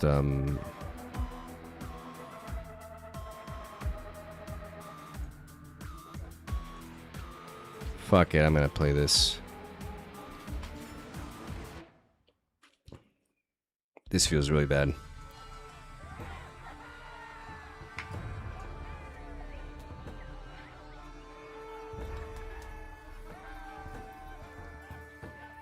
But maybe I can catch them in developing something that they think this thing can't touch, and I can surprise them with a Tool of the Empires. I can empower the Tool of the Empires. I have 7 mana, so I can then play the Tome. Not a great turn anyways, but it does accomplish some things. Yeah, I'm not sure. That Call of the Week was rough going. Like, Call of the Week is so strong when you're going first often. It can really set the opponent back. Like, Victor going first to the Call of the Week is really tough. If that hadn't happened, I would have been able to set up the Hextech disc. And start generating my mech army, and that would have been glorious. Now things change. Like, developing Tools of the Empire against Victor feels really rough. I mean, we can make use of the Irresistible Faithfolk with it. Like, that's the idea, right? But this is a matchup where their units are not very big anyways, and they just make a lot of them. So Tasty Faithfolk is just, or Irresistible Faithfolk is just worse.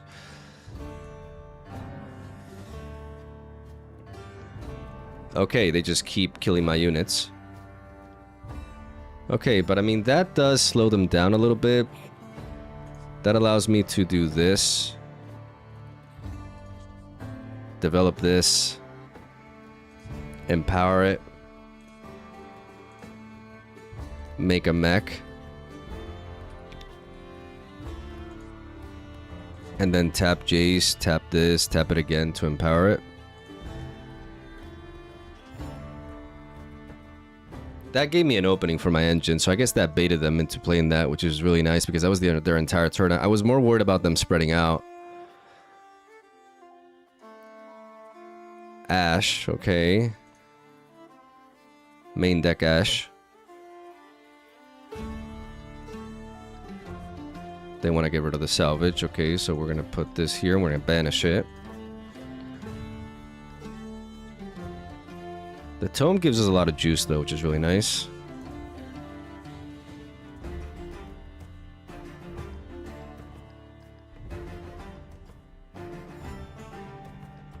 I like that draw border, too.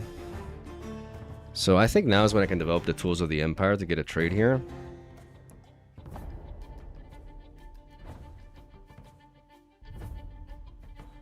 I can empower... I don't need to empower the Tools of the Empire because I don't need to empower it this turn. So I can just...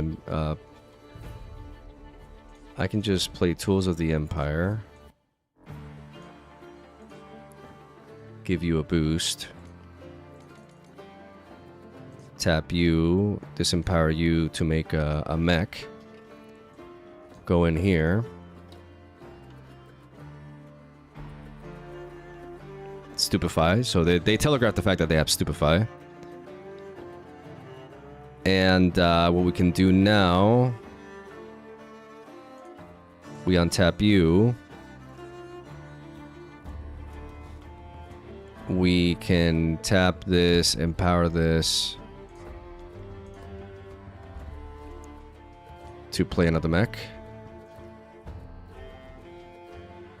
And then we can tap Jace to untap this and empower this.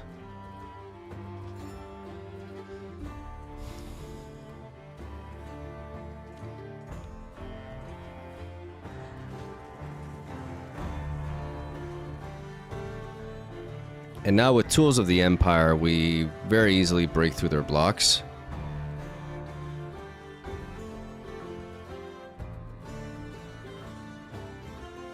We have the drop border in case they manage to wipe us out somehow.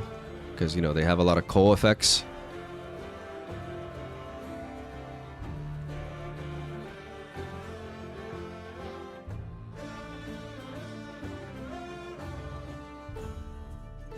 Okay, so I get rid of a mech.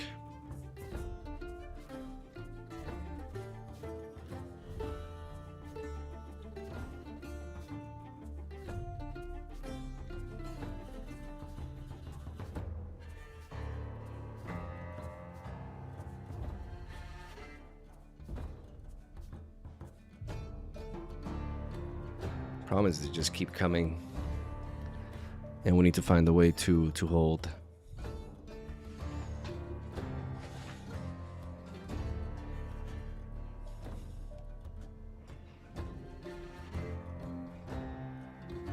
We have 7 might here. We know they have a stupefying hand.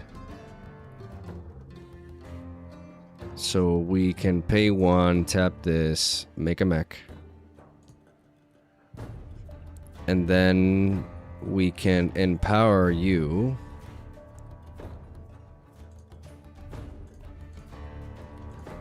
Give you a boost. Go up to 7.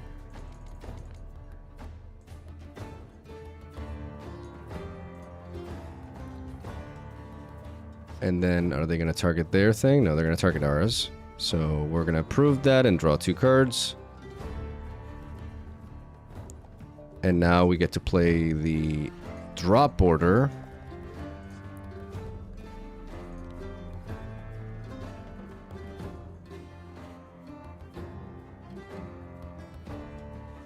We're going to pay 1 power to play an orange seal.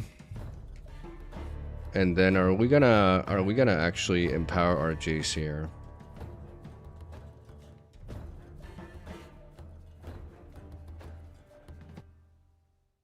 We can't really play the tome, but if we empower Jace, we can do that and that. So we are gonna empower Jace.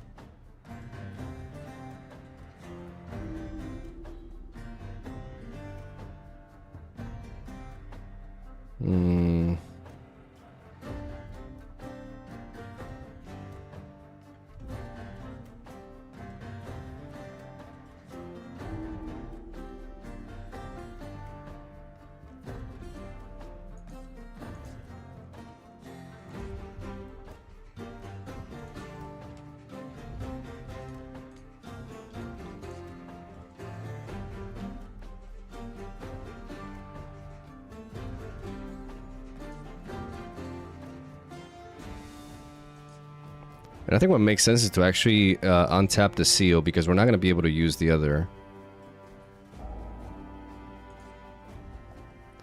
So we boost this. We get you to +8. We swing here.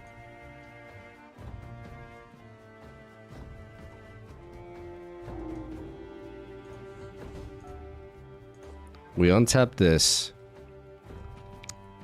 We pay 2 with the seal, and we challenge this. And then we tap with this, and we empower our Hex Stack Disc.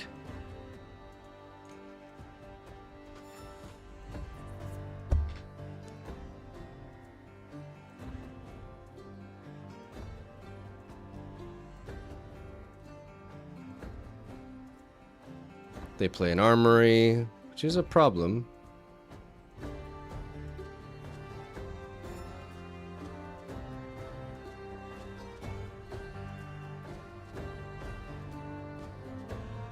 Because now we're behind and we're vulnerable to them just like easily clearing our board. So this turn we need to make as many mechs in the base as humanly possible. Like as humanly possible.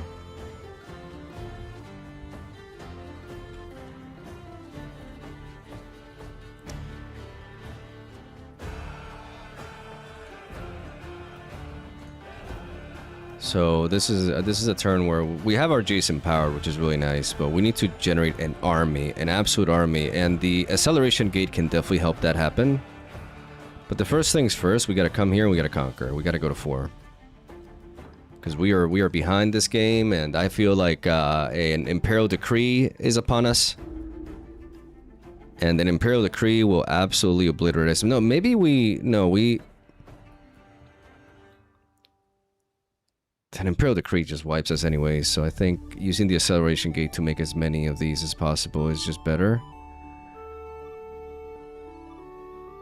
We could also play JAYCE to defend. 1,000-tailed Watcher's a thing, right? Like, there's so many ways to just clear us is the problem. Oh, we also... No, wait. We got the Sabotage back. We got the Sabotage back. That's huge. That's huge. Okay, so it is a 1,000-tailed Watcher. That's coming, so they are going to be able to conquer next turn, but we have to force them to play it essentially.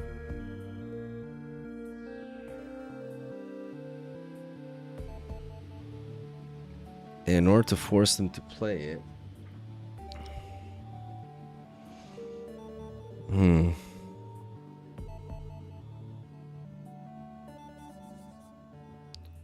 There's so much I want to do this turn, but let's take it one step at a time. Let's tap this, disempower it,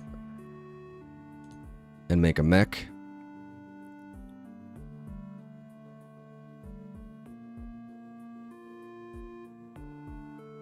We can use the acceleration gate to trigger it again. But we could also use it the next turn to just set up a crazy block. And that may be better because conquering is going to be very easy next turn, but we need to be able to hold. So...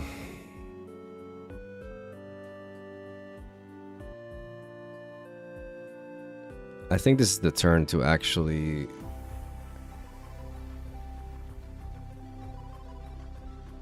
The problem is they can come in with these 4.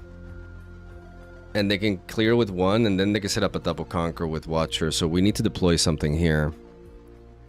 That's the big problem that I see, which forces me to play JAYCE.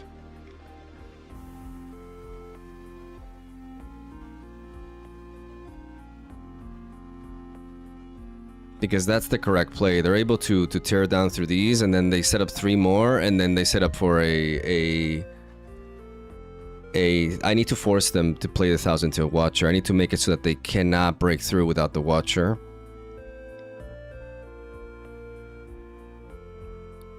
So I need to think about this. Just give me a moment. It's complicated. Okay, so I need to... If I have to play JAYCE, that means 4 mana goes to JAYCE. And then I tap 1... But that means I can only make another mech.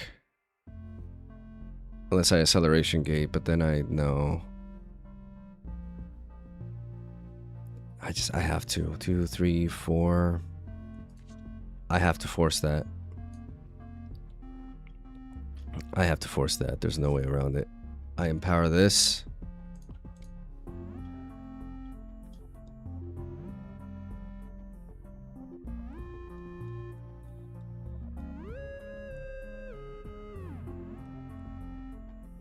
If I get 1 more energy with acceleration gate, I have 5. I can play that. No, I can't do that. So I just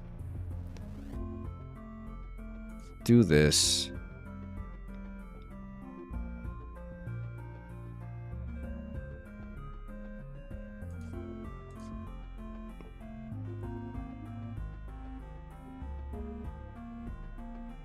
It feels bad not even being able to play the book.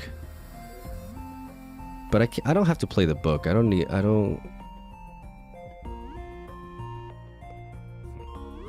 No, it's fine. I have all the tools I need. I mean, not really, but...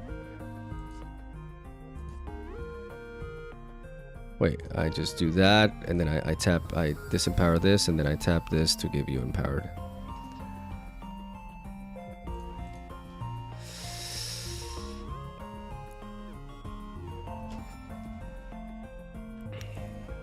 This forces the Thousand-Tailed Watcher out.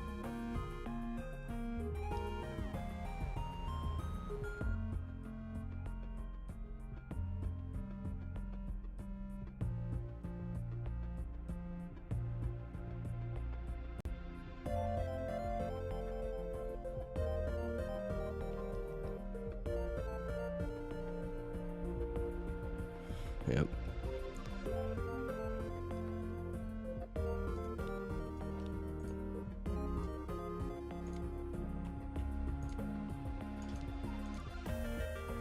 Hopefully they didn't top deck like a bellows breath.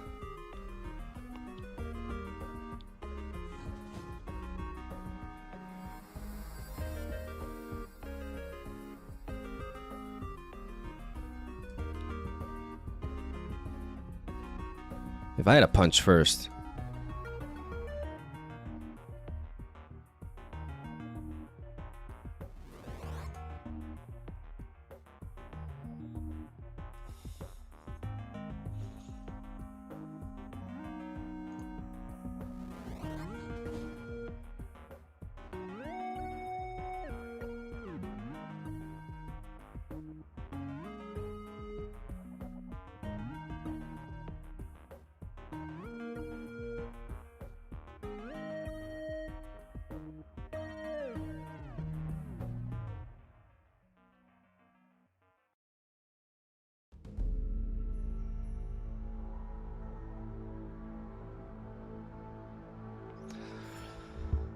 I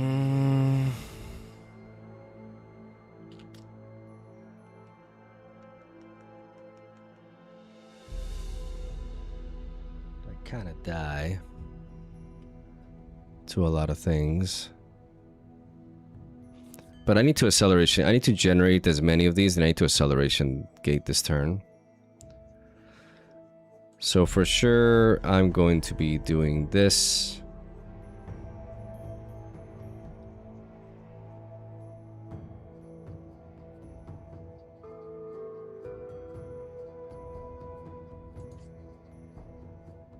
Make a mech.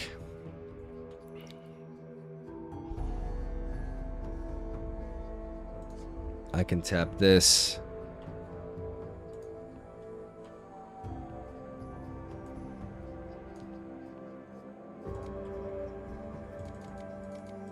Seven, okay.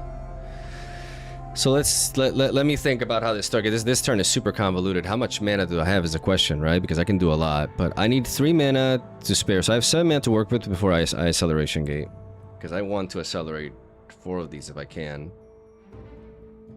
Can I make 4 of them? I don't know if I can do that. Because that may compel me to trigger this instead. I don't think I can, because I go here, I untap this, I can untap this twice, potentially 3 times. But a 3rd time with acceleration gate doesn't count, so... This is 6 might that they have going on here. I mean, making another one protects me from the cold a weak effect. 6 might, okay.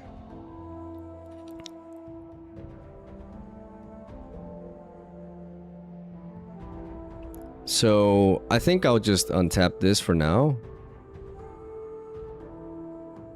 I mean, it's the same as generating a mech, really, just be able to preserve this one, but what if they have a hidden blade in hand? They have 2 mana to use it. Do I play around that?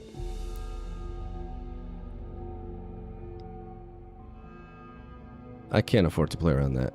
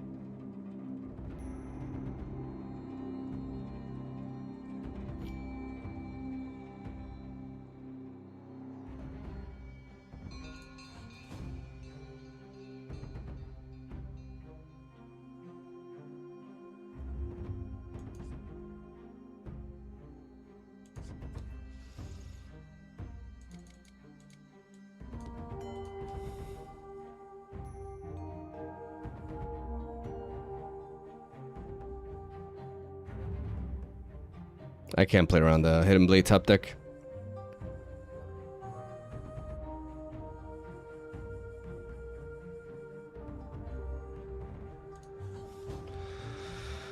Okay, so I can always challenge one of these.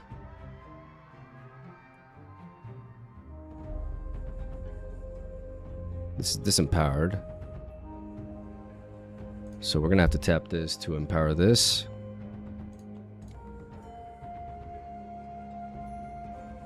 Bruh. It's not good.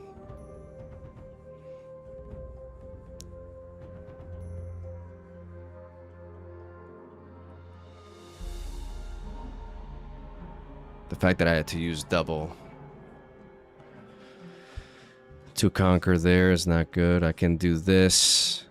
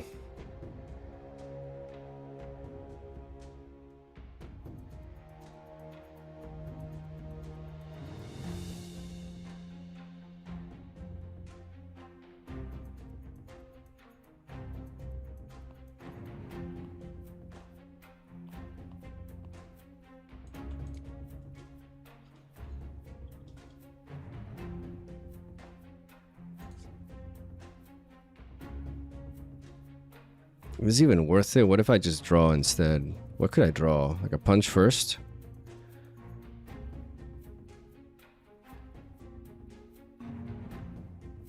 Nah, let's just do this. Fuck it.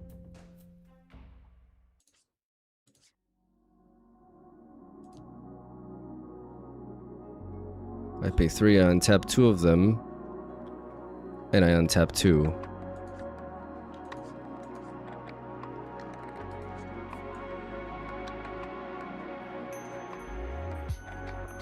So playing this is a mistake. No, actually, I take that back. I don't. No, wait.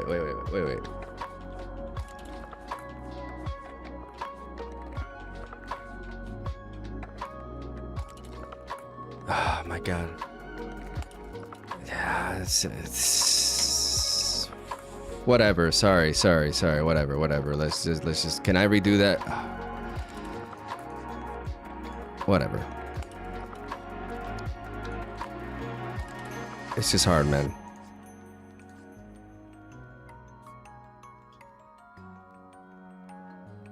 It's just chill. Deal with it.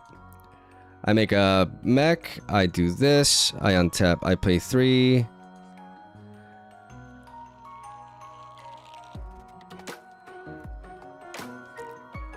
I play Acceleration Gate. I untap 2 of these. I untap 2 runes. Yeah, let's deal with it. I go here, and then I pay 2 with 1 orange rune, and I go for challenge on one of these.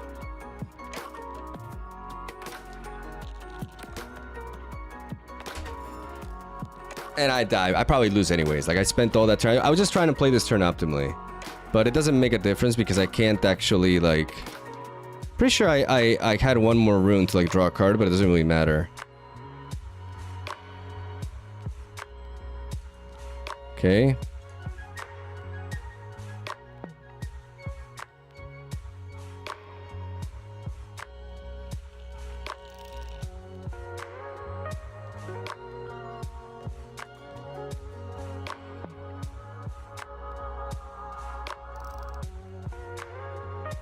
So untapping this was a mistake. So I could have actually untapped this and done that.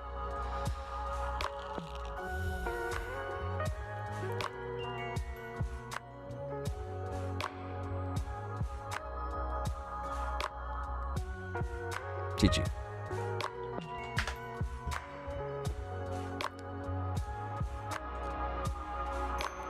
We got out tempoed. I think that call that we got at the beginning was really tough. But I like how the deck is feeling. I really do.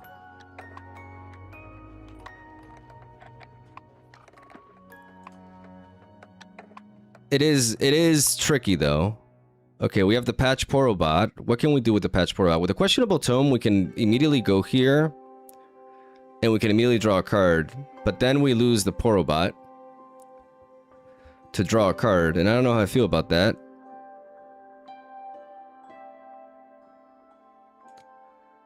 The punch first is perhaps a little bit like right now we don't need that. I do like the idea of the Tasty Fae Folk to threaten them going first.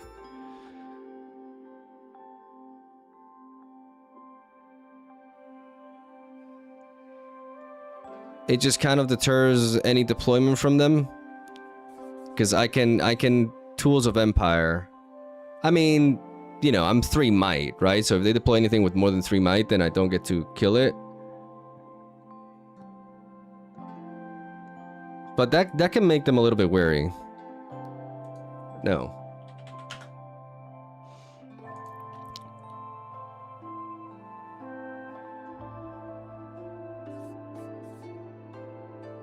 I just gave them information for free, but you know, whatever.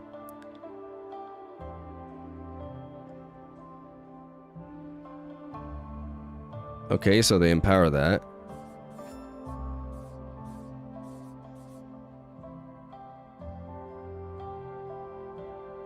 They kind of get to clear me if I do this, but then I can do some cool things.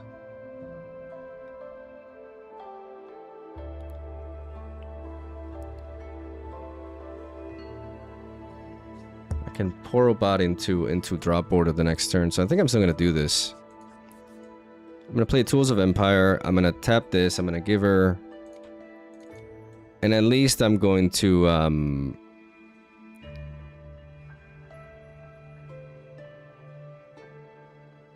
yeah, I'm gonna go here. I'm gonna kill that. I still think getting rid of this body is nice.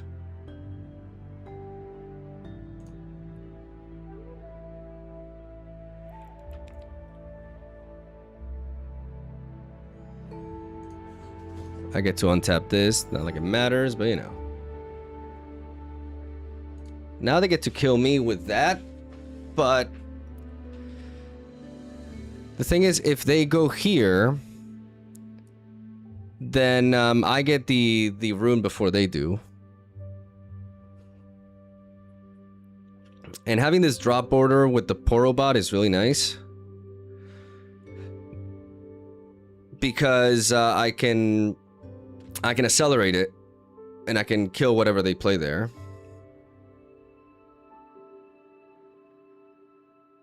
Like, the drop border has definitely felt great with the Tools of Empire.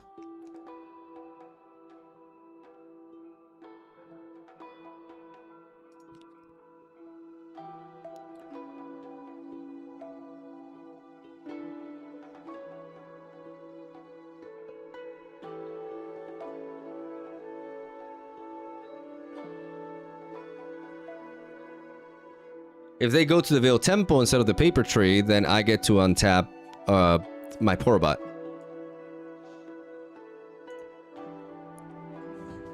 And potentially double conquer here.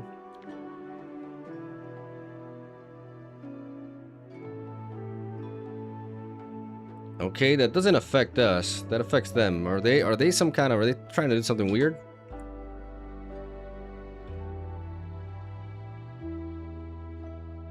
They're trying to recycle cards, banish so they get the assault. That's interesting.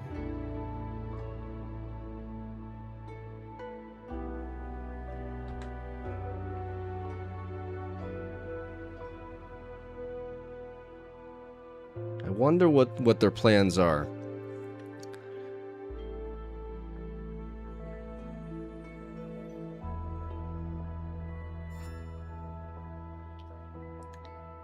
I definitely want to slow them down, so I'm just gonna go patch Porobot into my homie, the drop border. And then I'm gonna go in here.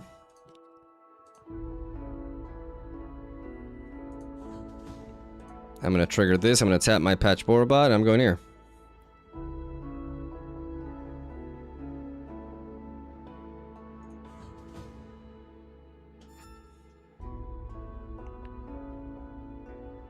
That's pretty sick that you can do that.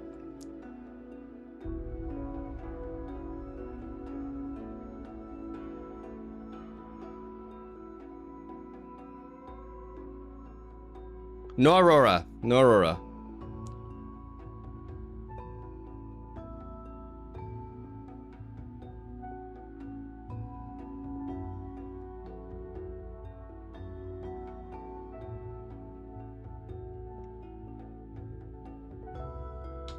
Fizz.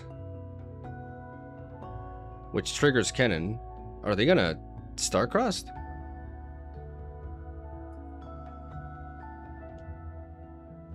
Oh. Really? That's a really weird play. Hmm.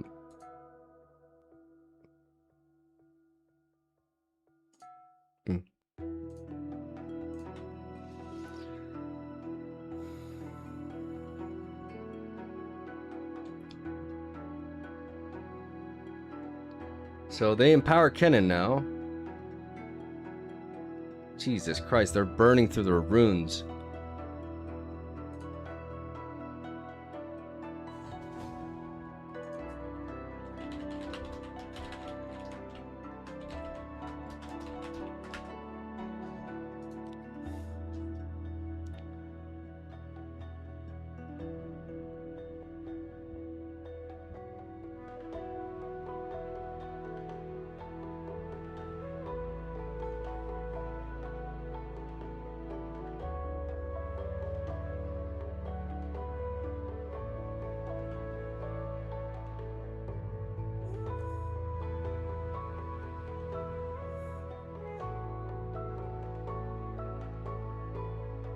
So they went through a lot there just to clear my board. They've eaten through their runes. We have a tremendous energy advantage here.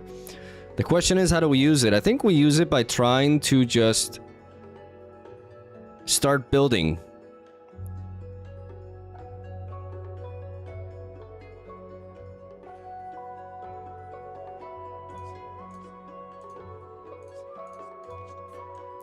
We play our Hextech Dix, we tap it to empower it, then we tap JAYCE,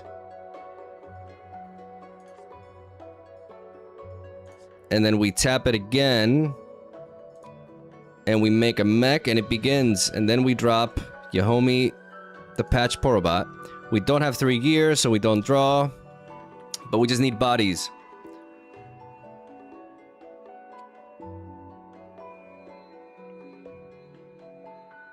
We hold on to the sabotage for when we actually need it.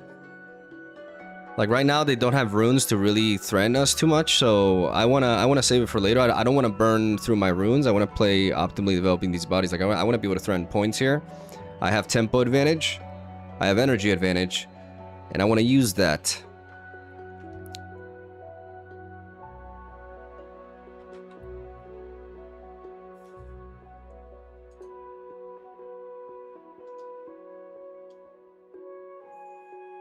So I'm gonna stick with this. No, it doesn't. The Poro unit doesn't count itself. It says when you play me, you control 3 or more other gear. 3 or more other. Okay, it begins. It begins. They're spawning little fucks.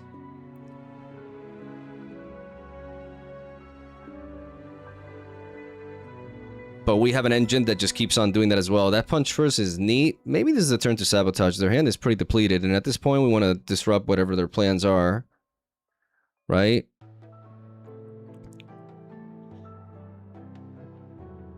I also would like to just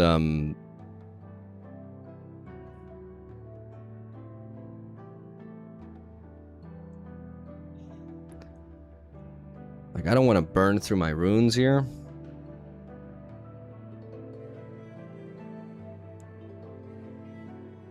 I think we hold on to the sabotage for when we actually need it.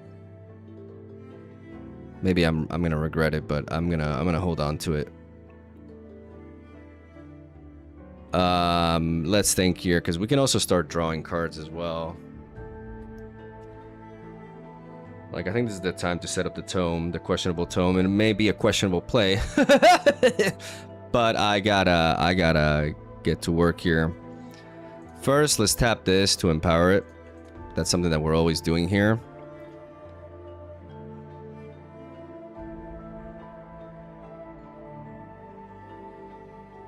We technically only need to go to 4 and then 6.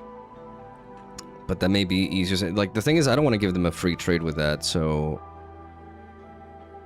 I think I just go here. I pass focus, I conquer, and I untap.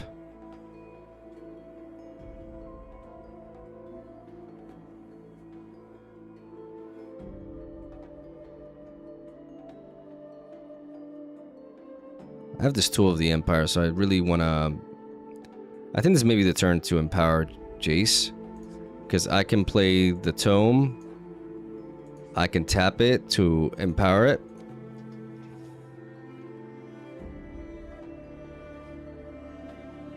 Do I want to burn through my runes is the question.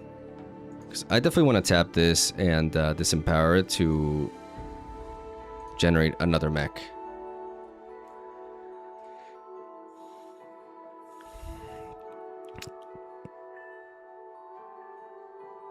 Maybe this is the turn where I just empower Jace.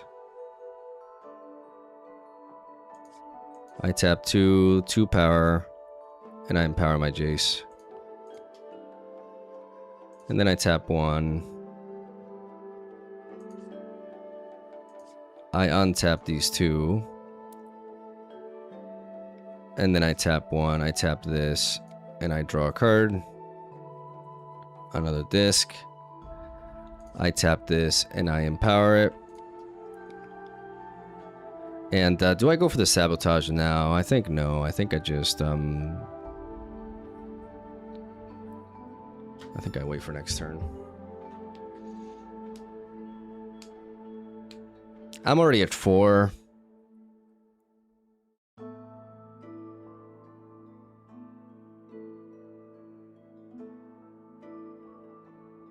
I don't want to burn through my runes here. I want to keep this Patch Porobot alive so I can attack with it because I'm much better at attacking. I could have just making use of that turn to empower the Tools of the Empire, but I like the card draw that this will be giving me. And I can use Acceleration Gate later. Like, see, this is what happens when I don't draw seals, right? Like, I burn through my runes really fast. Especially like empowering Jace. Empowering Jace is a costly play, but from now on it's worth it. Like, now we're untapping two of these gears. We're gonna let them score the point there. And I mean, this mech is 3 might. Like, they gotta power through it if they want to trade the Vanguard Captain. Arigato gozaimasu. Mechanics, thank you! Oh my god, the 47 months. 45 in a row. That's my boy right there. I could punch first here. But I'm gonna hold on to this punch first.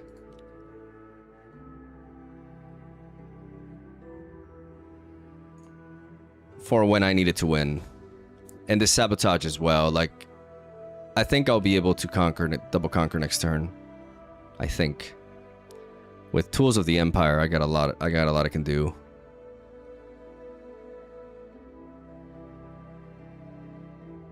Especially with Acceleration Gate as well. Like, I can do some cool stuff. They have 7 mana to work with. We'll see what they can do here. They forgot to use their Cannon's Assault here. I just realized. They keep forgetting that.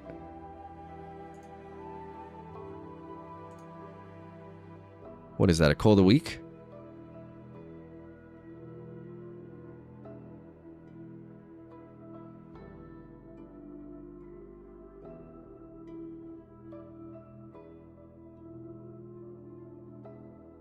Okay. They just really like the star-crossed. I don't know why they don't just call the weak.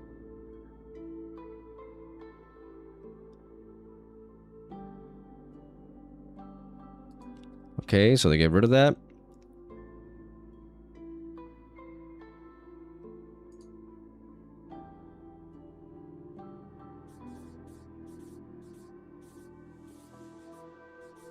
The coolest thing, I can do some really cool shit with this patch Porobot though. They're not gonna see this coming. Never mind, never mind. It died. Never mind, it just died. Maybe I should have sabotaged there, to be honest.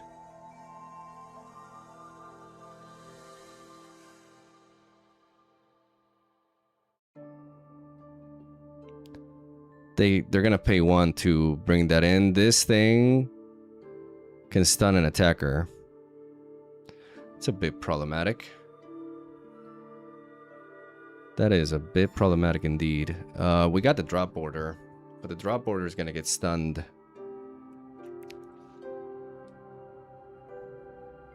The drop border is gonna get stunned.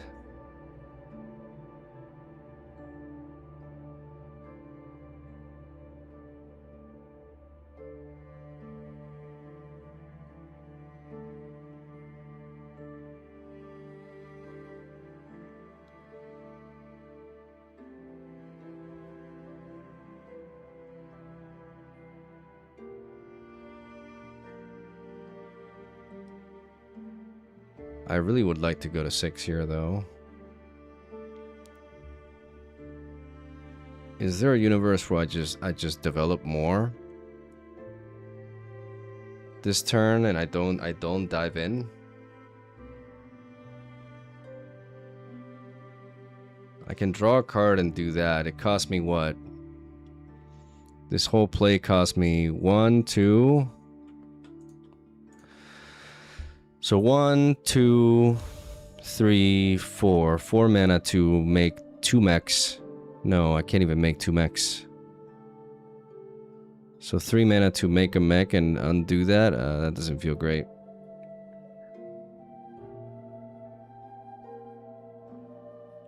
Yeah. Yeah, lol.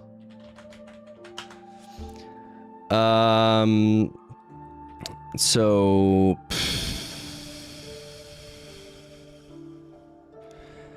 I could bring in JAYCE and accelerate him and force them to burn too. To do that.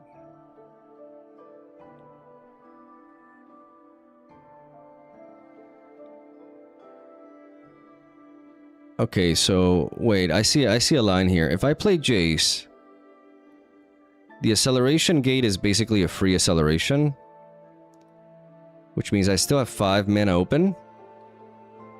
What are you doing? So 4, 3, 5. They flip that over, and then I bring in the drop border and I buff it.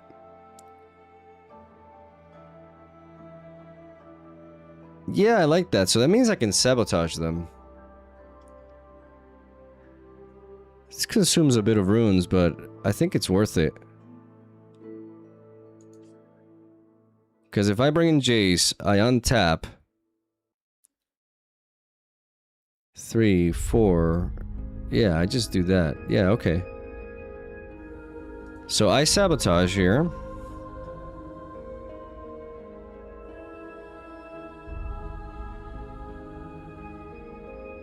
Okay, so that's nothing. Alright, so I wasted that. 1, 2, 3, 4. I play JAYCE. 1, 2, 3. I play acceleration gate. 1, 2, 3. And this, I give him deflect.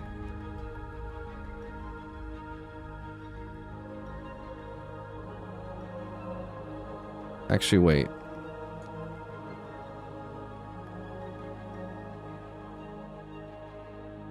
Did I miscalculate here? No, I couldn't afford to play the sabotage because I needed to tap this twice because he's going to be at 4. Ah, bruh. It's fine. Let's pass focus. I have deflect 2.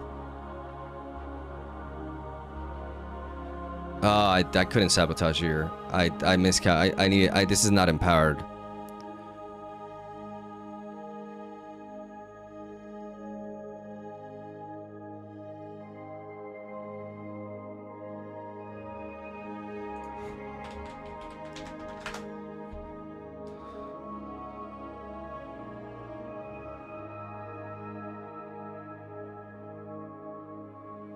Thinking. Yeah.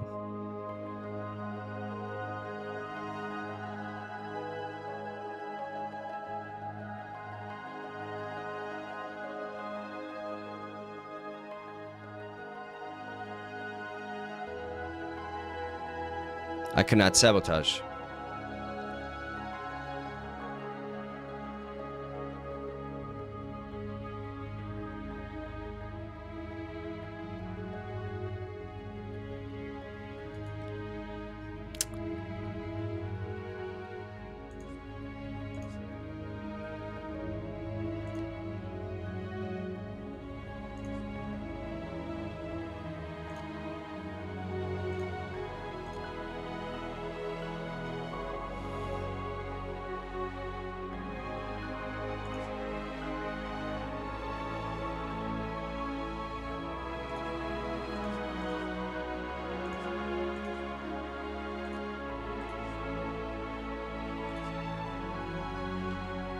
So I goofed there.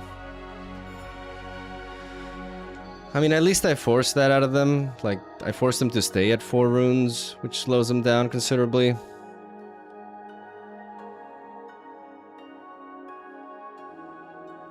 And I can go to 6.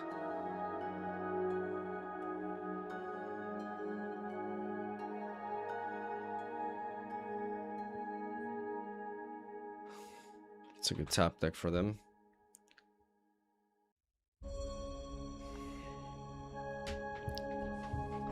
So I could not afford to sabotage them. This is the problem. See, this is why I wrote, because then I make a mistake. Because I didn't count the fact that I needed to untap the Tools of the Empire, so I could break through with my border. Because then I could tap the Tools of the Empire twice. This is why I gotta play slow, man. I'm gonna discard the disc.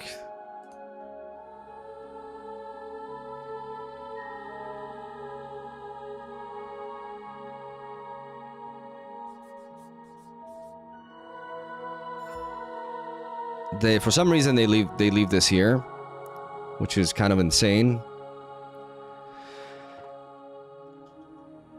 Okay, they don't. I'm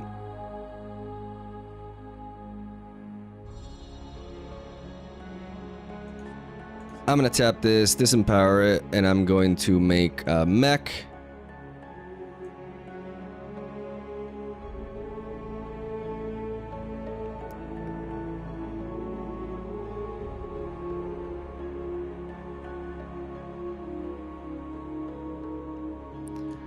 I'm going to conquer here.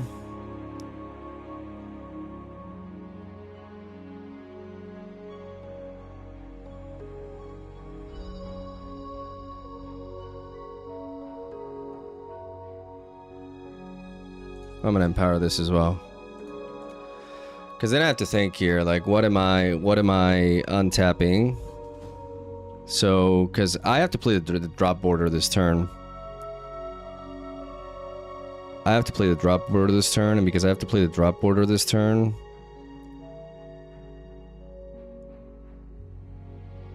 Because I want to go to 6.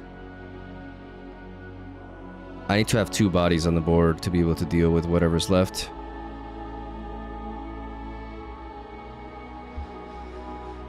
So I have to, if I play drop border, and then I pay 1 to untap that, I pay another 1 to tap it. And I can pay that, yeah, okay, so I need to untap this. And then I tap it to empower here. I pay 1, 2, 3, 4. I play the drop border. I come in, I conquer for 6.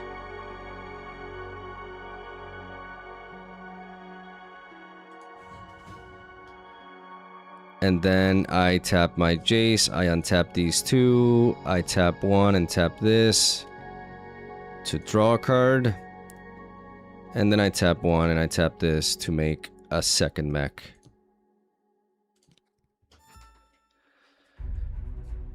We know they have a Baron and 2 other cards in hand.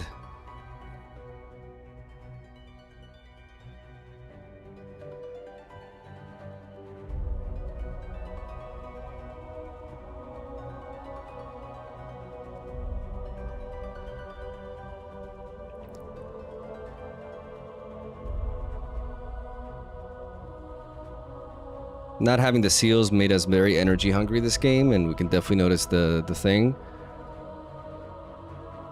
I fucked up that turn. If it wasn't for that turn, I would have been able to... Like, these two would be dead. I would have scored my point. Like, this would be a completely different situation, right? Like, I basically messed up that turn with a sabotage, and that's really annoying. I just can't rush. I just can't rush with this deck.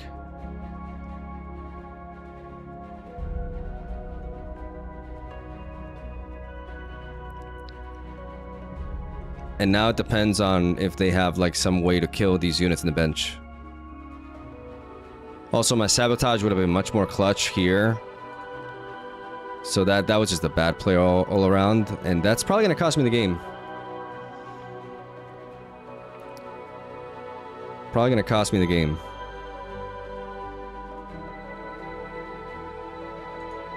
Yep.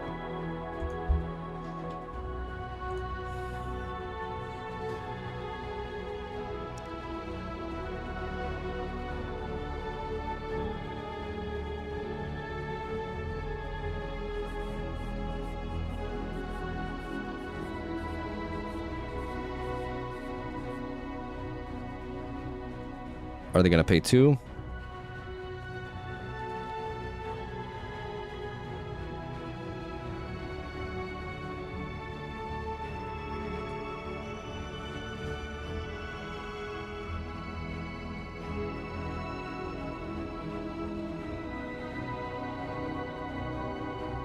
Pack of Wonders, okay.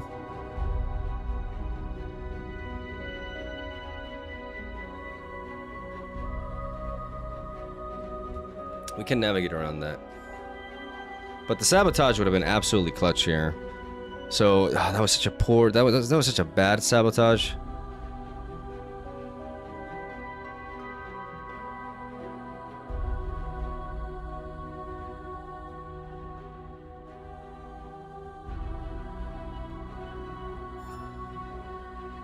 That was such a bad sabotage. Okay, so let's see.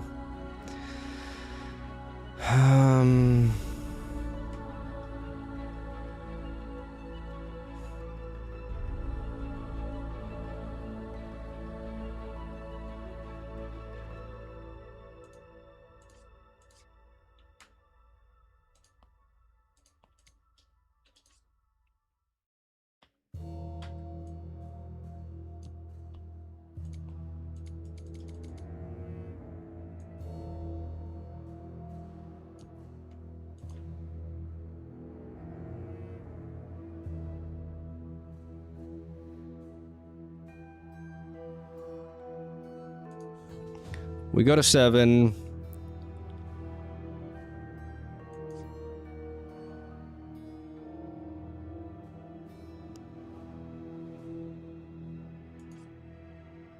We pay 2.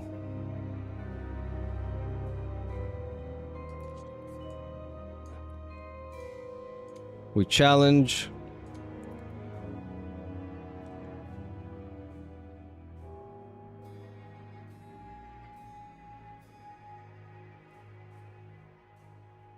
We untap this, by the way.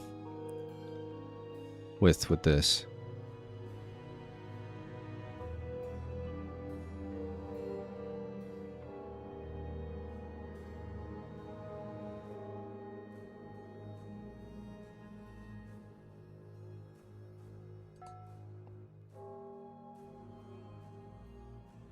Okay. Oh, they can actually stun any unit. Okay. Proved.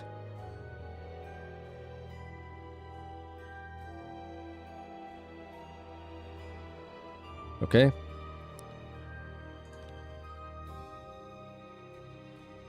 And then, oh, because I thought that was limited to battlefields.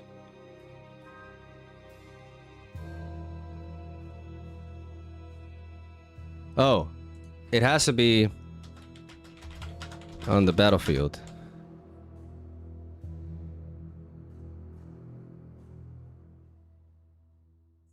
Because it's hidden.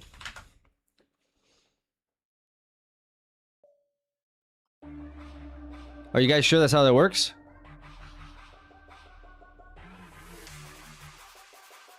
Because they say it's a...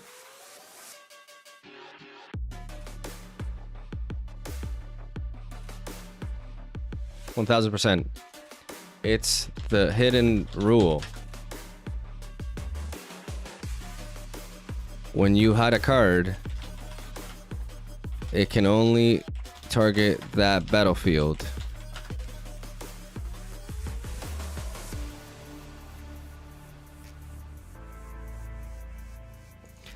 The reason why I asked this is, why does Ty Turner work then?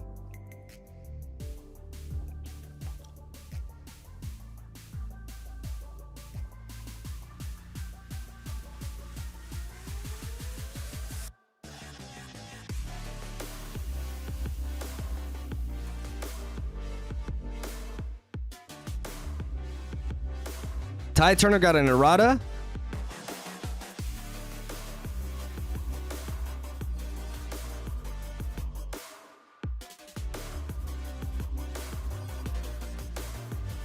I mean, I can still deal with this. I'm not 100% certain, to be honest.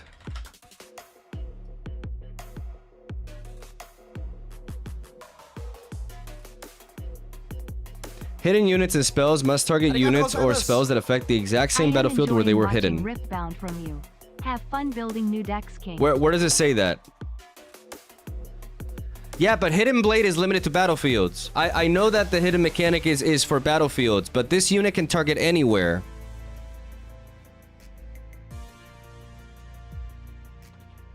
Apparently, Ty Turner is different because it does target its battlefield. I don't know, it's weird. It's fucking weird.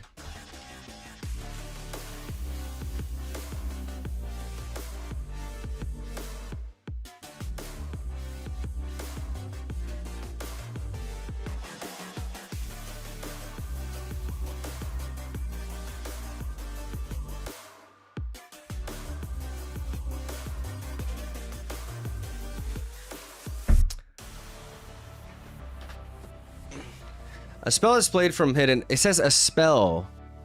It says a spell. This is not a spell. This is a unit.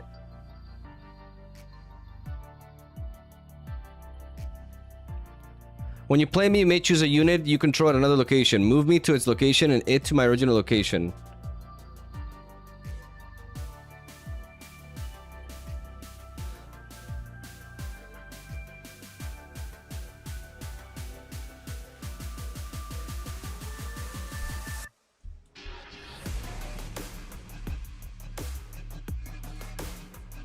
At another location doesn't... Okay, so like let me like... God, explaining that to this guy is...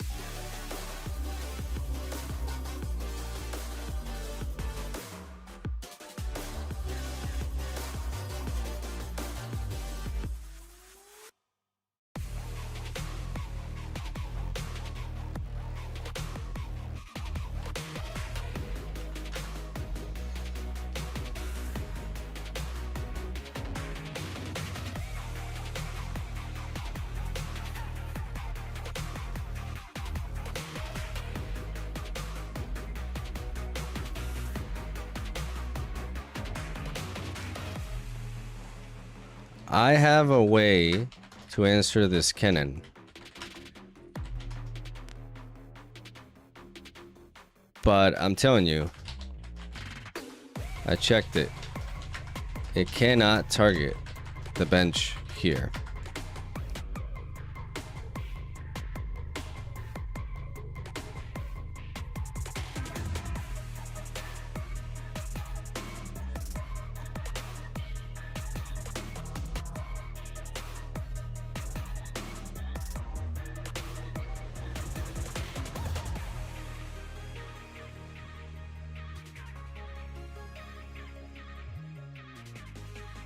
Yeah.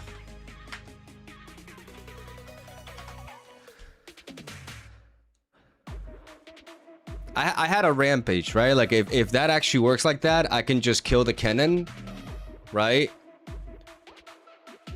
And then I just make another mech, and I go on from there while preserving one man open for punch first. Like I had outs, but you too. See ya. Do you have to teach your opponent the game as well? I mean, sometimes some rules are not super clear because it is true that the way the Tide Turner works is not very intuitive. Because I do know about the rule for Battlefield, but I've always thought about it as like if the card targets something in a battlefield, not if it targets it somewhere else. Because Tide Turner is a thing, but I guess Tide Turner just works differently because of how it's worded. It's just not. I'm not questioning the rule or the mechanic or how it works. What I'm questioning is like it's not very intuitive for people. That's what I'm saying. Like it's not weird to be confused by this, is my point.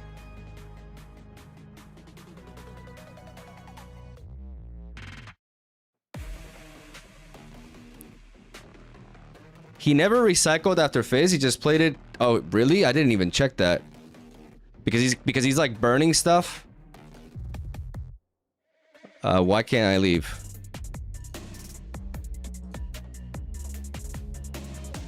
Guys, the game won't let me leave.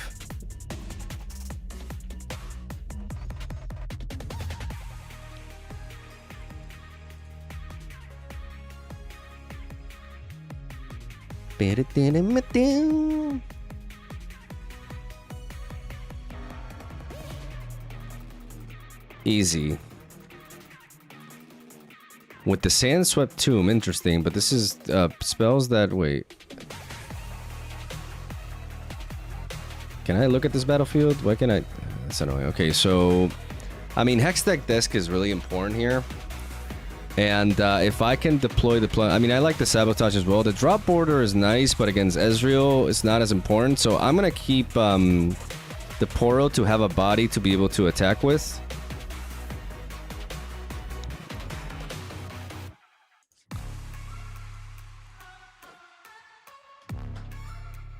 And each spell that chooses one or more units here that are friendly to it cost less power. So self-targeting.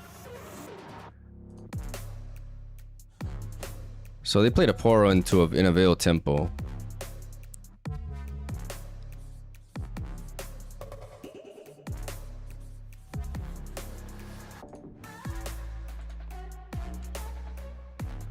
They could Bellows Breath here. Okay, so they use the thing against this. Well, that's annoying.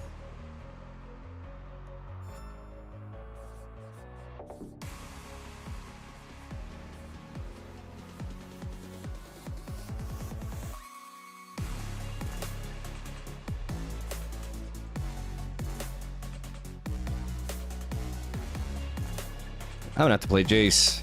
Doesn't feel great, but I'm gonna have to play it.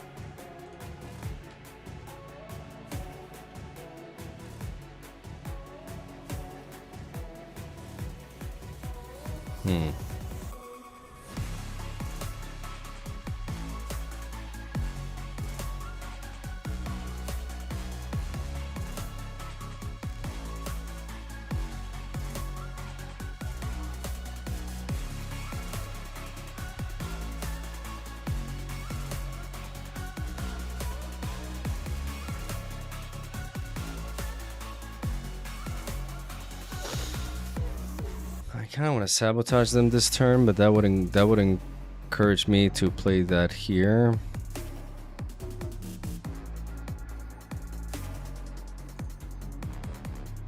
I mean, they can still play Ezreal and search for cards. So is this that? Does this sabotage make as much sense? I don't want to burn out my power like this, so I'm just gonna go here.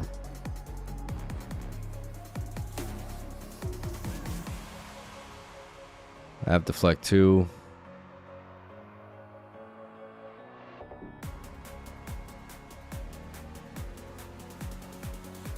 And I get to clear this body. This is generating gold like all the time.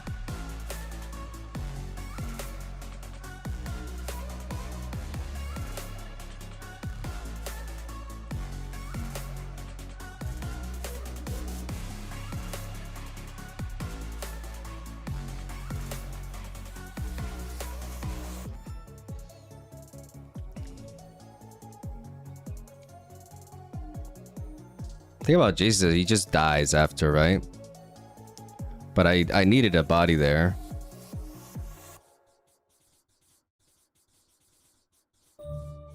I didn't want to use sabotage because it just sets me back too much in runes at this point, and they can cycle with Ezreal. They have a lot of energy to do that, so I just feel like this JAYCE is dying no matter what.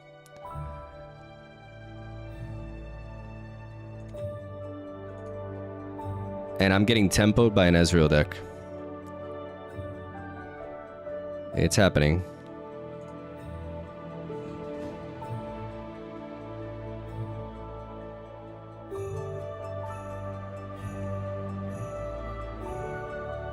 I'm getting destroyed by this Ezreal.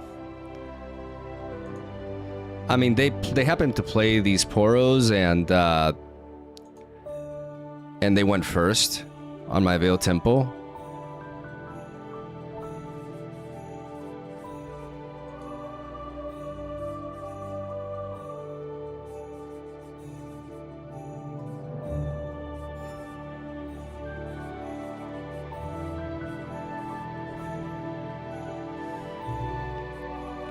Feels really bad to use the tools of the Empire.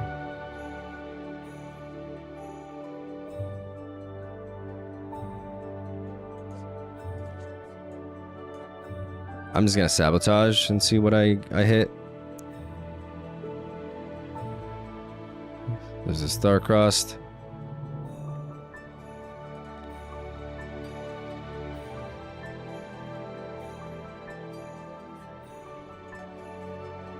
So all units.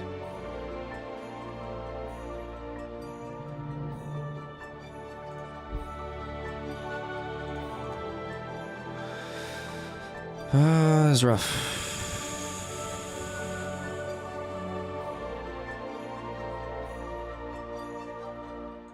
Playing the Poro is just bad here, but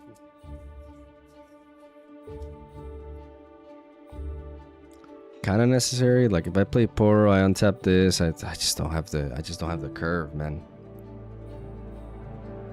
Disaster. This is a disaster.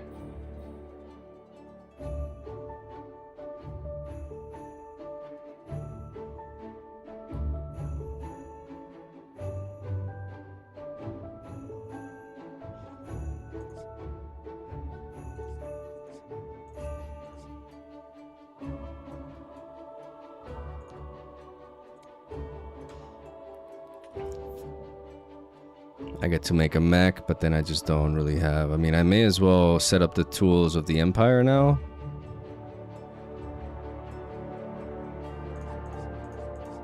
It's gonna be an important card.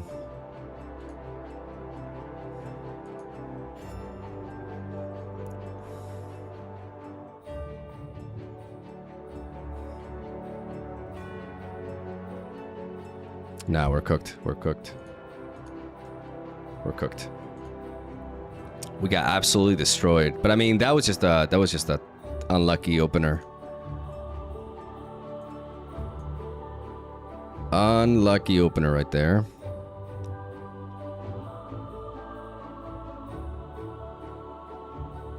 Any Zeds? So far, no.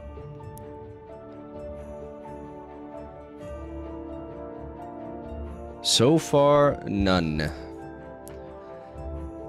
Let's try to move a little bit more here. Okay, no, fuck that.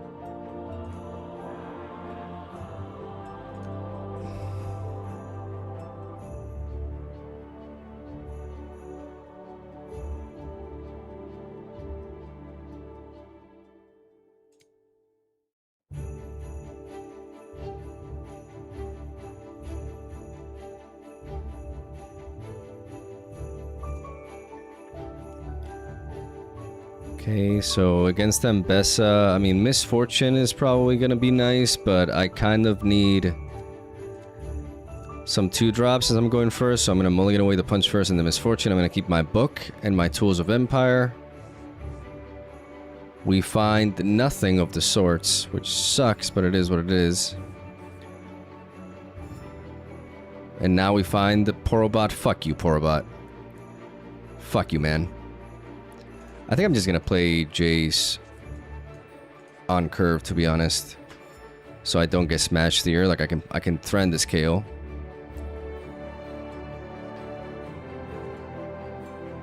I'm 5 might, you know. This is a moment to do it. They can empower this, but they can't trade with me unless they have the 3-mana one.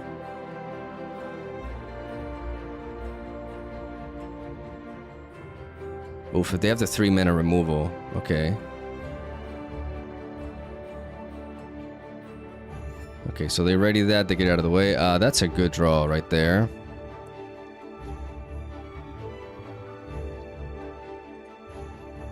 I'm gonna give you what I'm gonna give you.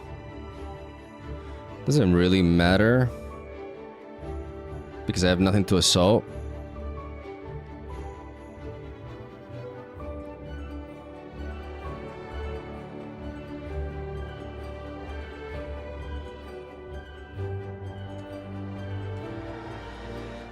I need to get rid of this KO.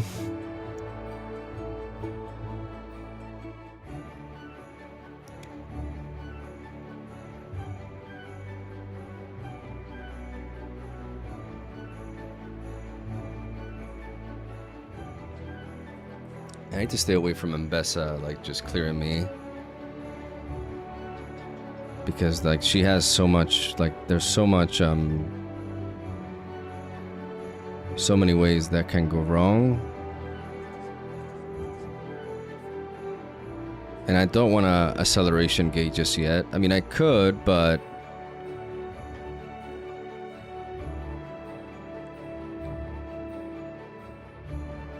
that's not worth. So I'm gonna do this.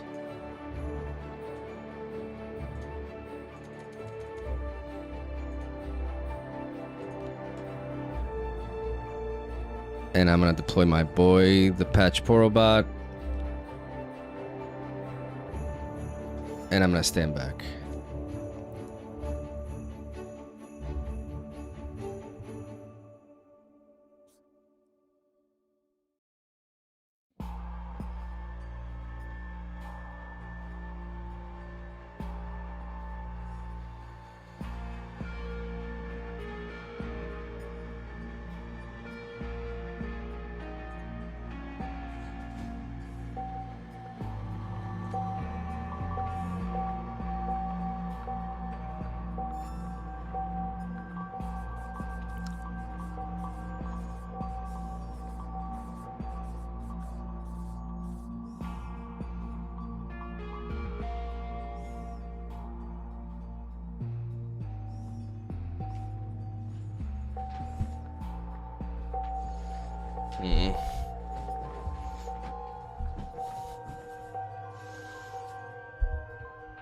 The fact that they can conquer and they can go back and stuff is a problem.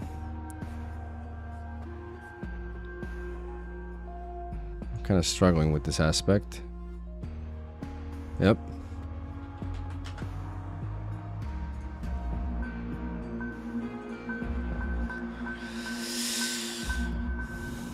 I guess we struggle with decks that go in and go out. I think those are problematic. I mean, that's where Resistible Fake Folk does things.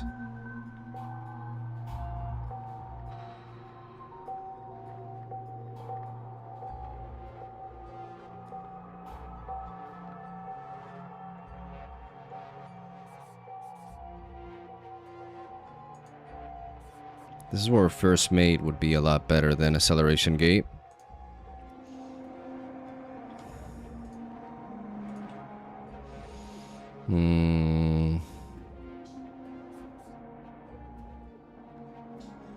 Do I need to take a look at their hand now? I don't know if this is the moment to sabotage them. I can untap you, bring you back, and then I can just kill this and untap. So I can just play the Tools of the Empire. I can tap you to give you +4. I can come here. I can conquer 1. I can play Jace to untap my Patch Porobot. I can bring him back, and then I can pay 2, and I can drop my Irresistible Fey Folk.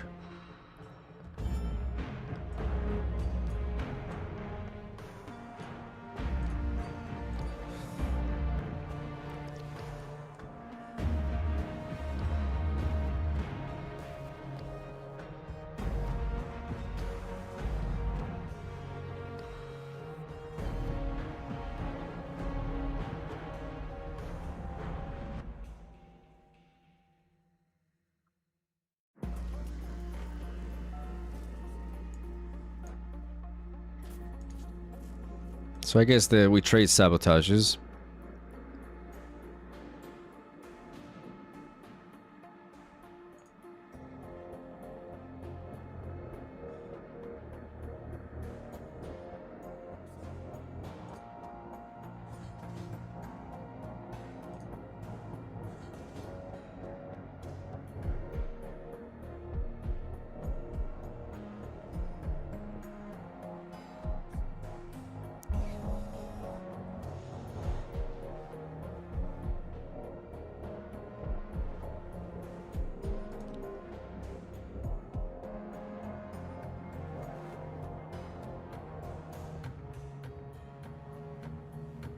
Punch versus the thing.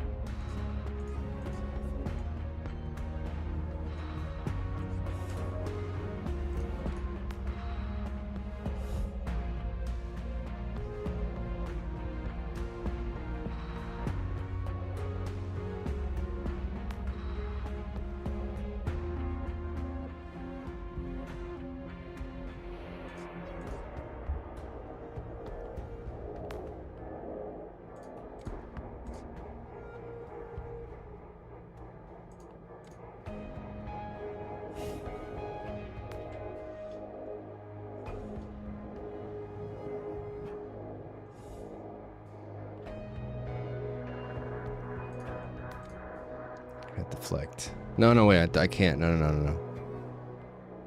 I just realized, no, I don't have deflect because I have to untap with this.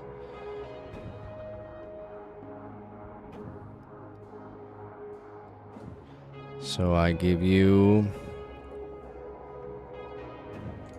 Wow, this is tough though. Like we don't have any way to deal with their backline here.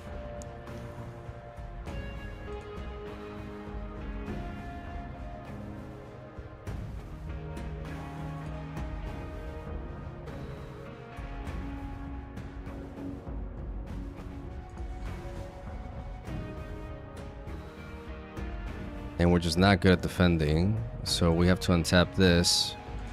To tap one, untap this, and draw. And that's just not it, bro.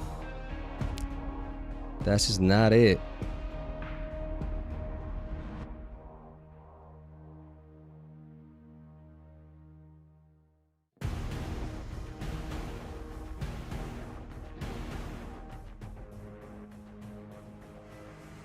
That's just not it.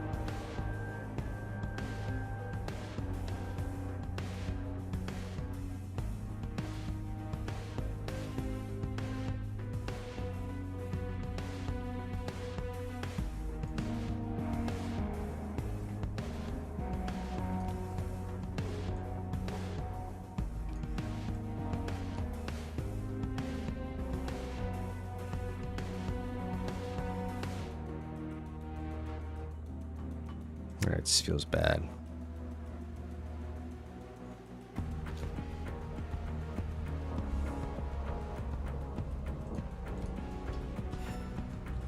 Yeah, like once we fall behind like this and our opponent can go in and get out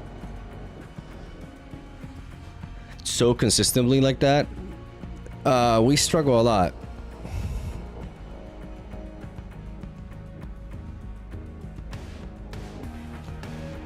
We struggle a lot because they empower this, they empower Ambessa, they retreat with this, and then we just don't have anything.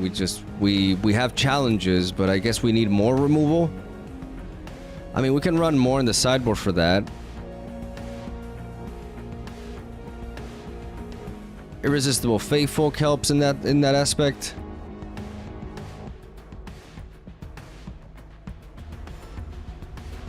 I have no idea why they're staying in. Them staying in is insanity. Absolute insanity.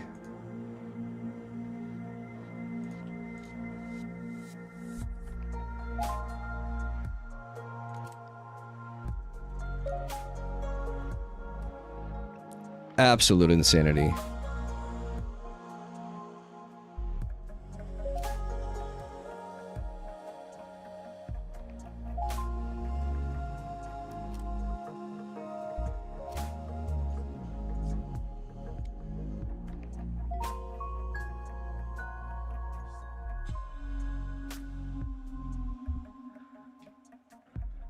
Because now we're racking up the challenges. That's crazy.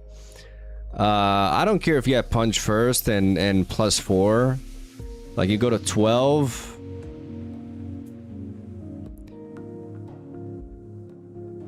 You go to 12.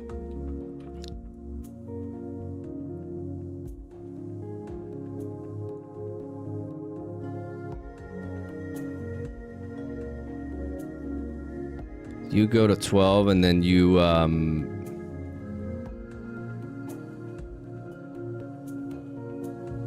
and then you go to 16. I'm at 7, I go to 11, 15. I mean, yeah, maybe that is a problem.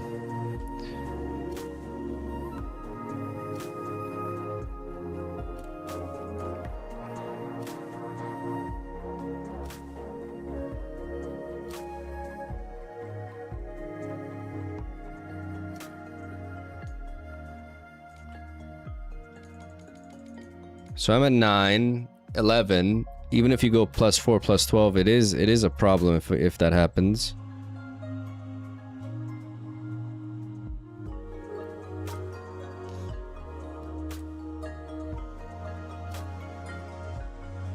I gotta play around that combination of cards, because they can give something a lot of might.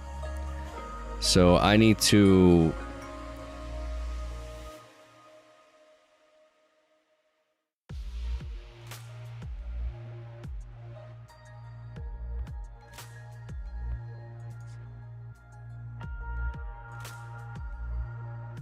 If I go 11, 15, 19, then they can't beat that. So I tap 2. I tap one of these, I tap this, and I empower my Jace. And then I tap 1 with Jace, I do this.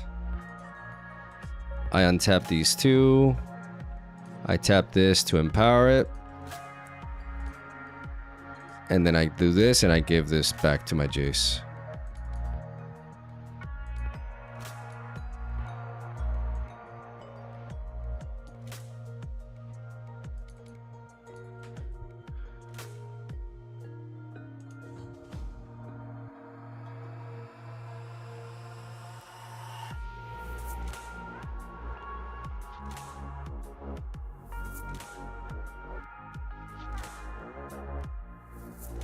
$15 is enough. I have +2 might while I'm attacker, so 15 still gets beaten by this combo. So I'm going to untap this. I'm going to give you this.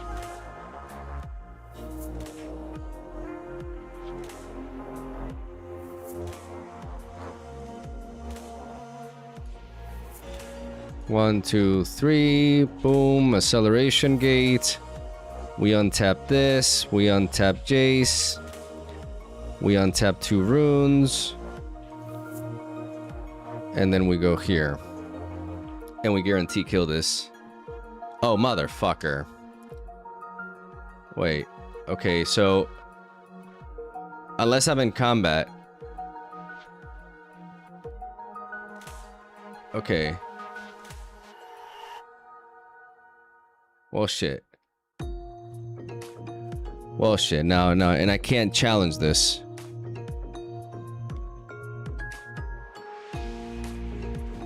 And I cannot challenge this. I did not expect that.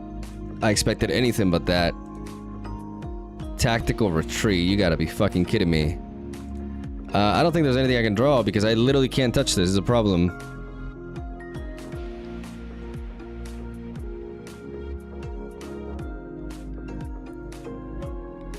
And I did some overthinking about that. I got deflect too. I should have said that I got the ganking. Well, I mean, I got ganking. I mean, I showed that. Yeah, no, now I'm kind of fucked, aren't I?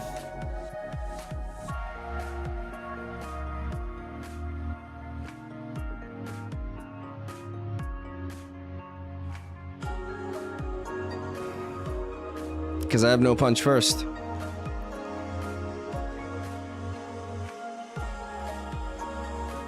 Just challenge. I can't damage this unless it's in combat is a problem.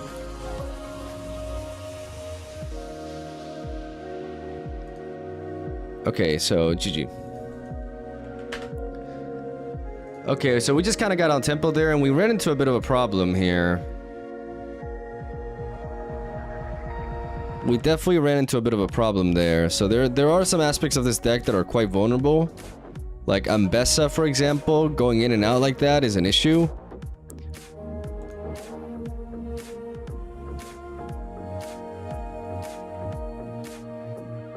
I have to evaluate like what I liked from this. And I also have to take out my dog soon.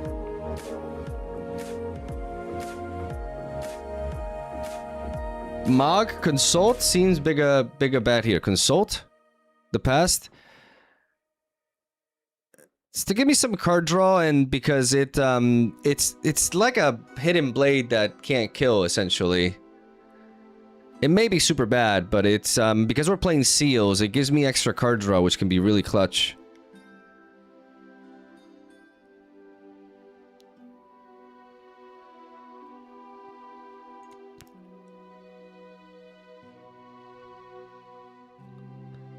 Like, I can capitalize on it here, but I'm going to mulligan away these two. I'm going to keep the drop border.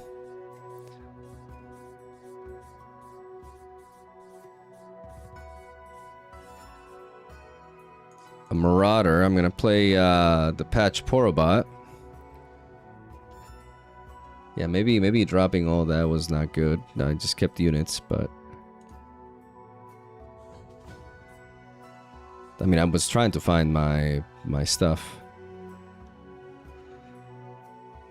They pay 1 to empower this. They pay 3 to play a first mate.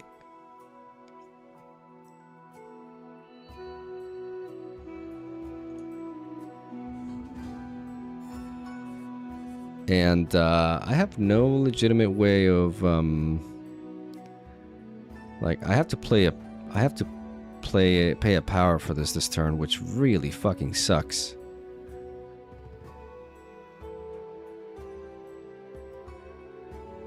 So they're tempoing the fuck out of me with the Star Spring. And I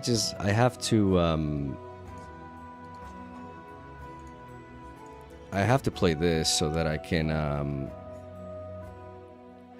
God, that feels bad though.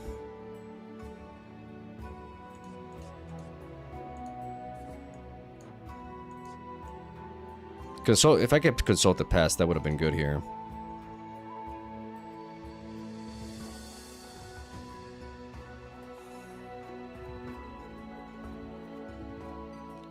Too many units. Too many units.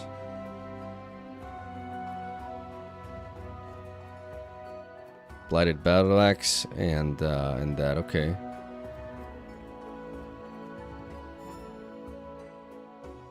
Okay, so the challenge is interesting because we can at least clear that a little bit. Make sure they can't double conquer next turn. I need card draw though, but I don't have freaking gears, man. Are you kidding me? What is this hand? What is going on here? What the fuck is going on here?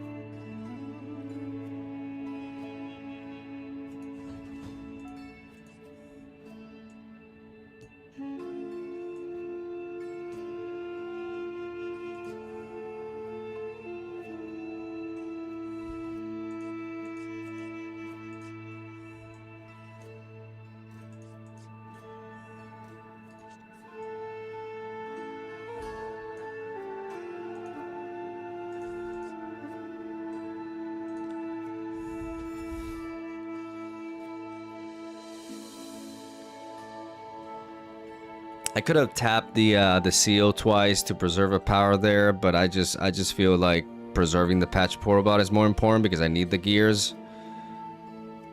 So they're gonna play Reggaeton there. They could equip the Battle Axe onto that. They could have a punch first. Like, they're not using their Renekton for anything. Like, so far, Renekton hasn't really done anything.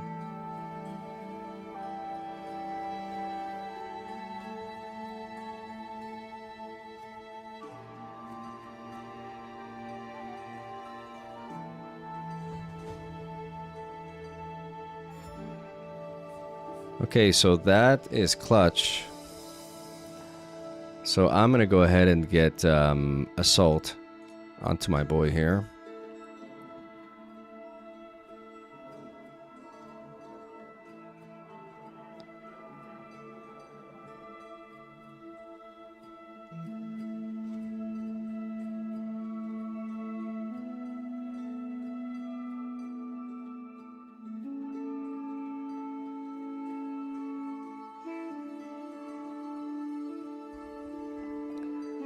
I think I sacrificed my Patch Port. I'm gonna play this. 1, 2, 3, 4. I'm gonna play the Tools of Empire. I'm going to give my boy Jace a buff. Gonna get him up to 7.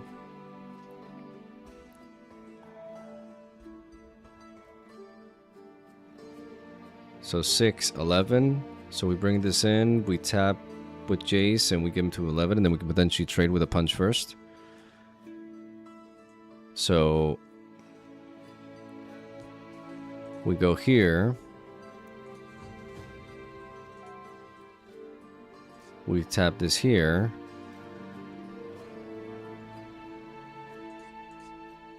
We play... No, we don't reveal that yet. We do this. 9.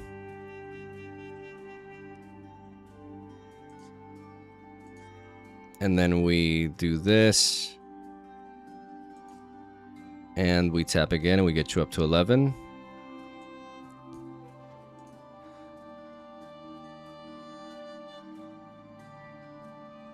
And now you go up to 13. We score. And now we play the Patch Porobot. And because we have 3 gears, we draw a card, and we send Jace back.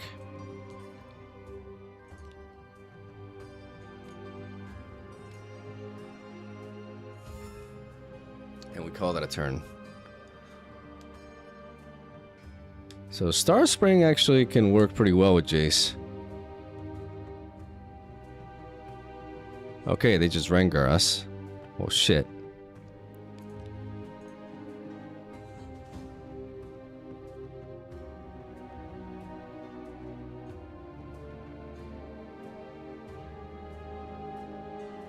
Oh shit.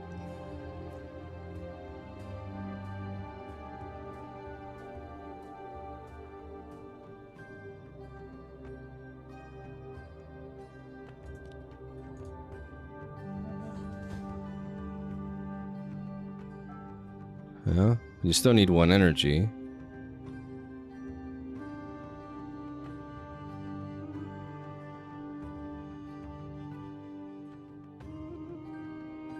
I mean, we can... No, you can't. You need to empower that, so... They just have 2 energy. So, obviously, I'm getting Assault. I'm getting assaulted here.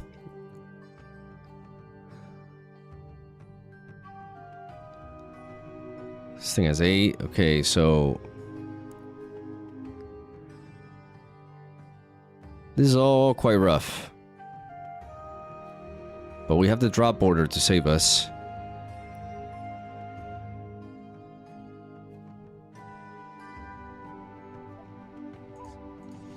We have to pay 2 to empower this.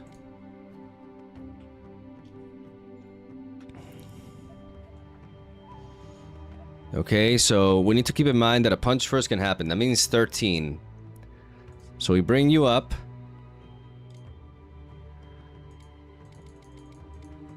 Can I play around punch first? I don't fucking know. But I'm gonna go with this. 9. 11. Still not enough.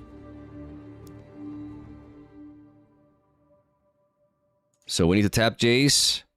Untap this. Get him up to 13, 15. Now it's enough. Oh, the music cued in just at the right time. Here we go.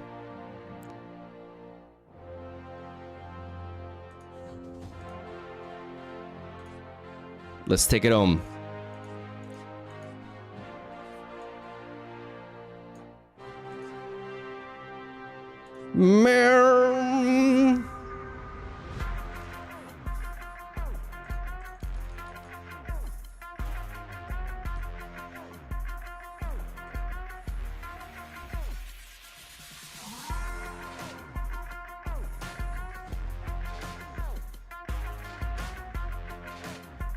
And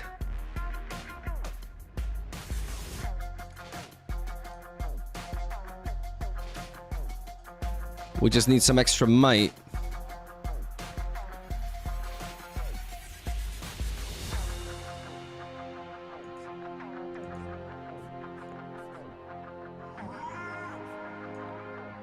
Over here.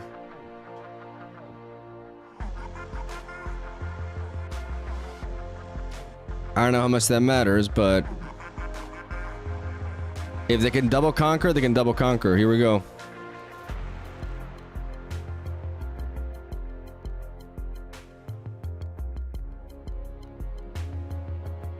Something Dominus, man. Something Dominus.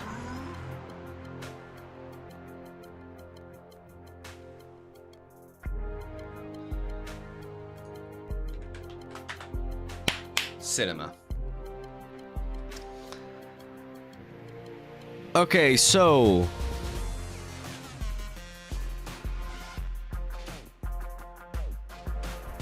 impressions of like this first thing. I mean, there are some weaknesses.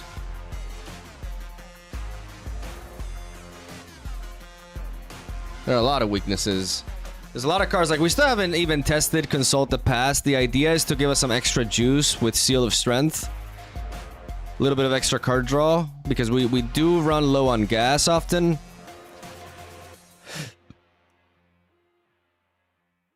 We have no sideboard, yeah, like we have to design the sideboard. You need to cook more. I do. We're just getting started.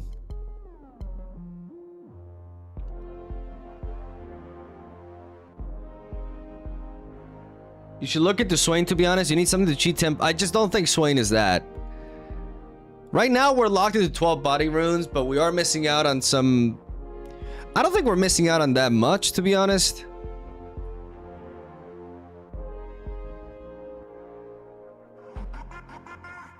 But right now, I mean, the challenges and stuff, but it still feels like we lack a little bit of bench interaction.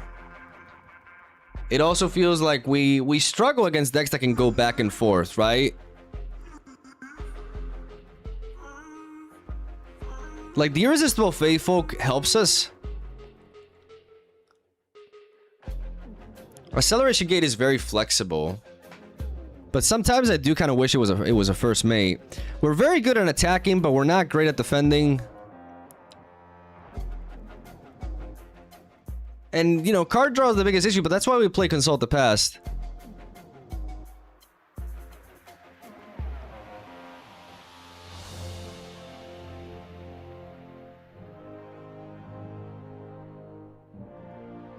The drop border has felt stellar.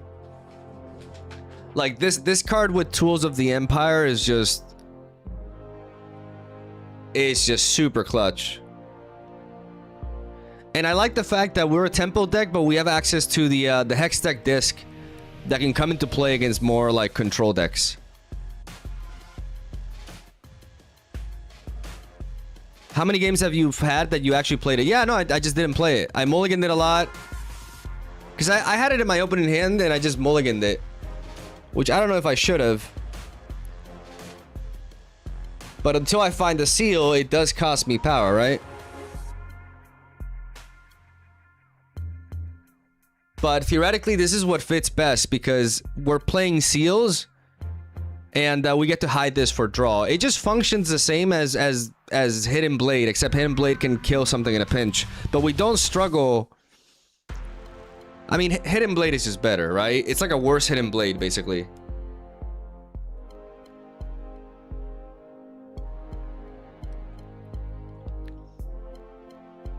I don't know about this game, but the higher attack in the land gets the land. Yes. That's a great way to put it. The times that we played Misfortune, she's felt good.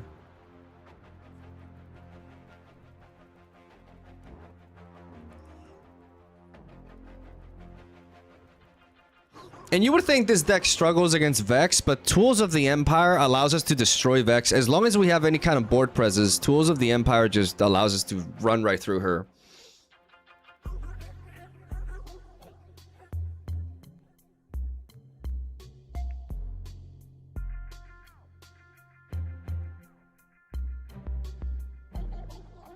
I'll be honest, I dislike the Tome Gear. I prefer Spoils of War.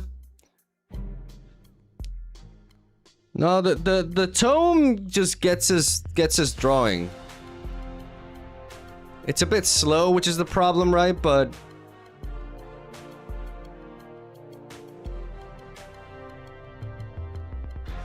it gives us the juice. It is slow though. Like I've had a lot of games where I just struggled playing it. I've had a lot of games where I just didn't really have the energy to do it. Have you tried Pit Crew? Pit Crew was a consideration, but due to the nature of the deck, you can notice that it's not like we have an absurd amount of gears. So we don't play as many gears from hand. But we have 2 gears on the board very easily, which is why drop border is perfect. Have you considered Kiana as well? I prefer drop border.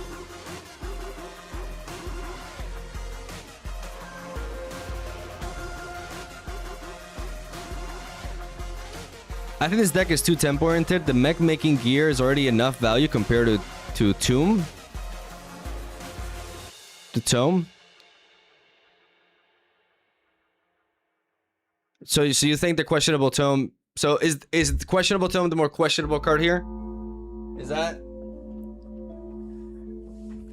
what we're doing?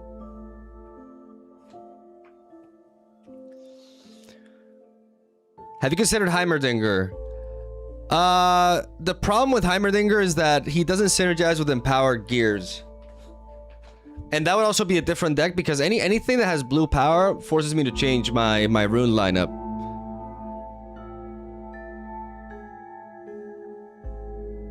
You should try Shock Blast. Yeah, like I have tried it.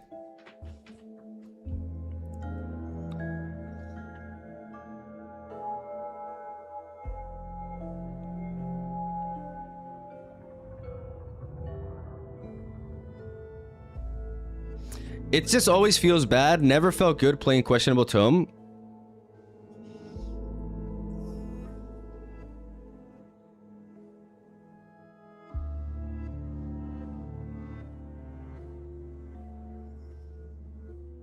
It has given us some clutch card draw in certain situations.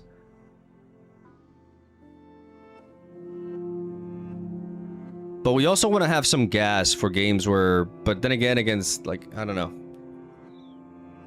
Maybe, like, triple Consult the Pass is just better.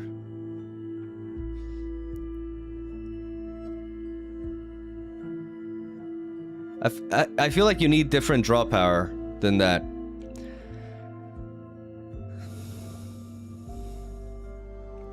But it synergizes with Hextech Formula, which synergizes with the Hextech Disc, and the Hextech Disc has been quite important.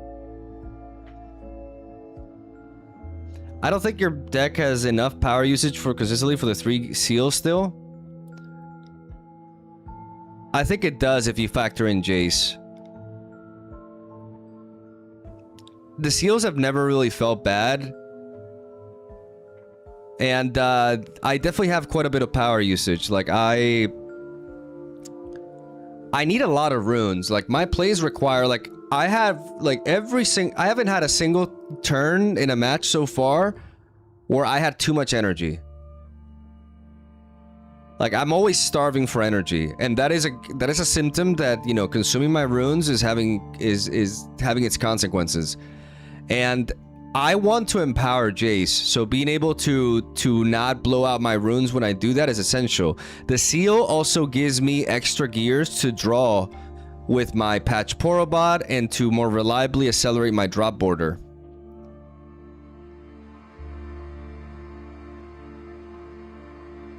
Like this deck does need the seals, in my opinion. Like it just feels really clutch. It is more power hungry than it seems.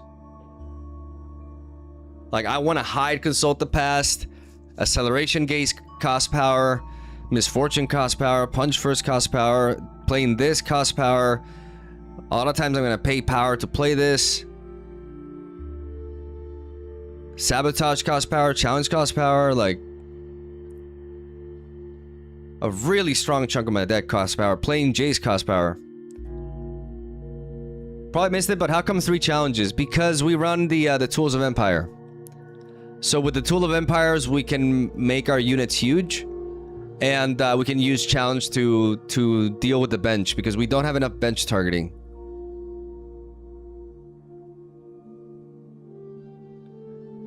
I think you're focusing too much on the gears. A more mid-range version would be stronger.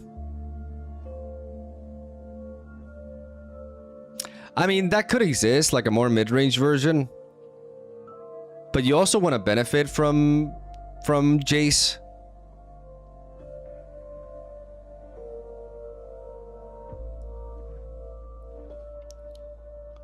Like, yeah, Gangplank JAYCE with Stupefy is a thing. Like, that is definitely something you can make.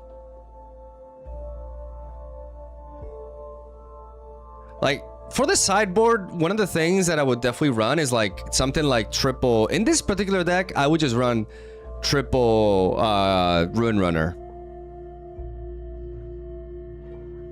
You can even main deck one Ruin Runner for a game, but I would definitely just run Ruin Runner because for certain matchups, that card is busted, right? With 10 sideboard slots, you can easily justify that. You can also run like a third Hex Deck disc.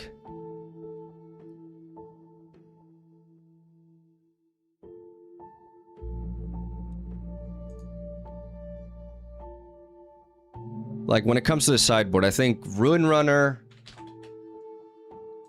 If we're running into any kind of control deck, you know, like Ezreal, like Mel... Triple Ruin Runner just comes in. And it's pretty nasty, right? I think another disc... for control matchups, like any sort of like slower game where we want to just be developing more mechs. And then gear removal is important for Aurora.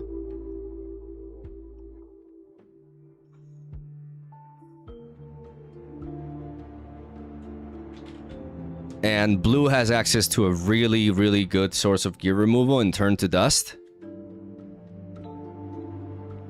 Can even justify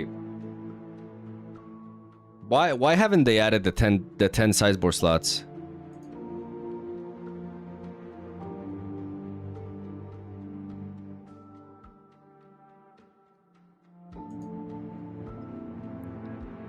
Why haven't they done that?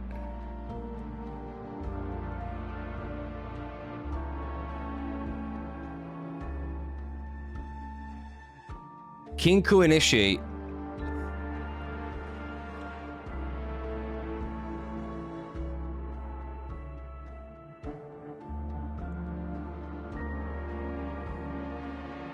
But if we play Kinku Initiate, then we have to take out the Hextech formula because then we're just not synergy. It just... I know the tome seems like it doesn't, but it actually matters because it gives me more stuff to synergize with this. Like, it's a part of a package that... And the Hextech formula is good to empower the tools of Empire for free later down the line.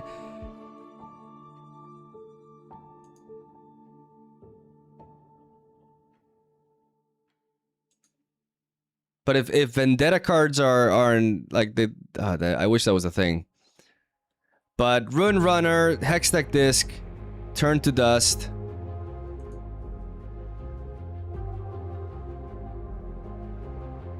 For Aurora. And what I like about this is that, you know, Thermal Beam can hurt us, but it doesn't obliterate us.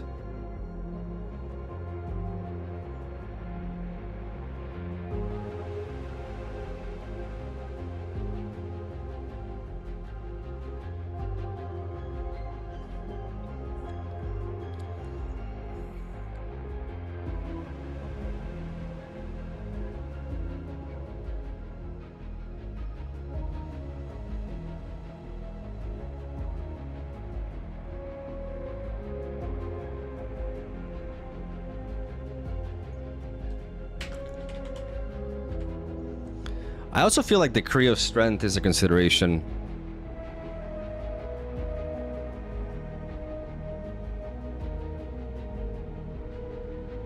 Like as a one-off. It's like a fourth Sabotage.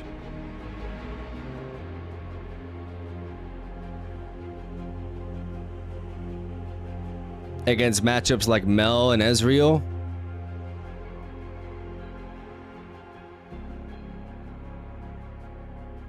Hi Mog, I have a question, request. When do you plan to make a Vi deck? I really like the character. I would like to start my Riftbound journey with her. I feel like you asked this before. Like you asked me about Vi. Before somebody asked me about Vi. Like I'm just gonna be focusing on like the new legends, guys. Like I'm not gonna be playing Vi as of right now. Like I'm trying to figure out what I'm gonna main for Barcelona. So I'm not gonna be dishonest with you. Like I'm focusing on this. Like I have no intention of playing Vi right now.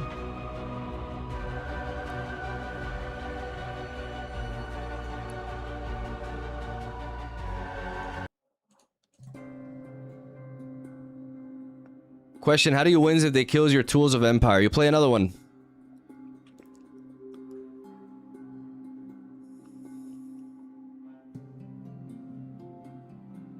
I feel like Jace has insane potential. I think so too. I do. Aside from Aurora, I think the Aurora deck is seeming to... is coming off quite good.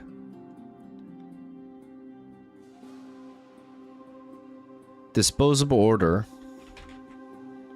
Yeah, this card is also potentially important. Like, it just depends on how much, like, graveyard interaction we run into, but this is a really good sideboard card.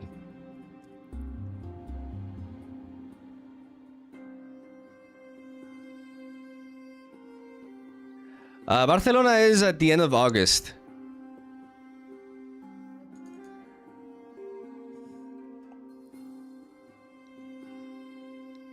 Choose up to 3 cards from opponent's trashes. Their opponents recycle them.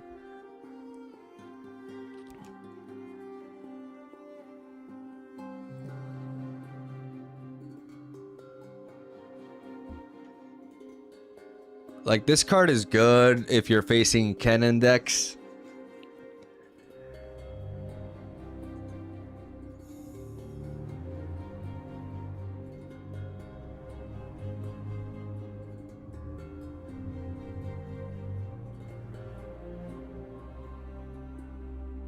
And you need Fiora Peerless in your sideboard. Surprisingly, especially into Yi and Irelia, and surprisingly good into Diana. No, I don't think I'm playing that. I mean, I have ways to buffer, but then like I don't have enough reaction speed buffs to play her. I like the Rune Runner. I like the Hextech Disc for like this for control matchups. I like that. I could see myself just running 3 and 3 of these, because I can't think of anything else that takes more, because this allows me to counter like a lot of Fizz decks.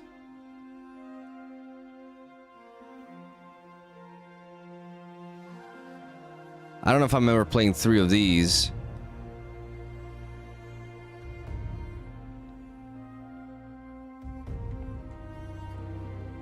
It's probably a little bit more intricate than this, right? Like we have...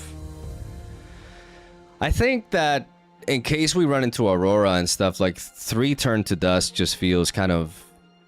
like this is one of the best sources of gear removal, period. Like the fact that it costs nothing, like no power. It's just 2 energy, get rid of Aurora. We have triple sabotage though. So perhaps two of them is enough because we have triple sabotage. The combination of triple sabotage and 2 Turn to Dust should enhance our matchup into Aurora a lot better. I feel like that should be enough. Like 3 sabotages and 2 Turn to Dust.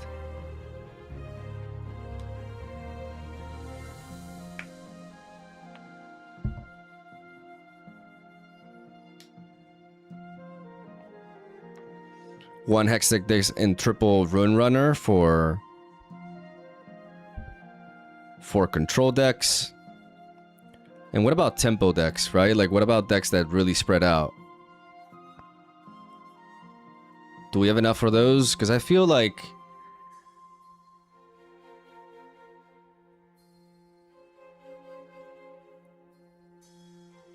like the Irresistible Fatefolk as a one-off is a little bit sus.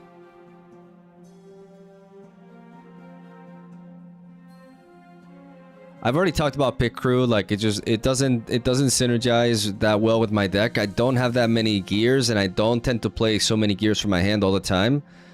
Like, I don't have enough cheap gears to justify it.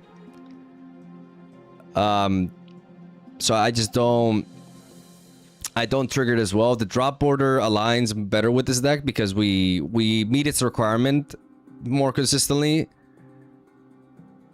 And we just need something that can come from our hand and attack immediately.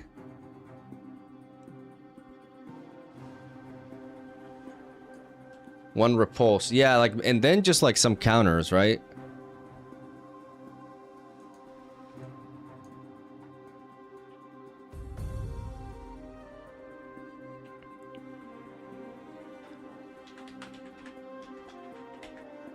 Like unyielding spirit. And one repulse. But then the question is like, what do we do? Because we struggled with decks that can, like Ambessa, that can come in and then go back.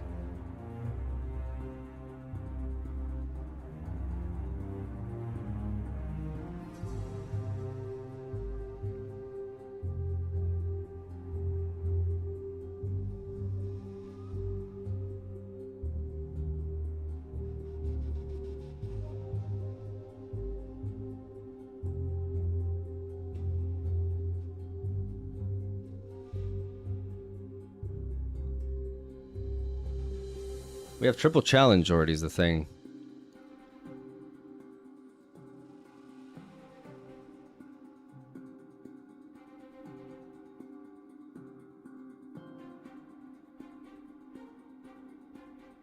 The problem with Faith Folk is that, like, we only get one proc out of it, so it's just kind of sus. Like, it's theoretically good with the tools of the Empire, but...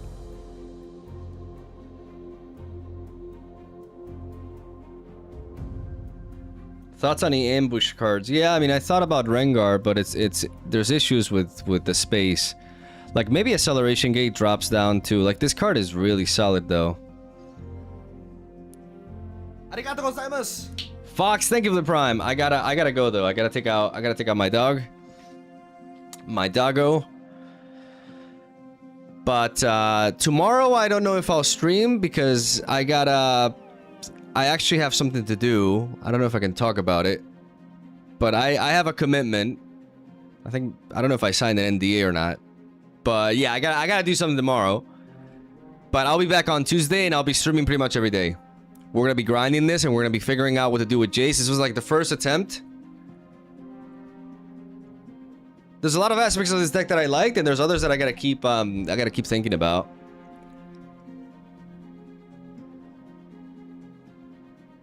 But I'm really liking it. I think there's a lot of potential here and I just got to figure it out. Love you. Have a solid day. Thank you for watching. I'll see you around.